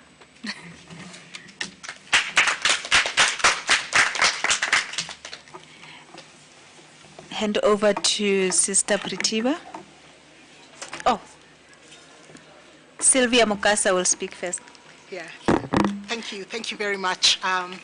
Yes, so my name is Sylvia Mukasa, and I'm happy to be part of this conversation, contributing to the topic, how to anticipate technology trends, analyze and influence legislative development. So the way I'll respond to this is all those elements, anticipation, analyzing, and influence will be in my responses in no particular order, right? So one thing I believe we need to be doing is we need to understand what's happening in the technology space. Without understanding what is happening, then we cannot act or respond to what is going on, or also predict and be able to anticipate what is happening. So it's important for us to begin to inform ourselves as actors in this space so that then we are making informed decisions on what the potential trends are and what we need to be doing. So I'll give some examples in terms of what is happening. So when we look at ICT as, as a sector, there's a lot that is happening there. And the speakers that have gone before me have mentioned artificial intelligence. I think that is a word we are not going to run away from. Artificial intelligence is playing a very big role in terms of what is happening globally. So just allow me to give you some statistics. So according to PricewaterhouseCoopers, the global AI study, AI will contribute to $15.7 trillion US dollars to the global economy in 2030. And what does this tell us? It just tells us that we as Africans, for instance, need to be participating in what is happening around AI. Otherwise, everybody else will take the pie and will be left behind. So we need to be active players in terms of what is happening around artificial intelligence. The other statistic I'd like to share is that according to the World Economic Forum, their Global Gender Report 2018, only 22% of artificial intelligence professionals globally are female, compared to 78% who are male. Of course, this accounts for the general gender gap of 72% that is yet to be closed. This finding is not only alarming in itself, but a stunning reminder of the urgent action needed by all stakeholders to mitigate the threat posed by gender bias outcomes in future AI applications. So we need to be very deliberate in terms of formulating policies and also building capacities around AI. Otherwise, women and girls are still going to be left behind in this very crucial technology. The other thing that I'd like to point out is that research has shown that, especially when we look at emerging technologies, that gender and race are crucial areas to look at. So we've come across examples of some solutions that do not work very well for women and for people of certain races. So as Africans, we need to be very deliberate also in being active players in what is happening in emerging tech. And I'll give an example. So sometimes you go to the bathroom and you're drying your hands, and the dryer cannot detect your hands. It's just purely a color thing, because when a certain race is dominant in the formulation or coming up with some of these solutions, it means another race is being left behind. So as Africans, we need to be very deliberate in being players in emerging technologies so we are not affected by this kind of issues. The other thing that I would like to point out is that data is very crucial, and as these technologies are being adopted, then it means how data is consumed and used has to be conducted in a manner that is able to be inclusive as well, and how the data is used is also in a manner that's not abusive. So policies around data and what is happening around data technologies is very important for us. And the other thing I'd like to bring out is that these new technologies are bringing about changes in terms of labor dislocation and other market disruptions. And a good example here is the gig economy. A lot has been said again about the abuses that go on around gig workers. And so as a continent and also at global level, what kind of policies are there in this very important economy that is shaping how employment works, and what kind of solutions and policies do we have around the gig economy? The other thing is making sure that inequalities are not exacerbated by these new technologies. And so we have to keep looking out for these trends and ensuring that we are addressing any gaps that are identified along the way. And also looking at data and how it plays out. There's new risks to public safety and also national security. So with data being available and so many different people collecting data, we have to be very careful and also be very deliberate in formulating regulations and policies that protect individuals with their data. And the other thing I'd like to point out about the pace of innovation. So innovation is largely taking place beyond the purview of governments, and in many cases, the rate of innovation is outpacing the states or national policies and regulations' ability to to control what's happening around these developments. And I'll give an example of M-Pesa in Kenya.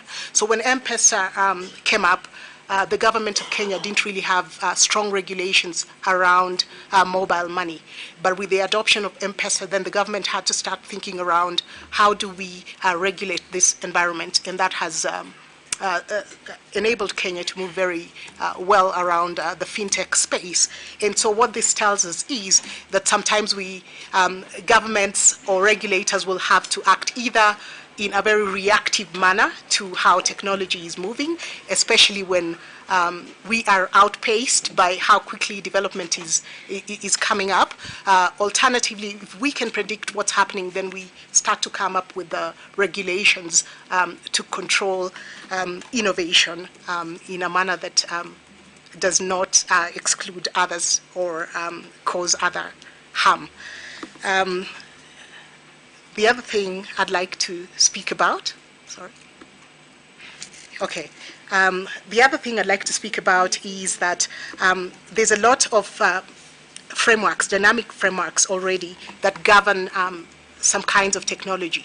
Giving an example of cyberspace, which is already governed by an amalgamation of existing international law, as well as an ever-growing complicated array of political agreements, technical standards, and protocols. So we need to also think about how then do we ensure that we are actively participating in formulating the right policies and regulations. And with this, I'd like to just come up or give you a few points that sum up the kind of things that we'll be doing. So we need to identify key principles and values. For instance, look at equity, look at equality, look at inclusivity, look at responsibility, transparency, and accountability that might be impacted by certain technological advances, and we need to protect those values. So if we are looking out at the new technologies that are coming out, we need to ensure that there are key principles and values that are maintained. An example here would be the use of predictive algorithms, which then again, we need to ensure that they do not exacerbate existing socioeconomic inequality. And generally just thinking about how technology is designed and how it will be used is very key. The other point is we need to engage stakeholders effectively. So legislators, regulators, private business leaders, researchers, and civic actors need to be ready to respond more responsibly and effectively to the effects of the consequences of technological advances and also potential societal risks that they may pose. Thirdly, we need to broaden existing platforms of multilateral engagement. So various actors can contribute to the work of multilateral mediums on how existing international law or political norms apply to the state use of certain technologies. And this would be, for instance, through the UN groups of government experts and also the formulation of specialized working groups on matters technology, including ICT, machine learning, autonomous weapons, and others. Fourthly, I'm about to wrap up, craft suitable regulations, and this could be precautionary, preventive, or reactive, or a combination of the three. And finally, we need to enhance transparency, oversight, and accountability. And this could be through national regulatory oversight bodies, which could be private, public, or both. And then technology companies and organizations must also accept scrutiny because sometimes they're self-reporting, but really are not accountable to the external forces. So this needs to play out. And with this, I will end this and hand over to Pratima. Thank you.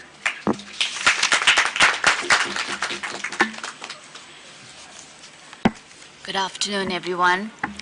And I think let's just take a moment to pause because we've been getting a lot of information.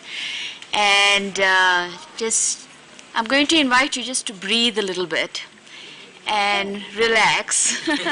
Take a sip of water and just settle down a little bit. A break. I think it's been a long run this afternoon. They must tell us who they are and where they come from. if you can do that. Sure. Okay, so my name is Pratibha. I'm from South Africa. And thank you for this opportunity to share.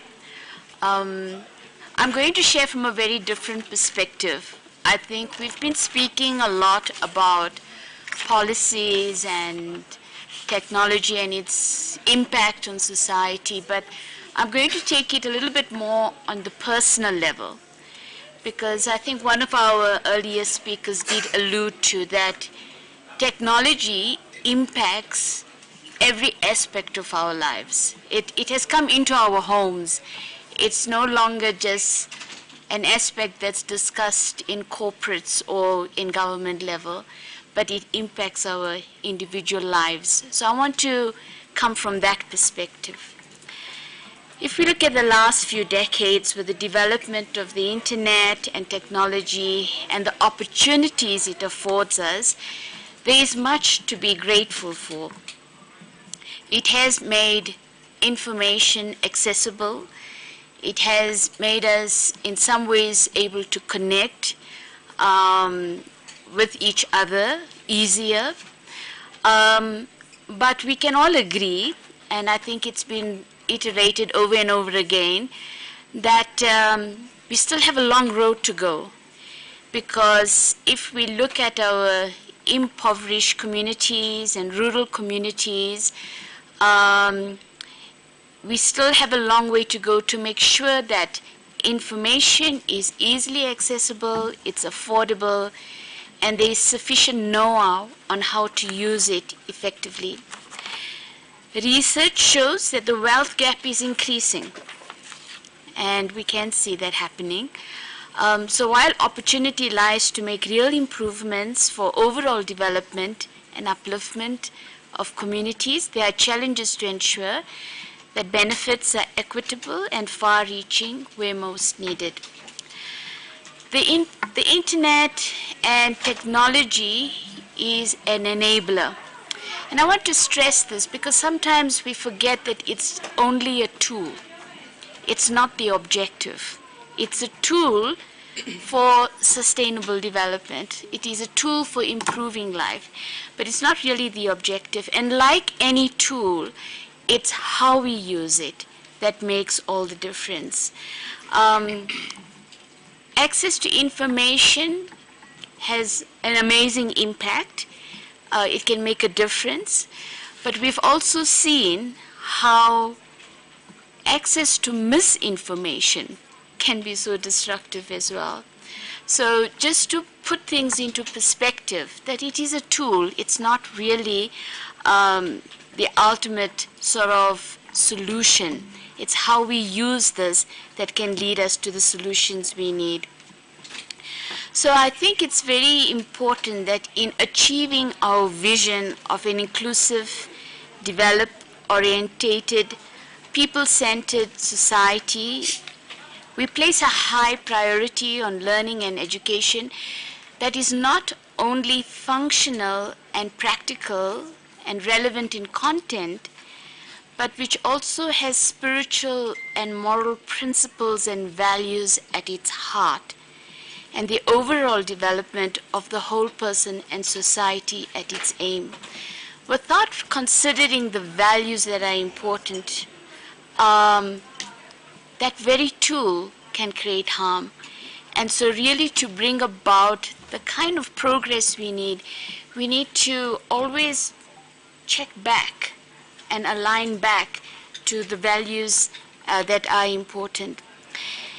It is important that we reflect on some of the trends that we are seeing, and we are beginning to see within our homes, within our communities, that there's a growing materialism and individualism. And I'm particularly talk with a more sort of focus a little bit on young people, because they generally are the ones who have really tend to live in this virtual world of social media, where the self is a virtual persona, and the allure of popularity and virtual success can put tremendous pressure on them to project unrealistic images of themselves, which they compare with others constantly. So this phenomena of social comparison is when you tend to assess your own value and in relation to the attractiveness, the wealth, and success of others. This can lead to quite severe mental health issues.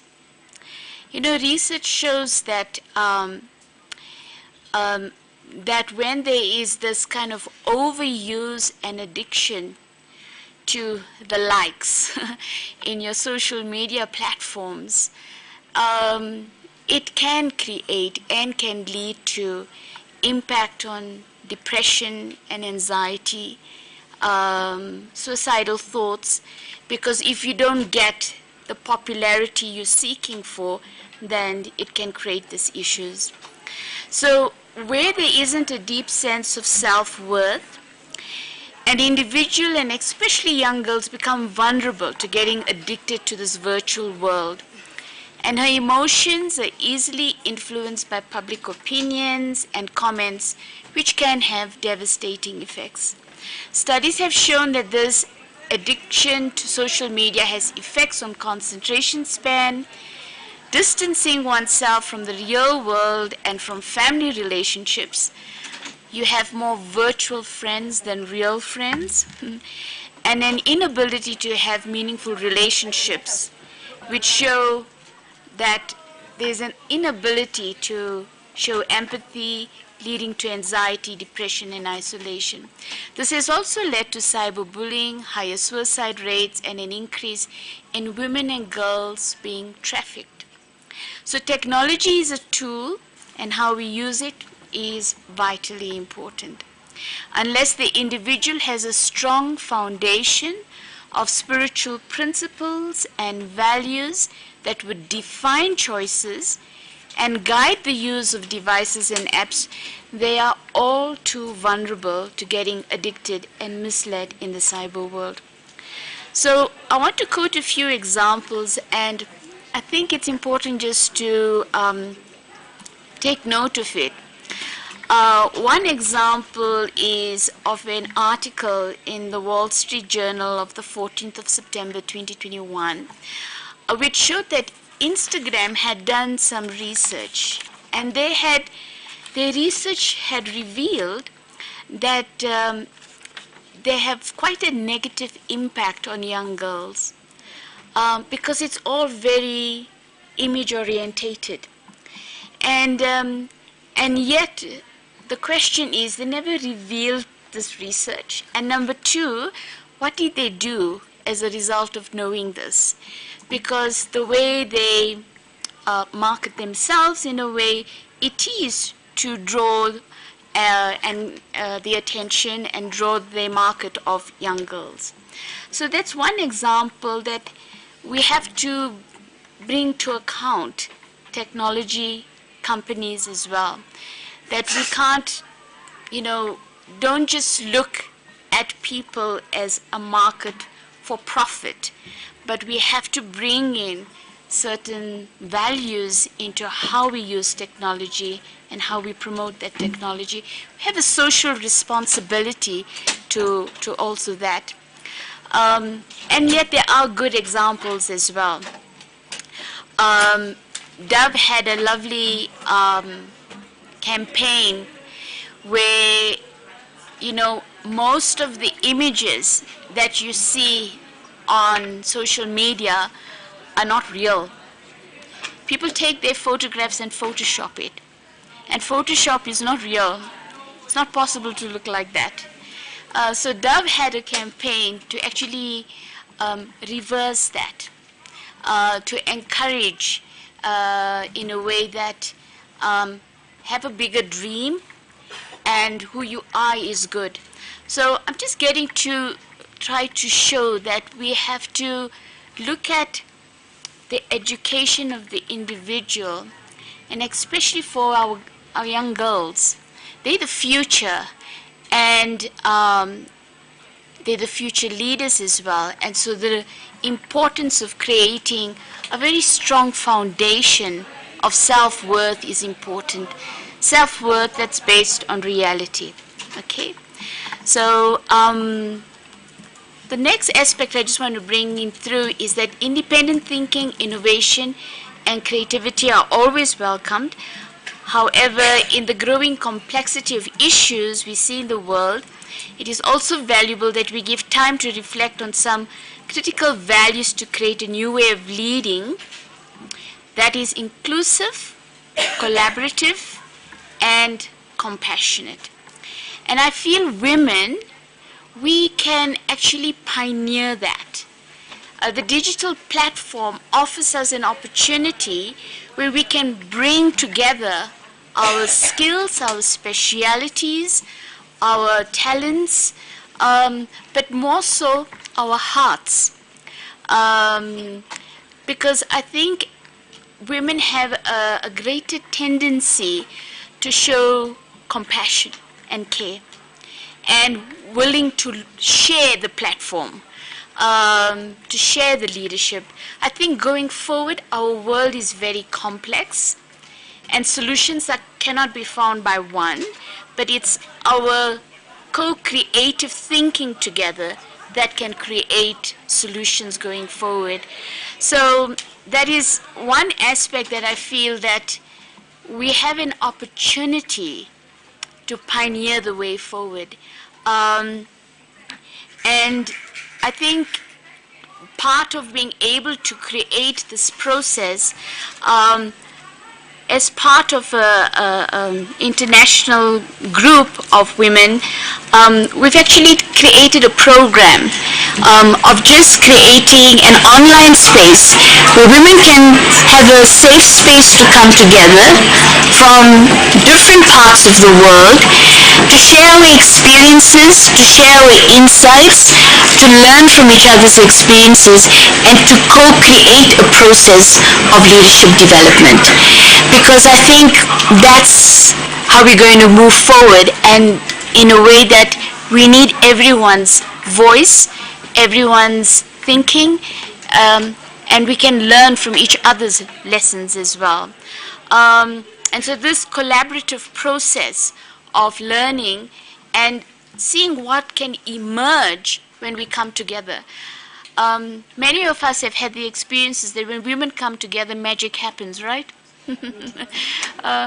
But I'm sure when you thought of this forum, magic happened because you just got the right group of women together.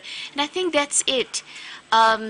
Because we're not afraid to share the space together and we can easily learn from each other. So I think that's the way forward. So just in conclusion, I would like to say that as Brahma Kumaris, we have been offering to people of all walks of life around the world a very simple, accessible, and yet effective education in self-awareness. Because only when we become self-aware can we begin to impact our world around us. Self-awareness, spiritual principles and values, information, policies and strategies are important, but our challenge is always how we implement them. And so now we must reflect through the prism of spirituality so as to give it the light of wisdom by which we may lead our lives as one human family, for it is only when we change our inner world that the outer world changes. And so I think in essence that's what I would like to share, that as much as we think of the frameworks around us, real transformation and change comes when we begin to personalize it within and then begin to impact our outer world. Thank you very much.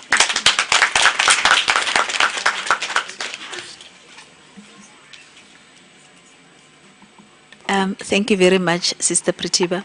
I just want to make it very real and tangible for some people, because sometimes we talk too much policies. How the session is about how do you take policies, how do you look at it and create an opportunity and business out of it. So I know I put her on the spot because the talks weren't touching me. You know, I'm a business person. If you talk to me and I can't make sense of where's the opportunity and how to approach it, I still haven't heard you. So I asked Justina Mushiba, the CEO of Universal Communication Access Fund in Tanzania, to just make it tangible for us, for those women who are here and they want to enter the space and they don't know how to. Because IGF is going to finish and we're going to go back to our life. We don't want to make it a one-week activity. We already have one tangible results from UNECA We're discussing the Global Digital Compact next year in March as women. And then we just want to hear what business opportunities are there. And because you'll be leading to Wisdom and Zanyiwe. I like calling people by first names. It's a weakness. I must fix it. We'll ask Wisdom and Zanyiwe to close on what you would have said because they work in the space.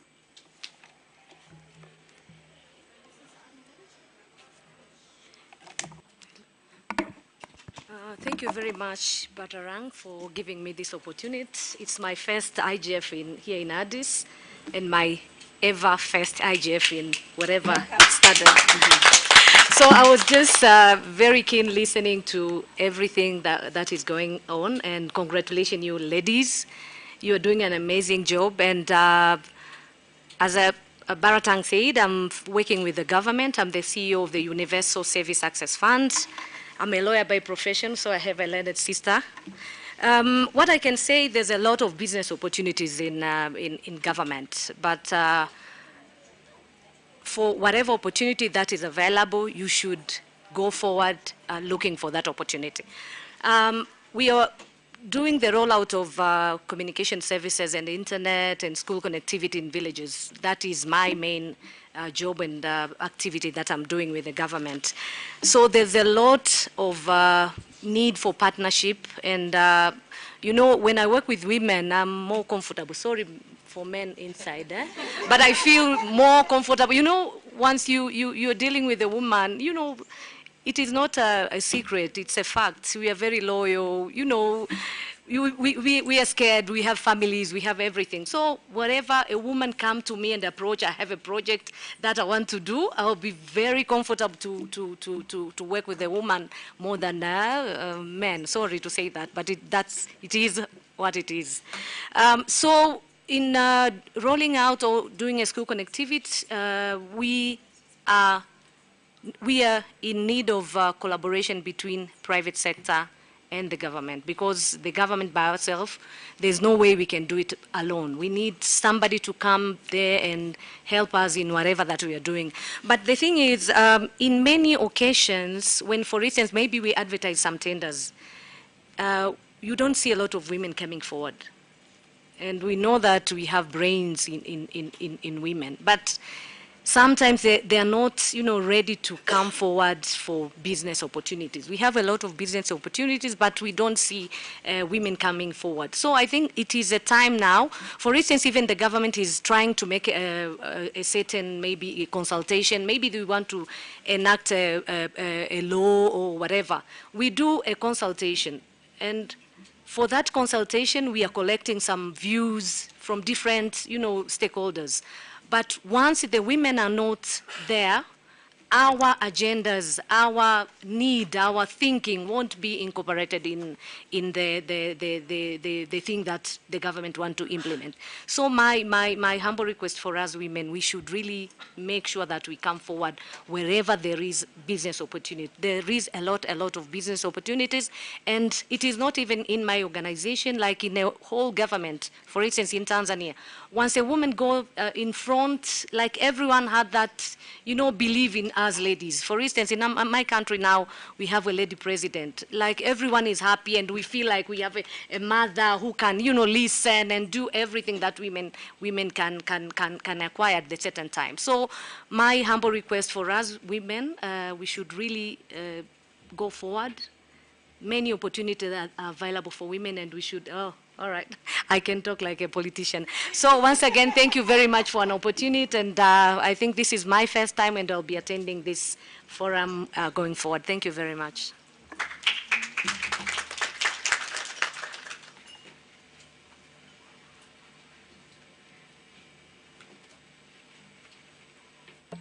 Thank you so much for that. Honestly, we've had such insightful sessions. So what we're going to do is we're going to briefly go to the last one. I know a lot of you are tired and it's overstimulation, but I think it's good information. A lot of the times we stimulate ourselves with the wrong things. So let's go into our last topic, which is identifying business opportunities created by policy initiatives, regulation, and legislation. I'm going to invite my colleague Wisdom to speak after. I'm going to briefly start and pardon me? Okay, we will keep it short. Our boss has told us, she's instructed us. So I think really I will start from an angle of looking at the gig economy, and I'll try to be as brief as possible. I think we can all acknowledge that the high unemployment rate in Africa affects, or rather the high unemployment rate, not just here in Ethiopia, but the entire landmass, affects us all. Right, and we look at this as a pertinent point to solve, and the gig economy has come as a tangible solution to look at this problem. So we look at it really now as more an informal sector-based but resilient method, but unproductive. So it's resilient, it's really bringing people in, but it's unproductive from the sense that if you look at taxation measures, it really isn't a big contributor to taxation right now because we're speaking about e-taxation, we're speaking about a whole lot of missing gaps when it comes to legislation, regulation, and policy from creating that productivity from a GDP perspective. But then we also look at the fact that, that it does have a big space for formalization. And that, already African people, we are already in the gig economy. So we have to sort of collaborate and sit down together to see how we can make that work, whether we have special taxes for the gig economy or whether we say to ourselves, we'll do it a different way. But it just needs that discourse to happen and to happen intentionally. Then we speak about how these opportunities really, if you look at that whole formal versus informal, well, from a technology perspective, women happen to find themselves in the more informal based sectors, which is a real problem because if we have to be honest with ourselves, when we speak about formalization of the gig economy or digital based work, we're saying to ourselves that men should get more because the formalization typically comes with protection mechanisms. It typically comes with labor law-based mechanisms. It typically comes with places for reform. So really, if we speak about this, at least from my inputs, a lot of us are sitting here from different angles of the digital world. Private-public partnerships are the only way that we can assist in overcoming solvable conundrums in Africa through the gig economy, through data utilization, I think, as you had mentioned, and through hardware and affordability of that hardware, and ensuring that we're progressively tackling, entrance and formalization. And I think also, as Magda said, getting women into startups, getting women into creating real, tangible money. We want to hear billionaires sitting with us here. We want to hear those stories because we're women, we're capable, and we can do it. I can see that I'm being told that I'm long. So just from our brief interactions, I really do think we're sitting with a great crowd. And we spoke about 1,000 girls around, 10,000 girls being impacted around Africa. These are the tangible things that we're going to talk about. When ECA, when UNECA says that they're going to contribute to that, sitting here, the power of every single woman in here, your energy, you saying, I want to hear tangible solutions, speaks to getting that signature, speaks to getting those commitments. So I think, we can say congratulations to Baratang, but I think each one of you need to pat yourselves on the back to know that you have actually contributed to creating traction and creating possibilities in the platform for women in the digital economy. 10,000 girls can affect another 10,000 girls. I'm not great at math, I'm a lawyer, but that's a big number. So what I'm going to do is I'm going to open up the floor to my colleague Wisdom. I know that this is also an area of specialty, just like myself, so we do a bit of consultancy for companies that are looking into, really formalizing the gig economy, but outside of that, looking at regulation, advocacy for policy, looking at getting people's real life experiences and seeing what are practical measures to get the solutions to the issues that we've come here for today. So Wisdom, the floor is all yours. Wisdom, please stick to 3 minutes or not more than 5. I disagree. I'm sorry to do this to you, but I guess... my name is Wisdom Donko. I'm the Executive Director for Africa Open Data and Internet Research Foundation, and also a task force member. Thank you very much. I've been listening, and then I'll try to go into our homes and then see what exactly happens in our homes, and then we try to relate it to what we are discussing. But before that, we have a complex situation in Africa that we all need to start thinking about. And then that problem is the availability of data. So the more we have data, the more we are able to solve our problem. So the first one is we have huge data gaps within our continent. We need to look at it and then address that. And also our data processes are not right. We need to have a data roadmaps, a clear data roadmaps, a clear defined data roadmaps. That should help us solve our problems. And also, we also need to begin to encourage data use. We don't use data, we just talk out of the air. And then what we do, we don't back it with data. If you take our educational sector, it's a typical example. Our children go to school, especially the universities in Africa. Those that comes out, all the projects that are due, most of them are not backed by data. So you realize that it's difficult for us to solve our problems. So we need to encourage that. And then also the data ecosystem, we need to look at that and start collaborating so that we can all solve our problem. There's one other problem that we need to look at. Let's say in the African context, where you have a home of a husband and a wife with, let's say, children. Example, you have a daughter and a son. And then in the home, there's a defined role for the girl to be doing. And most often, we normally think the girl should be washing the dishes and doing the kitchen work and all that. And then the son should be doing all the hardware, the technical things and all that. So we need to start the education from our homes if we want to solve this our problem of gender gap. I don't agree that we should give the opportunity to more opportunities to the female, but what I think is that we should give the equal opportunity to both the son and then the daughter, and then when they grow up, they'll work together and then they'll grow together. That is what I think.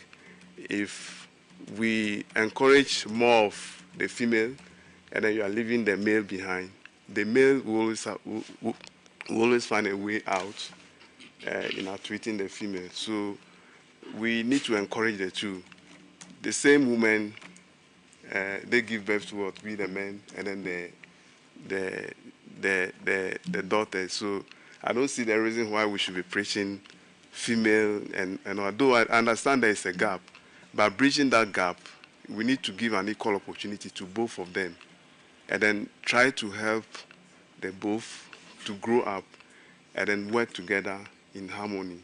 And then if they are working together in harmony, we will have a very good home, and then Africa will be a very sweet place for us all. And I'll be short. Now, another problem that we face in Africa, if you look at our employment sector, I'll finish. If you look at our employment sector, our Greek sector seems to employ the largest. And then most of the labor force within this sector is women. And then most of these women live in the rural communities. And then in these rural communities, that is where the deprived is. You see, the activities that they do there is mostly farming. A man and a woman goes to farm, they come back. There is no source of entertainment. The only source of entertainment is what? In the bedroom. That is the only source of entertainment. And then what happens? There will be more production of our children. And if there is more production of children, the poverty will increase. So we need to be looking at that and then trying to look at the policies that we'll take to them to address it. And then one of it is what? The community network that we are all talking about. If they have those community networks, and then they are able to leverage on those networks in finding customers to even come and buy their farm produce, we'll be solving a problem. So I think, for me, I think those are the areas where the problems are, and we need to be getting to those areas in solving the problem. Thank you very much.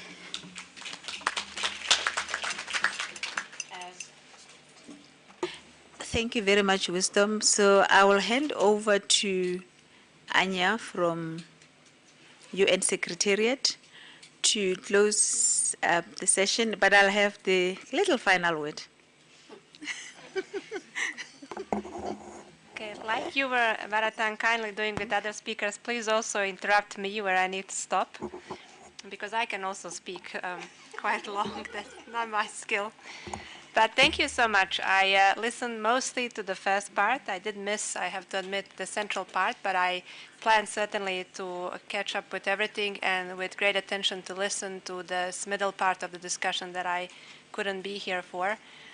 For me, as I said at the beginning, it's a great honor to be in a room with such an inspiring group of people, women who are leaders in their communities on many digital-related aspects, but also of, as somebody said at the beginning, many men as well who joined this session to support women and female leadership and empowerment in the internet governance arena. I think nothing speaks better about the stability of this ecosystem as this session, where we have women supporting women, but also men supporting women-to-women partnerships and cooperation. And that really, I think, gives us all confidence that our future in respect to digital inclusion of women and girls is bright compared to the past that unfortunately is not, or even the present that is not in that sense that bright. Very quickly, I know, Baratang, you have to close. I spoke to Baratang, and maybe it makes sense to finalize this session with a couple of processes that are around us and which I think you can definitely enrich with your expertise, especially bringing good practices from your respective communities. They relate to the processes that are mostly with the United Nations. But certainly I think that there is a great value also in local processes, and I know some were mentioned during this session here. But I will focus on those that are with the United Nations. The first and foremost, I'll start from something that I think is a result and the cause why we are all here, before I come to something that's more recent. And that's the processes related to World Summit on the Information Society. So it goes without saying, I don't need to repeat that the IGF exists because of those processes. It was one of the major outcomes of WSIS processes. And periodically, there are reviews of those processes, complex documents which were given to us, stakeholders coming from different backgrounds, different countries and regions, to work on and to drive certain processes, are coming to a point where we will be asked what did we or what have we done so far, what we haven't done so far, what we need to do in the future.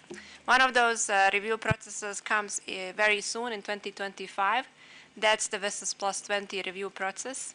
And that's where everything that we have been doing for in the past 2 decades will be subject for public consultations among all stakeholders, and then it will go certainly to the member states to understand how the World Summit on the Information Society agenda and the program progressed in the past 20 years. And I want to remind very quickly on some of the wording from the Tunis Agenda for the Information Society, which, as you know, also its paragraph 72 gives mandate to the IGF. The concepts of gender, of women inclusion at that time were very much central to that important document.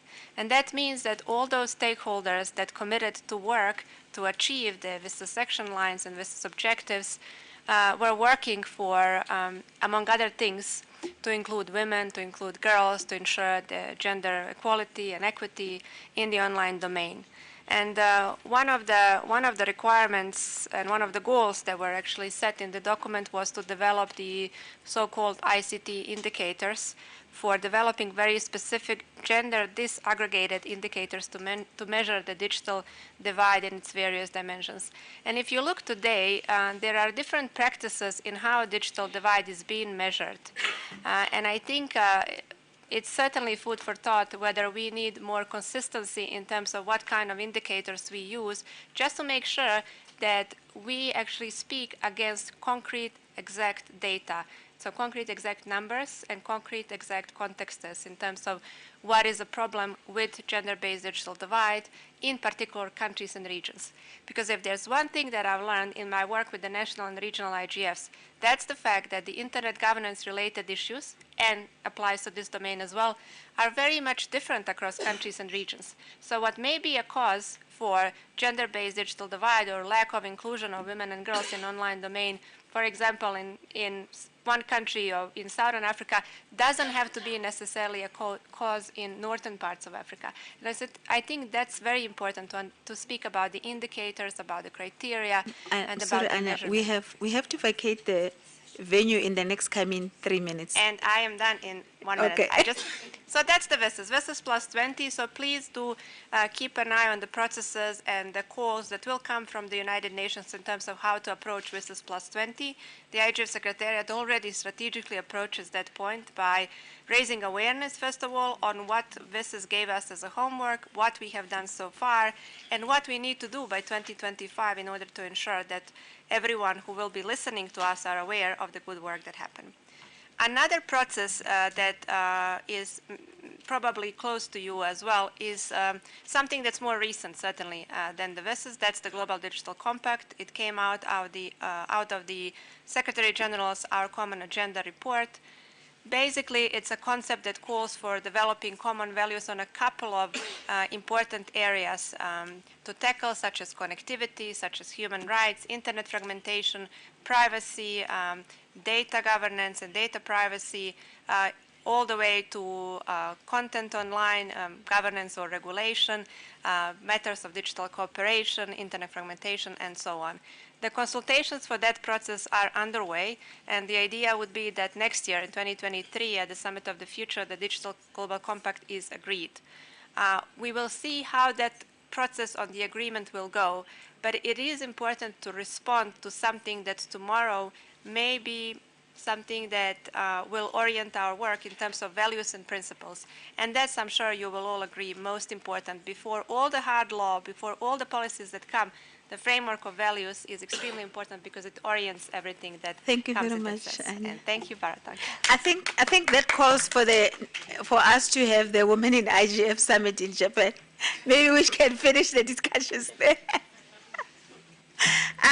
Thank you very much for everyone. I had the last word, and I kept this because I didn't want to distract our program, but I'm going to read a statement as my last word, and every woman sitting here, if you do not do anything about that, you hold it to yourself and the universe.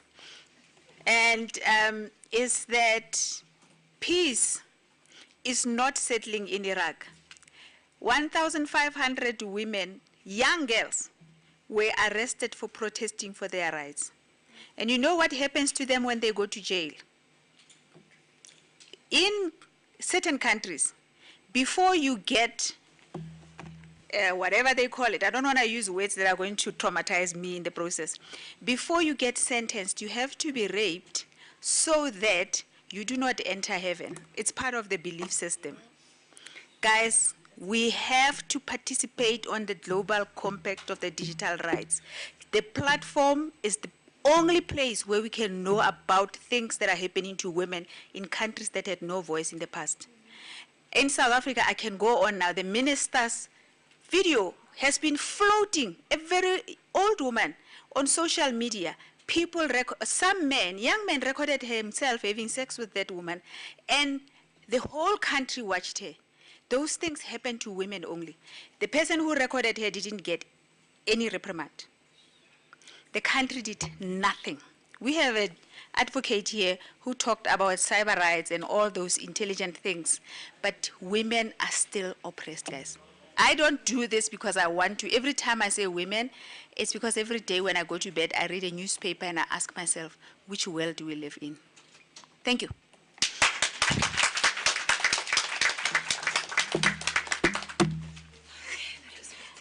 We have to be out of this venue in 1 minute.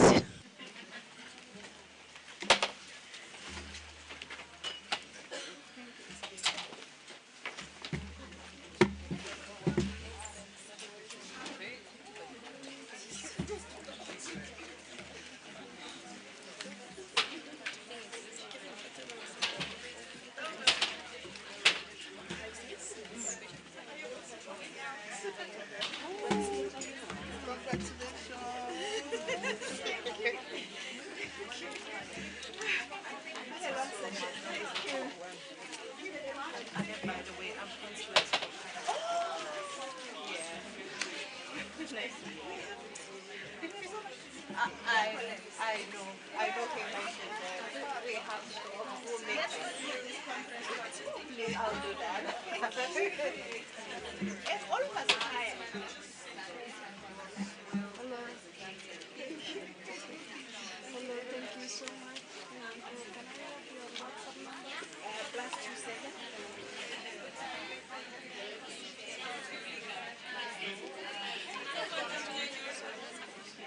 72 644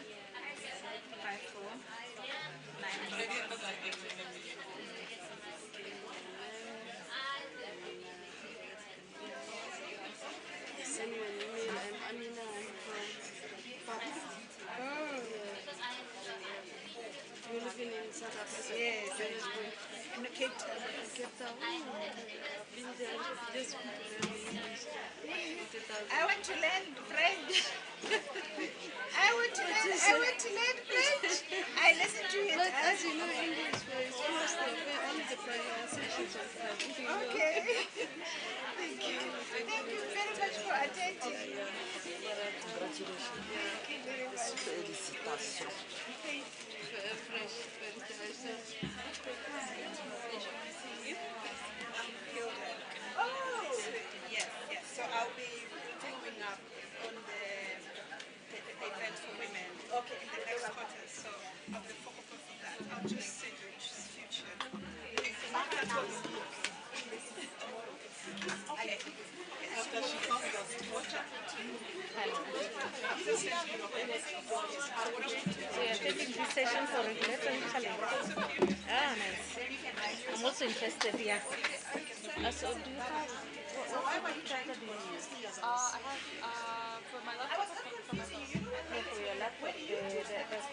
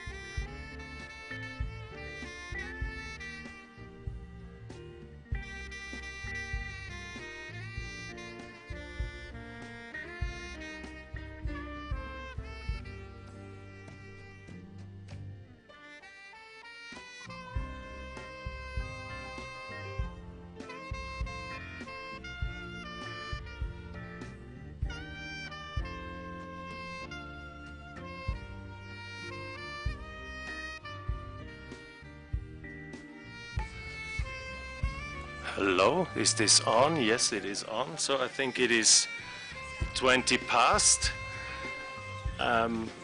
If somebody could turn down this very nice elevator music, that would be cool. Ha! We are listened to. I think the digital world is functioning, or maybe it's local. But thank you. So welcome to this hybrid session on regulatory challenges of addressing advanced technologies, including but not only AI. My name is Thomas Schneider. I work for the Swiss government, and I currently happen to be the chair of the Council of Europe's Committee on AI that is tasked with negotiating a convention on AI, ideally not just with European countries, but also with interested countries from other continents. But this is not about me, of course, this panel, so I will immediately hand on the floor to first our keynote speaker, Jan Kleissen, who is the Director of Information Society and Action Against Crime at the Council of Europe, and his directorate carries out standard setting, monitoring and cooperation activities on freedom of expression, data protection, AI, internet governance, cybercrime, terrorism, criminal law, fighting corruption and money laundering, inter alia. Jan, over to you, and let us start. Introduction, I'm afraid, first sentences, but I think the sound is now okay. I hope you can hear me. Yes, we can hear you. Very good, very good. So greetings from a cold and rainy Strasbourg to sunny Ethiopia here. It's a privilege for me. Thank you very much for giving me the opportunity to provide you with some information on the work of the Council of Europe and artificial intelligence. The IGF is a very particular forum for discussing all matters digital, and I have been honored to participate in various sessions for well over 12, 15 years now, I think. And we very much appreciate the possibility to be able to exchange, of course, not only with our usual European interlocutors, but also very much with states around the world. As always, the Council of Europe is organizing a series of events on the, at the IGF. This time we will be organizing with the UN Office on Genocide Prevention and the Responsibility to Protect a session on combating hate speech. We'll also have a workshop on cyber attacks and e-evidence, drawing attention, of course, to the work of our Cybercrime Convention mechanism, the TCY, the Octopus Program, and of course the latest protocol to that Cybercrime Convention. And tomorrow we're also organizing a session on promoting democratic culture online through digital citizenship education. So as you can see, a whole variety of issues being handled by the Council of Europe at this IGF. Today, I'm very honored to be able to speak to you, as I mentioned, on the work on artificial intelligence, particularly honored because this session is chaired by the chair of the Council of Europe's Committee on Artificial Intelligence, Mr. Thomas Schneider, and the vice chair, Mr. Gregor Stoyan, is also participating in the session. So anything I forget or fail to mention, I'm sure will be addressed by them. Perhaps a few words of introduction on the Council of Europe. We'll try to stick to the allotted time, of course, but just a few words to stress that the Council of Europe is very distinct from the European Union. The Council of Europe brings 46 member states together. It is Europe's oldest political organization, and it strives to promote human rights, rule of law, and democracy through a variety of ways, but primarily through legal cooperation and agreeing on common standards in the form of treaties. So not just political recommendations or mere statements, but treaties. And the Council of Europe has some 200 plus treaties, binding treaties now, of which a whole series are open also to non-member states. Also, the Council of Europe realized very early on that in order to protect human rights, rule of law, and democracy, one had to address new technologies, which is why 40 years ago, the Council of Europe established the world's first treaty on data protection, Convention 108, which has now been ratified by 55 states, and more than 70 countries participate also as a number of them as observers in its work. Some 21 years ago, the Council of Europe established the Cybercrime Committee that I already mentioned, and on which a workshop workshop will be organized. And that convention was recently ratified by Nigeria as the 67th ratifying state. And last year, the Council of Europe was active in more than 130 countries worldwide, in every continent, to help with capacity building and for the parties of the convention, the implementation of the convention obligations.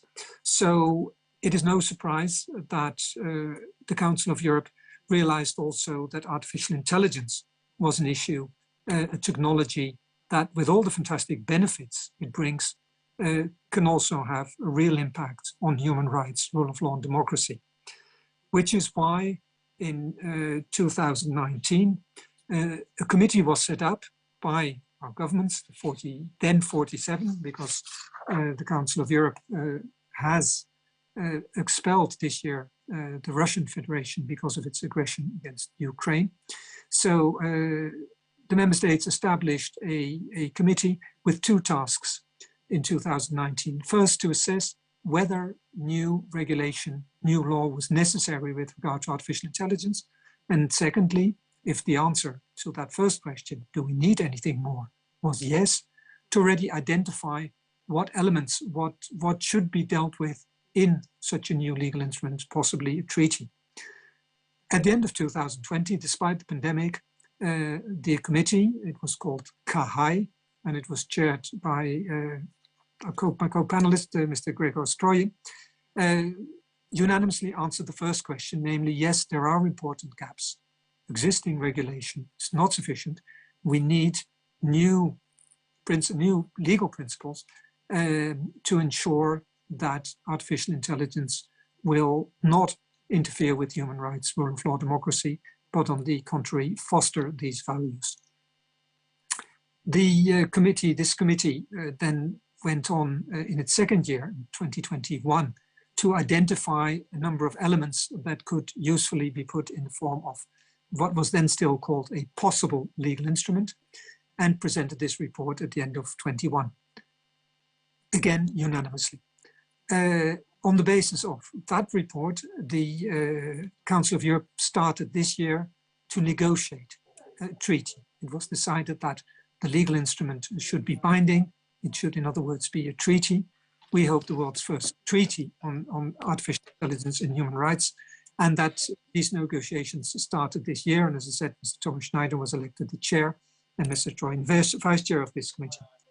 We are at the table, not just, I think this is important to stress in the context of the IGF, we're at the table not just with 46 member states, but also the EU as such is represented, and we have our observer states, the United States, Canada, Mexico, Israel, Japan, and the United States. And in addition, Israel, which I mentioned a second ago, not an observer state, but made an ad hoc request to be admitted to the negotiations and is also fully participating. In addition, we have 25 business partners, so-called digital partners, global companies, tech companies, including Meta in this panel, but also Meta's competitors, and a series of smaller European associations of internet service providers, also telecoms, also standard setters like IEEE. And so the business community is very much represented, as is civil society and academia. So it's a truly multi-stakeholder process. That it is urgent to address human rights aspects of artificial intelligence has become clear throughout the world in a number of cases where governments used artificial intelligence and the results were not always what was hoped for. And in certain cases, such as a particular scandal that involved, or a tragedy, I should say, because it led to loss of life in my own country, where the tax authorities used artificial intelligence to detect fraud with regard to child benefits, and the system got it dramatically wrong.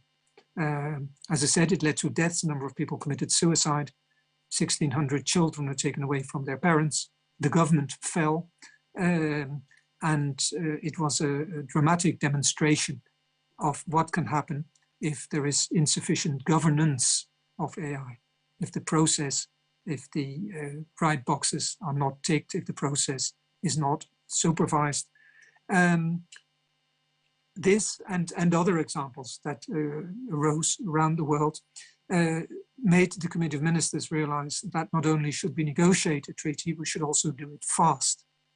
And therefore, the Council of Europe has a deadline of the 15th of November, 2023. So within 1 year minus 1 week, the draft treaty should be presented to our governments. That is a tall order, and many of you will be aware of treaty negotiations in the context of the United Nations, for instance, and other regional organizations. And you will probably agree with me that negotiating a treaty within a year is really very ambitious. However, as I mentioned, we have 2 years of preparatory work behind us, where elements were identified already very much in detail, and we therefore think that it is possible to negotiate this treaty within a year. The efforts of the Council of Europe are very much complementary to that of other international organizations. OECD, UNICEF, of course, have their own work on principles regarding AI, and the European Union is working on the European Union's AI Act, which was conceived initially as an internal market effort, therefore dealing with the products, ensuring the products are safe. The Council of Europe approach is very much on procedure to ensure that when governments use artificial intelligence themselves, or allow others to use artificial intelligence in ways that affect or may affect human rights and the rule of law, that a number of safeguards are built in. And during this session, you'll hear more of those. They are, and you will not be surprised by the substance, many of them are based on what already exists in the many ethical charters that have been developed around the world. However, these ethical charters, of course, are not binding.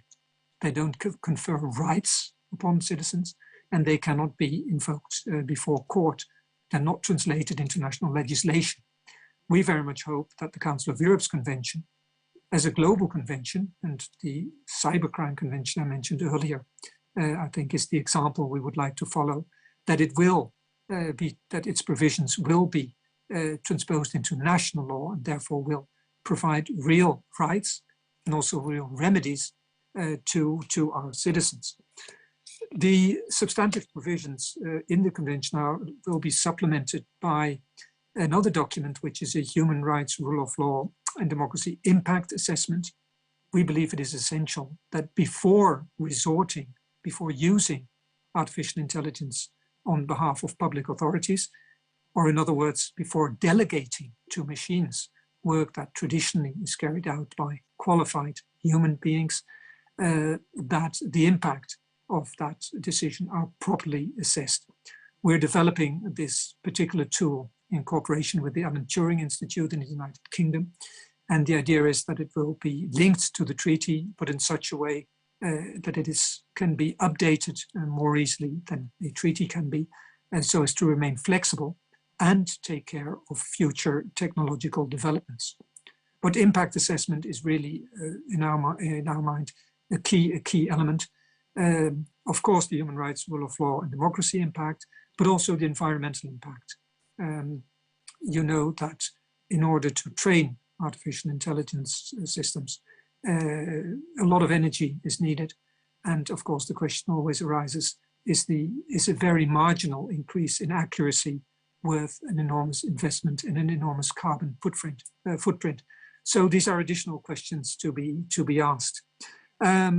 we look very much forward to the discussion.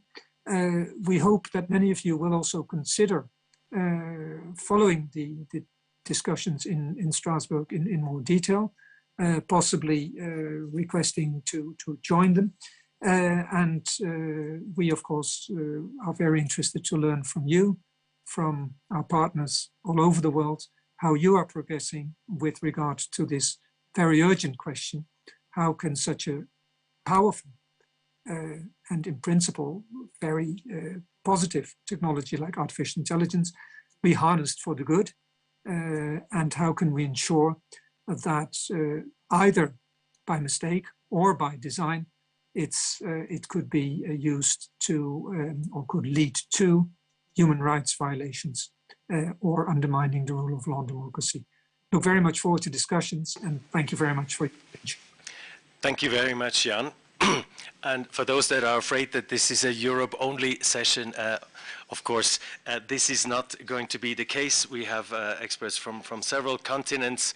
And let me just start to give the floor to the first speaker in the panel, which is from the African continent. It's Golestan, also called Sally Radwan. She is an international AI expert and currently a PhD candidate at the Royal Holloway University in London. But for the past 3 years, she served as the AI advisor to the Minister of ICT in Egypt, where she was also working on the national AI strategy. She has also been a vice chair of the UNESCO's ad hoc expert group that was tasked with the development of the draft recommendation that you all know on ethics and AI that was adopted last year. And she has had a number of other functions. So let me address the question to you, Sally. What have been the main challenges of dealing with something like AI on national level, but also on regional level in a country like Egypt or others? How did you deal with them? What are you doing differently than maybe in other continents? And also an important question, I think, what is the role that international institutions, international organizations should play in helping to create a level playing field of AI, ideally across the globe? So Sally, please, over to you.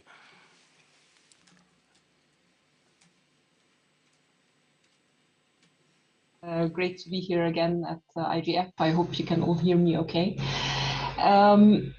So we started thinking about an AI strategy in Egypt in late 2018, early 2019. And at the time, it wasn't a given that every country in the world needed an AI strategy. And there were understandably a lot of fears, a lot of misunderstandings around AI. There was a link between AI and automation, especially in things like manufacturing.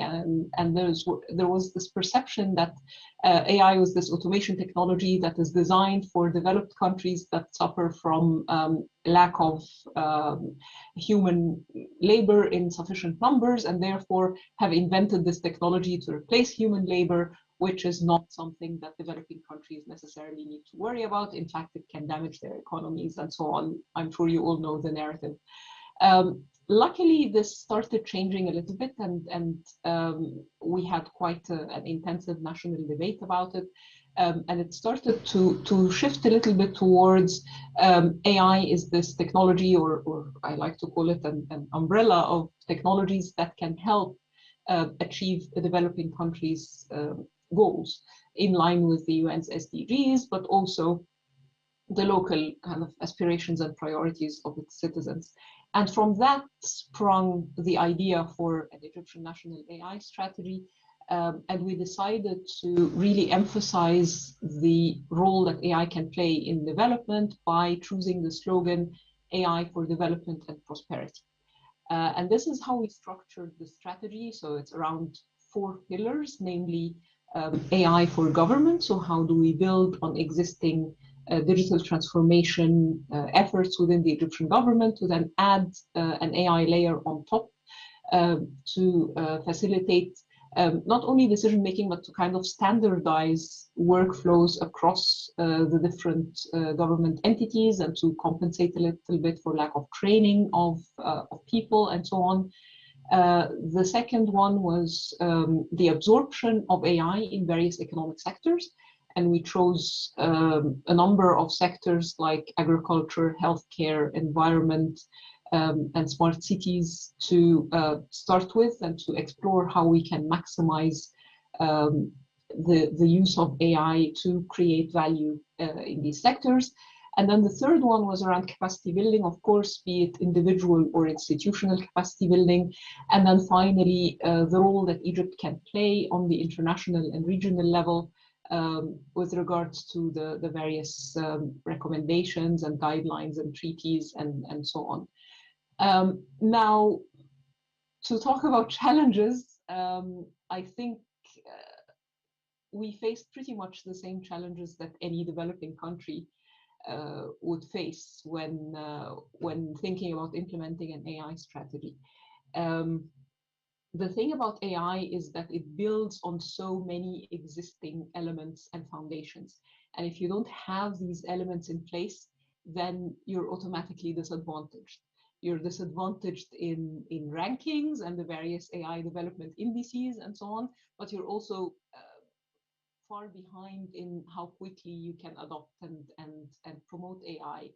And I've kind of structured these challenges or these foundations along three main areas, namely human, institutional, and cultural. So, for example, if you are implementing AI in a country in the global south that has 40–50% illiteracy rate, then this is a very different place to start from than going to a country that already has 100% literacy rate. Most people go to college and they already know how to, at least on a basic level, deal with technology. And therefore, you can just build on the knowledge that you can assume is there. The picture looks very different in developing countries where quite often you have to teach people how to read and write first, then you have to teach them about the basics of technology, and even if they're just going to be normal users, and then you can start with AI, which is a very difficult road, not only in the sheer number of people that you need to educate, but also in finding people who can teach them and finding the tools that can do the teaching. So teaching the teacher or training the trainer becomes a huge priority if you want to implement this at scale. And then, of course, you need to also institutionalize that mindset across organizations as well, be it in the public or private sector. The second area, the institutional bit, is, or let me actually tell you how we address that or are addressing that first one in Egypt, namely capacity building and the importance of kind of catching up. So what we did was we developed a pyramid-shaped strategy. We're Egyptians, of course, everything has to come in the shape of a pyramid. So we developed two pyramids based on the roles that different people and different organizations can play in an AI-driven ecosystem. And this comes in the form of either very tech-centered roles. So we've broken down a typical AI development team, whether it's data scientists, data engineers, machine learning experts, even architects, QA specialists, ML ops specialists, and so on. And we came up with a structure of how many we would need and what we would need to teach them. This is to build kind of the ecosystem of AI development in the country. The other pyramid has to do with non-technical roles. First and most importantly, domain experts. So people who work in the domains in healthcare, in agriculture, in infrastructure, in whatever domain you're trying to implement AI in, and can help you absorb these technologies and decide on where the data is, what the type, the right results are, and so on and so forth. And this is and this pyramid also includes things like teaching AI at the highest levels of business and government, so AI for leaders essentially, but also the wider base of children in schools and in universities. When do we start teaching them about AI? In what way can they start using it, and so on. So this is the first one, the capacity building one, and of course it was accompanied by a large number of intensive TOT programs as well, as I said. the institutional part is, again, if you don't have an existing digital base in your government, for example, if most of the government operations still work with pen and paper, then you have a very hard time thinking about how to introduce AI, whether from a practical perspective or even from people's mindset, because you also need to re-engineer those processes behind that transformation. And in Egypt, we were lucky that we had already started a digital transformation of the government. And so adding that AI layer in some sectors wasn't that big a jump, but in some sectors that are still relatively traditional, it is and will be for some time a huge challenge. So this is the second thing that you need to take care of. The third thing has to do with the cultural readiness of a society to embrace AI. And unfortunately, when we talk about AI, we talk about equality, we talk about leaving no one behind. But unfortunately, AI does exactly that. It amplifies the differences and the disadvantages that already exist in society. And Egypt and all developing countries are no different than that. So if we're talking about people who can't read and write, or people who are already disadvantaged because of their economic status or because they live in remote areas or anything like that, then they will automatically have less access to AI education, they'll have less access to opportunities. And then you have to kind of flip the argument and say, okay, so how can I use AI to reach those people in those remote areas? And we've implemented this through a number of programs, including things like remote healthcare diagnosis or online learning for different groups, and so on and so forth. So, but the cultural issue has to do with more than that. It has to do with society's perception of things like ethics, of the legal and regulatory framework that already exists in the country, which again, you have to fix or you have to build before you can adapt it to AI. So if you don't have the right laws for cybersecurity, for intellectual property, for e-commerce, fintech, whatever the case may be, then again, it becomes a big jump to start legislating for AI suddenly. And that kind of takes me to the second part of Thomas's question, which is the role of international organizations and the role that developing countries can play in that global context of AI regulation and ethics and related discussions. And I have to say that I'm a little bit skeptical about the possibility of having a global treaty for AI, just having seen, and as Jan mentioned, multilateral negotiations are always extremely hard, but the problem is that they end up giving us the least common denominator of everything that no one necessarily disagrees with, which is normally something that is very, very watered down. From a developing country's perspective, there's the additional challenge that there's this perception of these negotiations and these treaties always being driven by kind of the West. So talking about the EU, and yes, I know the Council of Europe is different from the EU, but there's this perception that it still represents European countries, or coming from the US, that it's kind of trying to impose a certain set of values and priorities that don't necessarily correspond with those in developing countries. I realize I'm running out of time, so I'll wrap up and we can talk later in the Q&A.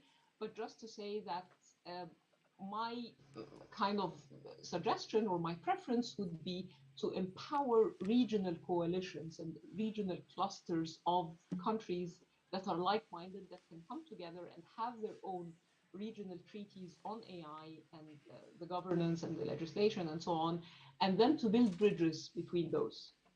This would be the first suggestion. The second suggestion is for international organizations to focus much more on weaving the story of AI ethics and legislation into the story of development, because that is really the main priority for developing countries, is how can this technology help us achieve our goals rather than how can we mitigate its risks and so on. Of course, risk mitigation is important, but it's not the priority, because if they don't realize the value behind the technology, they're not going to think about adopting it anyway. So I'll stop here and and we'll hopefully continue in the Q&A.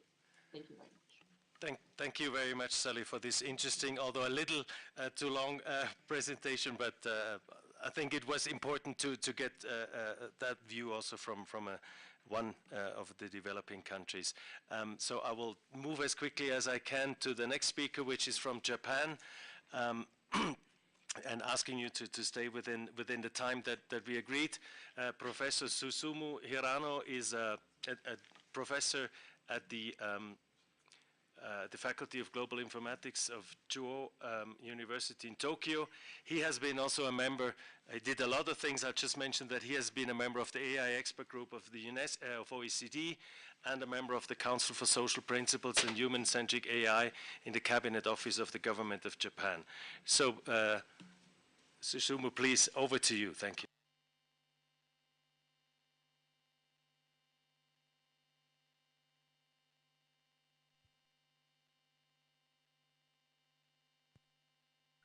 Thank you very much, Mr. Schneider, for kindly introducing me to the audience. It is my honor to be given this opportunity.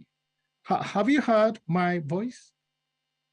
Yes, we can hear you. Yes, we can hear you. Yes, thank you. So, and it might be difficult for me to show you my video, my face, unfortunately. So I will keep on speaking because the time is limited. And just a moment, and I'd like to share. Oh yes, how do you do?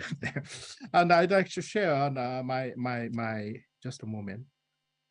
Can I share my slide using my device, or maybe you can show them? That should actually work. If not, maybe Vadim, our remote guy, can do that. Oh, just a moment. Yes. Can you see the slide now? Yes, we can. Yes, thank you. Yes. And yes, in Japan, AI is regulated under the so-called soft laws, such as guidelines or principles.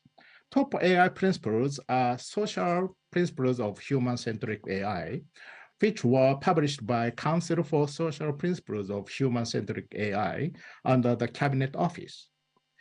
And there are two more specific and concrete principles and guidelines in Japan. They are AI R&D principles and guidelines, as well as AI utilization principles and guidelines. Those principles and guidelines are published by Conference Toward AI Network Society under MIC, the Ministry of Internal Affairs and Communications. Please see the lower left portion. It is recommended that AI-related corporations and other entities should build and comply with their own self-regulations regarding development or usage of AI. They are encouraged to follow suit of the governmental principles. However, the social principles of the Cabinet Office is a little bit abstract or conceptualistic. Therefore, MIC's R&D and utilization principles and guidelines would be more helpful for corporations and entities to build their own internal rules. This slide shows some portions from AI utilization principles and relevant documents. Actually, the documents are very voluminous, but these documents are specific and concrete. Therefore, they are helpful for corporations and entities to build their own internal rules. First feature of Japan's principles and guidelines is soft law. Second, it has been prepared through multi-stakeholders participation. And thirdly, from the beginning, we aimed for building a global standard because we, the conference, expected that AI would cross borders easily. This slide depicts the historical development toward OECD AI principles and beyond thereof. It began in 2016 in the bottom of this slide. I was the vice chairman of this conference, which prepared a tentative draft of AI R&D principles. Immediately after the tentative draft was prepared, G7 ICT ministers meeting was held in Japan. At that time, Madam Minister Sanae Takaichi showed the tentative draft to the other fellow ministers, and she proposed that G7 members should create common norms like these principles. Then the fellow ministers said, likes. Japan's position is an intermediate one, which is located between the precautionary principle and the permissionless innovation. On the one hand, we don't think that no norms are required. On the other hand, we think that strictly binding regulations could give chilling effects on the development of AI. Culturally and historically, Japan prefers to harmony, and Japanese people and corporations tend to comply with non-binding soft law. Why do Japanese tend to comply with soft law? I think the answer is peer pressure. For example, in Japan, there is no hard law which requires the people wear masks under the recent COVID-19 environment. However, even today, almost all Japanese people still wear masks in public areas, such as in the public transportation or offices. As the first bullet point on the next slide show, actually, many leading corporations voluntarily made their own internal rules, given the governmental principles, guidelines, and OECD AI principles. However, I don't know as to whether SMEs have followed suit. In my personal opinion, the government should make further efforts to make them know the principles and guidelines published by the government and OECD. In addition, of course, corporations and entities should comply with the current enforceable law. In this context, I think American EEOC's efforts are helpful. It is my understanding that the EEOC is Federal Commission, which has its jurisdiction over employment discrimination. The EEOC pronounced that it launched an initiative to ensure that usage of AI and other emerging technologies in hiring or other employment decisions should comply with currently enforceable anti-discrimination laws. And it said, for example, that the EEOC would issue guidance on use of AI in employment decisions, and that it would identify promising practices, and so on. These efforts to make it sure that corporations' AI usage practices should comply with the currently enforceable law are very important, I think. Thank you for giving me this opportunity to make my presentation on AI governance in Japan. Thank you very much. Thank you very much. That was very interesting also to see how much cultural differences come into play with the use of different different instruments. Next, I will move to Gregor Stroin, who is a lawyer and a government representative from Slovenia.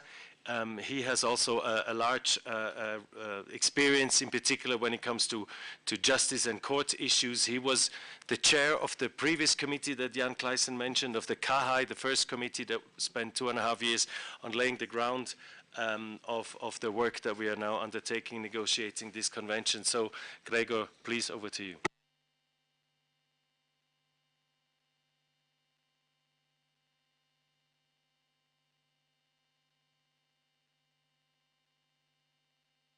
Good. Thank you, dear Chair. Now we can hear you. Yes. Thank you for unmuting me. I will try to be brief, and I'm happy that both you and also Director Jan Kleisen have already provided a very good introduction to what KAHAI did. What was the goal of KAHAI? Basically, to connect the issues and understanding of AI between technical community, legal community, political community, industry, and civil society, and provide a feasibility study for a potential instrument that would govern the design, development, and application of AI in line with the standards on human rights, rule of law, and democracy. And I will not go too much into the details of how we did the work, but mostly I would like to, or briefly, I would like to point out a couple of findings. And I would like to refer to what Madame Radwan rightly said, that there is a challenge to create an international or even global treaty on AI, because it can go toward a minimum common denominator. Well, at the same time, AI is perceived as a strategic and competitive tool, and precisely because of this, we need a common understanding and also guidance into what kind of a society we want, because it is a technology that will shape not only our present, but also our future. And it is the responsibility of international community, of all the countries, to find a solution that goes well beyond the common denominator. Of course, it's hard, but let me give you an example that why do we even need regulation? Why do we need to go beyond ethics and recommendations? And what are some of the priorities? And let me address one persistent myth. Regulation does not inhibit innovation. As it happens, it just might be easier to prove that it is the lack of regulation that is currently inhibiting innovation by entrenching the existing monopolies, while simultaneously stimulating optimization of authoritarian or inegalitarian tendencies. Consider the historical example of automotive industry, of cars. In the beginning, there were no specific regulations. They have developed over time due to clear needs which have emerged in the society. We need safety. We need seat belts. We need traffic rules. We need clear rules on liability. We need lower emissions. Individual ideas for optimizations were slowly shaped into recommendations, and these were subsequently adopted as binding rules to increase their actual effectiveness. Over a century ago, there was competition in the development of both electric and gas-powered vehicles, but it was not regulation that stifled that innovation. The market chose gas for business reasons. Partially, that was also linked to the existing monopolies of the time, the oil industry. This brought consequences, and it is now, of course, coming back full circle.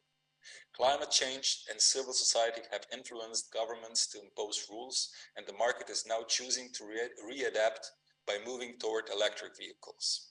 And we cannot afford another century, and probably not even a decade, to arrive at similar conclusions with AI.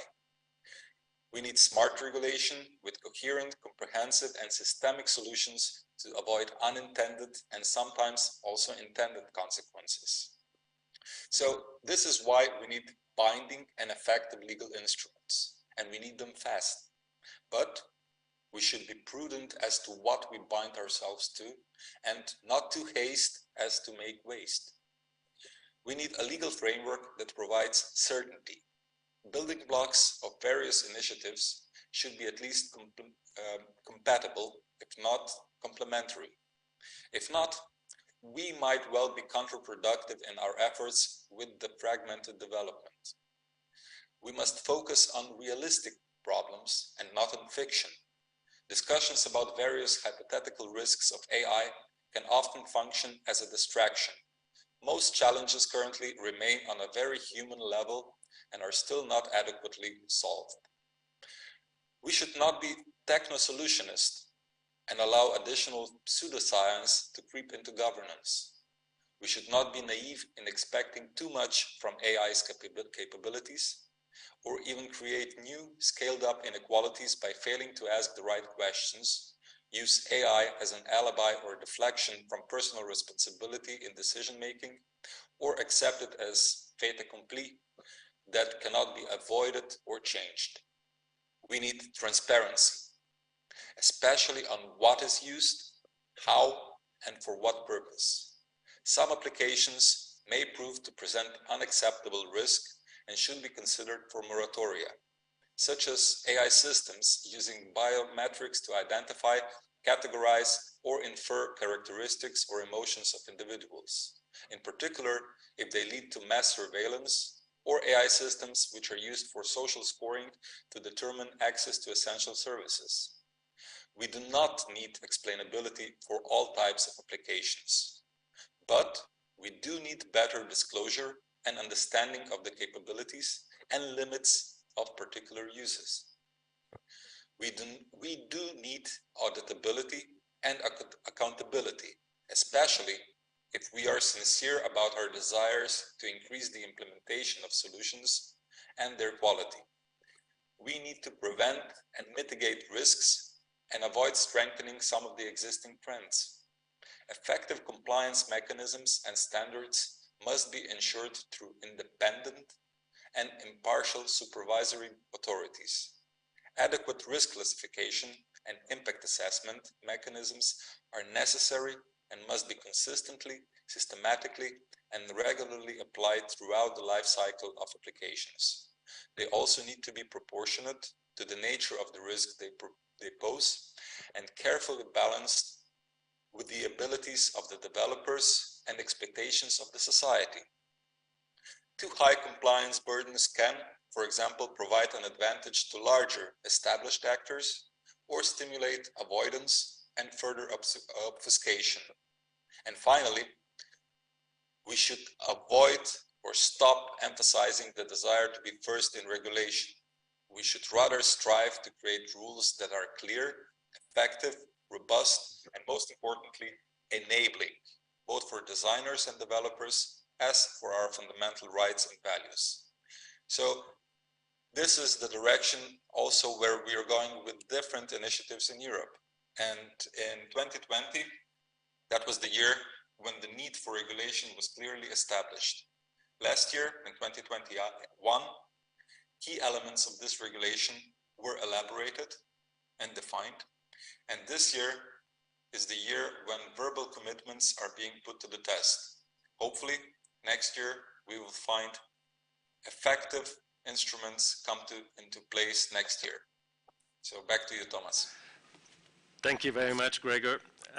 So I'll move to the last speaker of the panel, and I hope they will have at least a few minutes left for interaction. It is Marisa Jimenez Martin. She works for Meta, the company that used to be called Facebook some time ago, in case you don't know what Meta is. Meta is also participating inter alia in the work of our committee as an observer like others. But her presentation will go a little beyond AI, but also show us a little bit about other emerging technologies. So over to you, and please don't go over time. We would like to have at least a few minutes of interaction at the end. Thank you very much. Of course, and thank you very much for the invitation today. It is really a pleasure for me to be here at the IGF, and in particular in an event that is co-organized with the Council of Europe. Indeed, Meta is a supporter of the work of the Council of Europe. In particular, we're a partner in its work on the KAI first, and then now in the KAI. Perhaps we can talk a little bit more about what Meta, where it stands on regulation and AI later. You asked me to do a little presentation on the metaverse, and it's important because that will also open your minds and ears to the next generation where AI also will have an important role. But to what the others have said before, it is so important to get the regulation of the AI right, because it's on top of that, then we'll have new experiences and new digital spaces such as the metaverse. So I will try to do it very, very quickly. Bear with me. I will share my screen now. One moment. I hope you can see it. Can you see it? Yes, we can. Thank you. Yes. So very quickly, this is an intro to the metaverse. I will speak to you about what is the metaverse, what are the technologies that power the metaverse, a couple of use cases, and what it takes from our perspective to do responsible innovation. That will probably fit in really well afterwards to the discussion that we will all have. So the metaverse is really a set of digital spaces where an individual will be able to connect with others in that immersive fashion. In the reality, the metaverse is the new evolution, is the evolution of the internet, and that is the sense of presence in that world that is so different from what we are used to today. That will mean that you can travel to the past, to the future, to other places. For example, let me just give you, here you could be with your friends and then all of a sudden go to the top of the hill, or learn about history, or even play chess with someone that is absent but is very close to you. That's really the essence of what the metaverse will be in the next 5 to 10 years. But how do we get there? And this is what is important also for the discussion that we're having today. It is not really a revolution, it's an evolution. So we go from, in the 50s, from computing and with mainframes, to the 80s with PCs and computers, to the 2000s, where we have the mobile internet, which was really a breakthrough. And we have gone therefore from text to images to video. So obviously the evolution, what's logical is that we will find then the metaverse. And what's also different in the metaverse from the internet today is that you can access it from a variety of devices that are very different to each other, like a smart glasses or a VR headset. Now, what are the technologies that power to the metaverse? Of course, AI is part of that, right? So we call them XR, or extended reality. The extended reality is what covers all these technologies, from wearables and computing technology, AR and VR. So AR and VR. So augmented reality. The augmented reality is a computing technology that overlays digital images and also puts animations into somebody's view of the real world. So you are extending the reality. The reality is the main element in augmented reality. Now we got virtual reality, which is usually talked to together with AR, but is very different, because here what you're creating is a simulation of the virtual world where you can explore it in 360 degrees. So let me just give you really quickly 2 examples, one with AR and one with VR, the principle of at the beginning of the metaverse. And it is very much the similar examples and similar use cases, but one uses AR and the other one uses VR.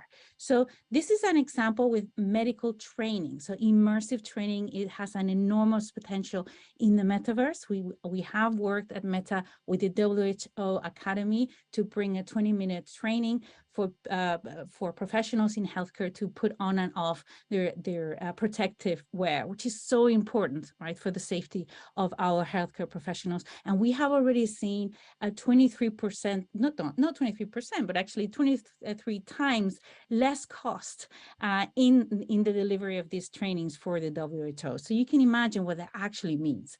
The same thing with emergency preparedness. Now, this is VR. So here you're creating a simulation quite as if it were in real life, in a situation of distress, where you would have paramedics and medics and the victim and the parents being very worried, obviously, about their son laying down with serious burns. Training a medical staff and paramedicals to be as ready as possible in a situation of distress. This is really the potential of VR.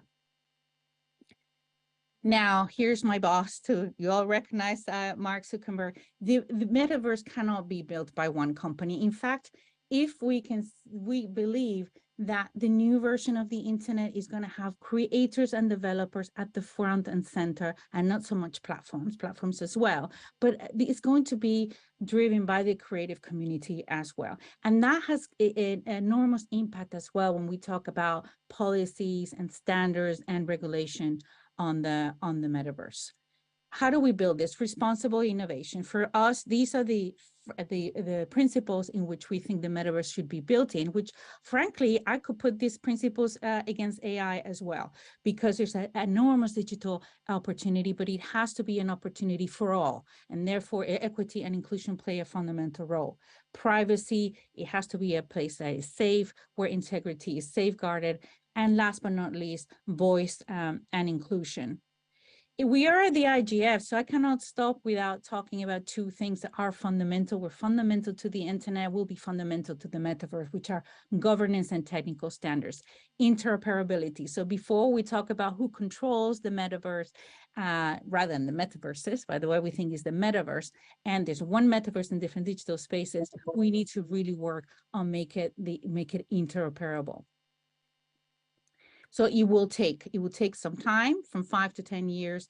But first and foremost is that we need to focus on the development of standards, a collaboration between the industry creators and also policymakers, have many conversations, get the AI work right? So back to the subject that we have today, and investment in skills, and investment in support of those who will make it possible. And with that, I am finished. Thank you very much for this very interesting presentation, and also for being so short. So we have a few minutes left, and given that the speakers have all been participating remotely, I would like to give the opportunity to the people in the room here to express, to make short comments or ask questions. Who wants to start? Just hold your hand up. Yes, please, go ahead. And introduce yourself in 1 second so that we know who you are. There we go. Peggy Hicks. I'm with the Office of the High Commissioner for Human Rights in Geneva. I wanted to go back to the colleague from the Council of Europe's point about the Council of Europe approach versus the EU AI Act approach, and one focusing on products versus process or the use cases. And I wanted perhaps to ask him and others to pick up how that plays out with particular sectoral uses of AI, and whether, while there was such a stress on needing to move quickly on some of this, are there places where, while we believe in the global approach, it might make sense to develop some sectoral solutions that might be easier to get consensus on and move forward on more quickly? Maybe Gregor forgives me that I answer this as I'm sitting here in this room.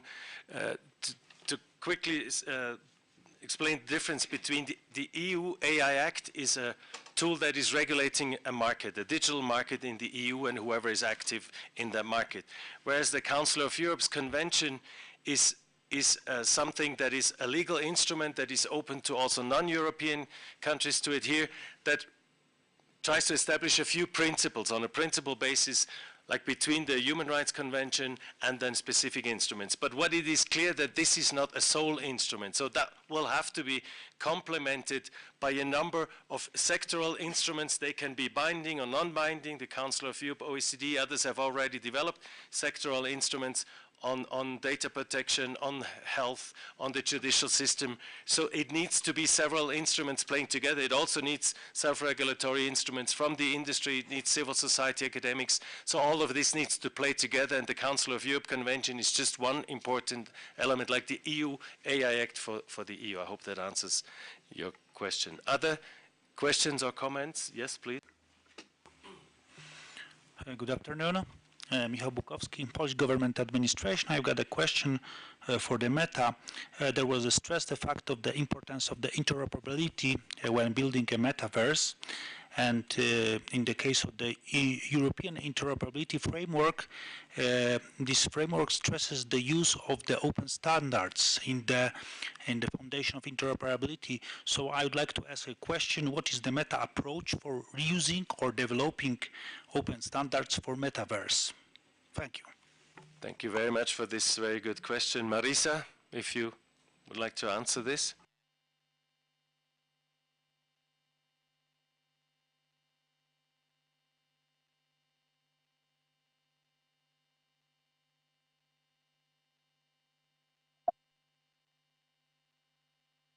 I don't know if somebody needs to unmute her. Yes, now we see. Okay. Indeed, the idea of open standards is fundamental both to the AI and the future of the metaverse. Absolutely. Open standards and interoperability. Now, how exactly to do it, I would not know how to tell you here, but indeed the philosophy around it is that they need to be open standards. Thank you very much. Yes, please, go ahead.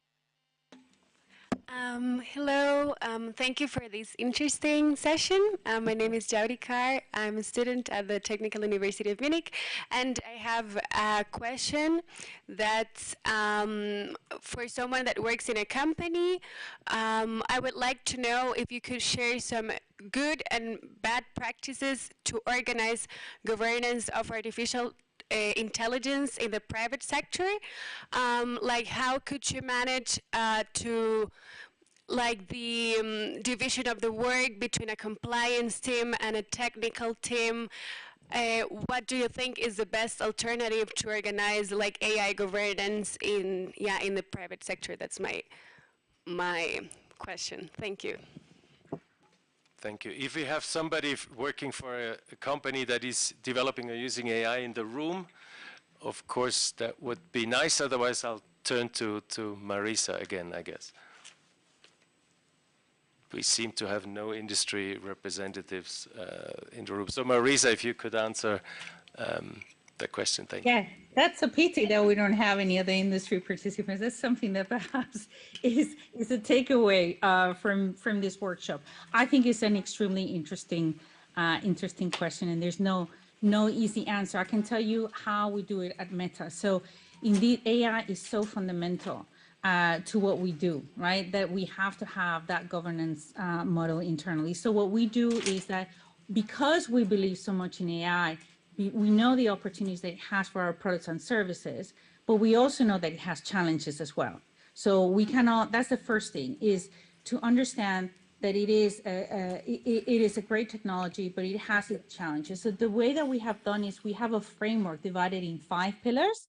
One is deals with fairness and inclusion. So to make sure that there are systems by which our ML engineers can detect when there is a bias, because sometimes these things happen. So that in the AI models, because once these are detected, then it can be addressed. We have teams that deal with transparency and control, robustness and safety, accountability and governance, as well as privacy and security. These are all multidisciplinary groups, right? So it's not that it's only engineers or technical people or legal people or policy people or business people. They all come together. So this is important in a company that you get governance models where that have people from different parts of the company. Another thing that we have developed is something called the open loop. And the open loop is a prototype where we internally look at different requirements and try to test them and see how they would actually, the results that it would render. So when we have some regulatory requirements, we'll probably do it with the Council of Europe requirements too, is to see what effects they would have in our work. So it is a wonderful question. I would imagine that each company will define it in a different way, but it doesn't sit in one part of the company only, like privacy or safety, or it is multidisciplinary. Back to you. Thank you very much. There's another person wanting to take 2 more. My IGF account is a catastrophe, so I cannot log in on the Zoom thing because I don't have the link. So apologies for that. Yeah, please go ahead. Thank you. Lee McKnight, Syracuse University. From what we've just been hearing, I'll just say what I've been advocating for some years, ethically certified AI developers. Otherwise, we don't really know. While it sounds like Meta's practices have improved significantly, and I know other people inside Meta that are doing much better in many different dimensions, for those outside of the company to have confidence in the actually output of any of these ML models, it might help. I have been advocating for years, ethically certified AI developers. Now the question is, could that be added to any of these instruments that have been discussed today as perhaps an addendum or add-on at a national level or international level? Thank you. Who wants to take the answer to this from the panelists?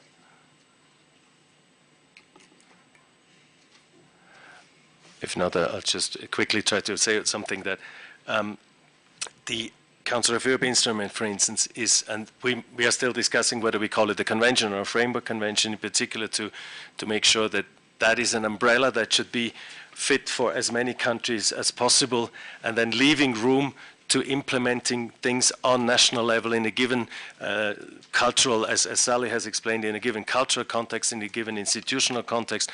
Of course, there's a challenge to basically create a shared umbrella and at the same time be flexible. So we'll see where we end up with, but maybe that. Just to add then, I would suggest that every nation should have ethically certified AI developers, or I would worry for that nation that doesn't. Thank you. Let's take one final person to take the floor. Thank you. Okay, pressure to have the last question.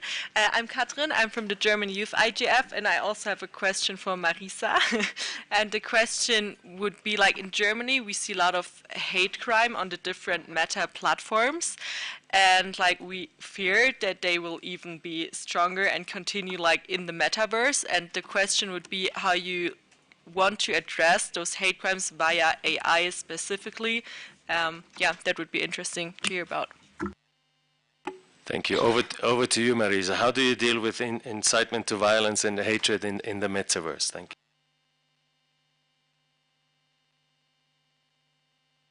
you. You are still muted. Can somebody unmute? Now it's good. Yeah, you control from the room, so it's excellent. So I think, so there's two questions here, I think, or I'd like to take it into parts. One is how does AI work to detect and to address hate crimes or hate speech or harmful content in general? And another question is we'll deal with that in the metaverse. So the first question I would say is that the AI has evolved significantly over the years. So to give you an example, today we detect hate speech. So let's put hate speech. We detect hate speech more than 90% of the time before it is actually reported to us. In 2017, it was only 24% of hate speech was detected before anyone reported to us. And that is, in its immensely great majority, thanks to AI. So it is the evolution of technology and classifiers that have allowed us to deal with harmful content, to detect it and remove it in a much more significant and efficient way.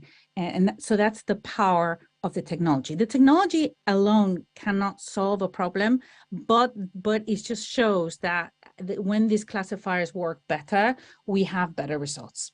So that's one, just to answer a little bit on the role of AI. When it comes to the metaverse, I think that the way in the regulation and the way in which we deal with in the internet of today will have to continue for platforms and the services of today. As we move to the metaverse, we will have to see what are the actual rules that make sense for that metaverse, because it will be different digital services, and it will not, in the same way that this is not one platform vision and realization, that it is something for many companies and society in general. We will have to see then what additional rules we have to bring there. The only thing that I don't have everything figured out, but definitely is a wonderful question that we have all to address. That is not, that is not given. But one thing I'd like you to leave you with is that we think that the metaverse, in many instances, the metaverse will look less like the 2D internet, and it will be closer to the real world. And that means that many of the rules on governance, on addressing hate speech and harmful content will have to be different, or we'll have to have additional ways of addressing them. We'll have to give more responsibility as well to developers, to creators, provide better tools for everyone so that we can deal with these issues. But it is true that it is difficult, and it's definitely going to be a challenge because of that nature of what we're all building. So I don't know if that answers your question, but it's a very interesting one where we will have to continue discussing.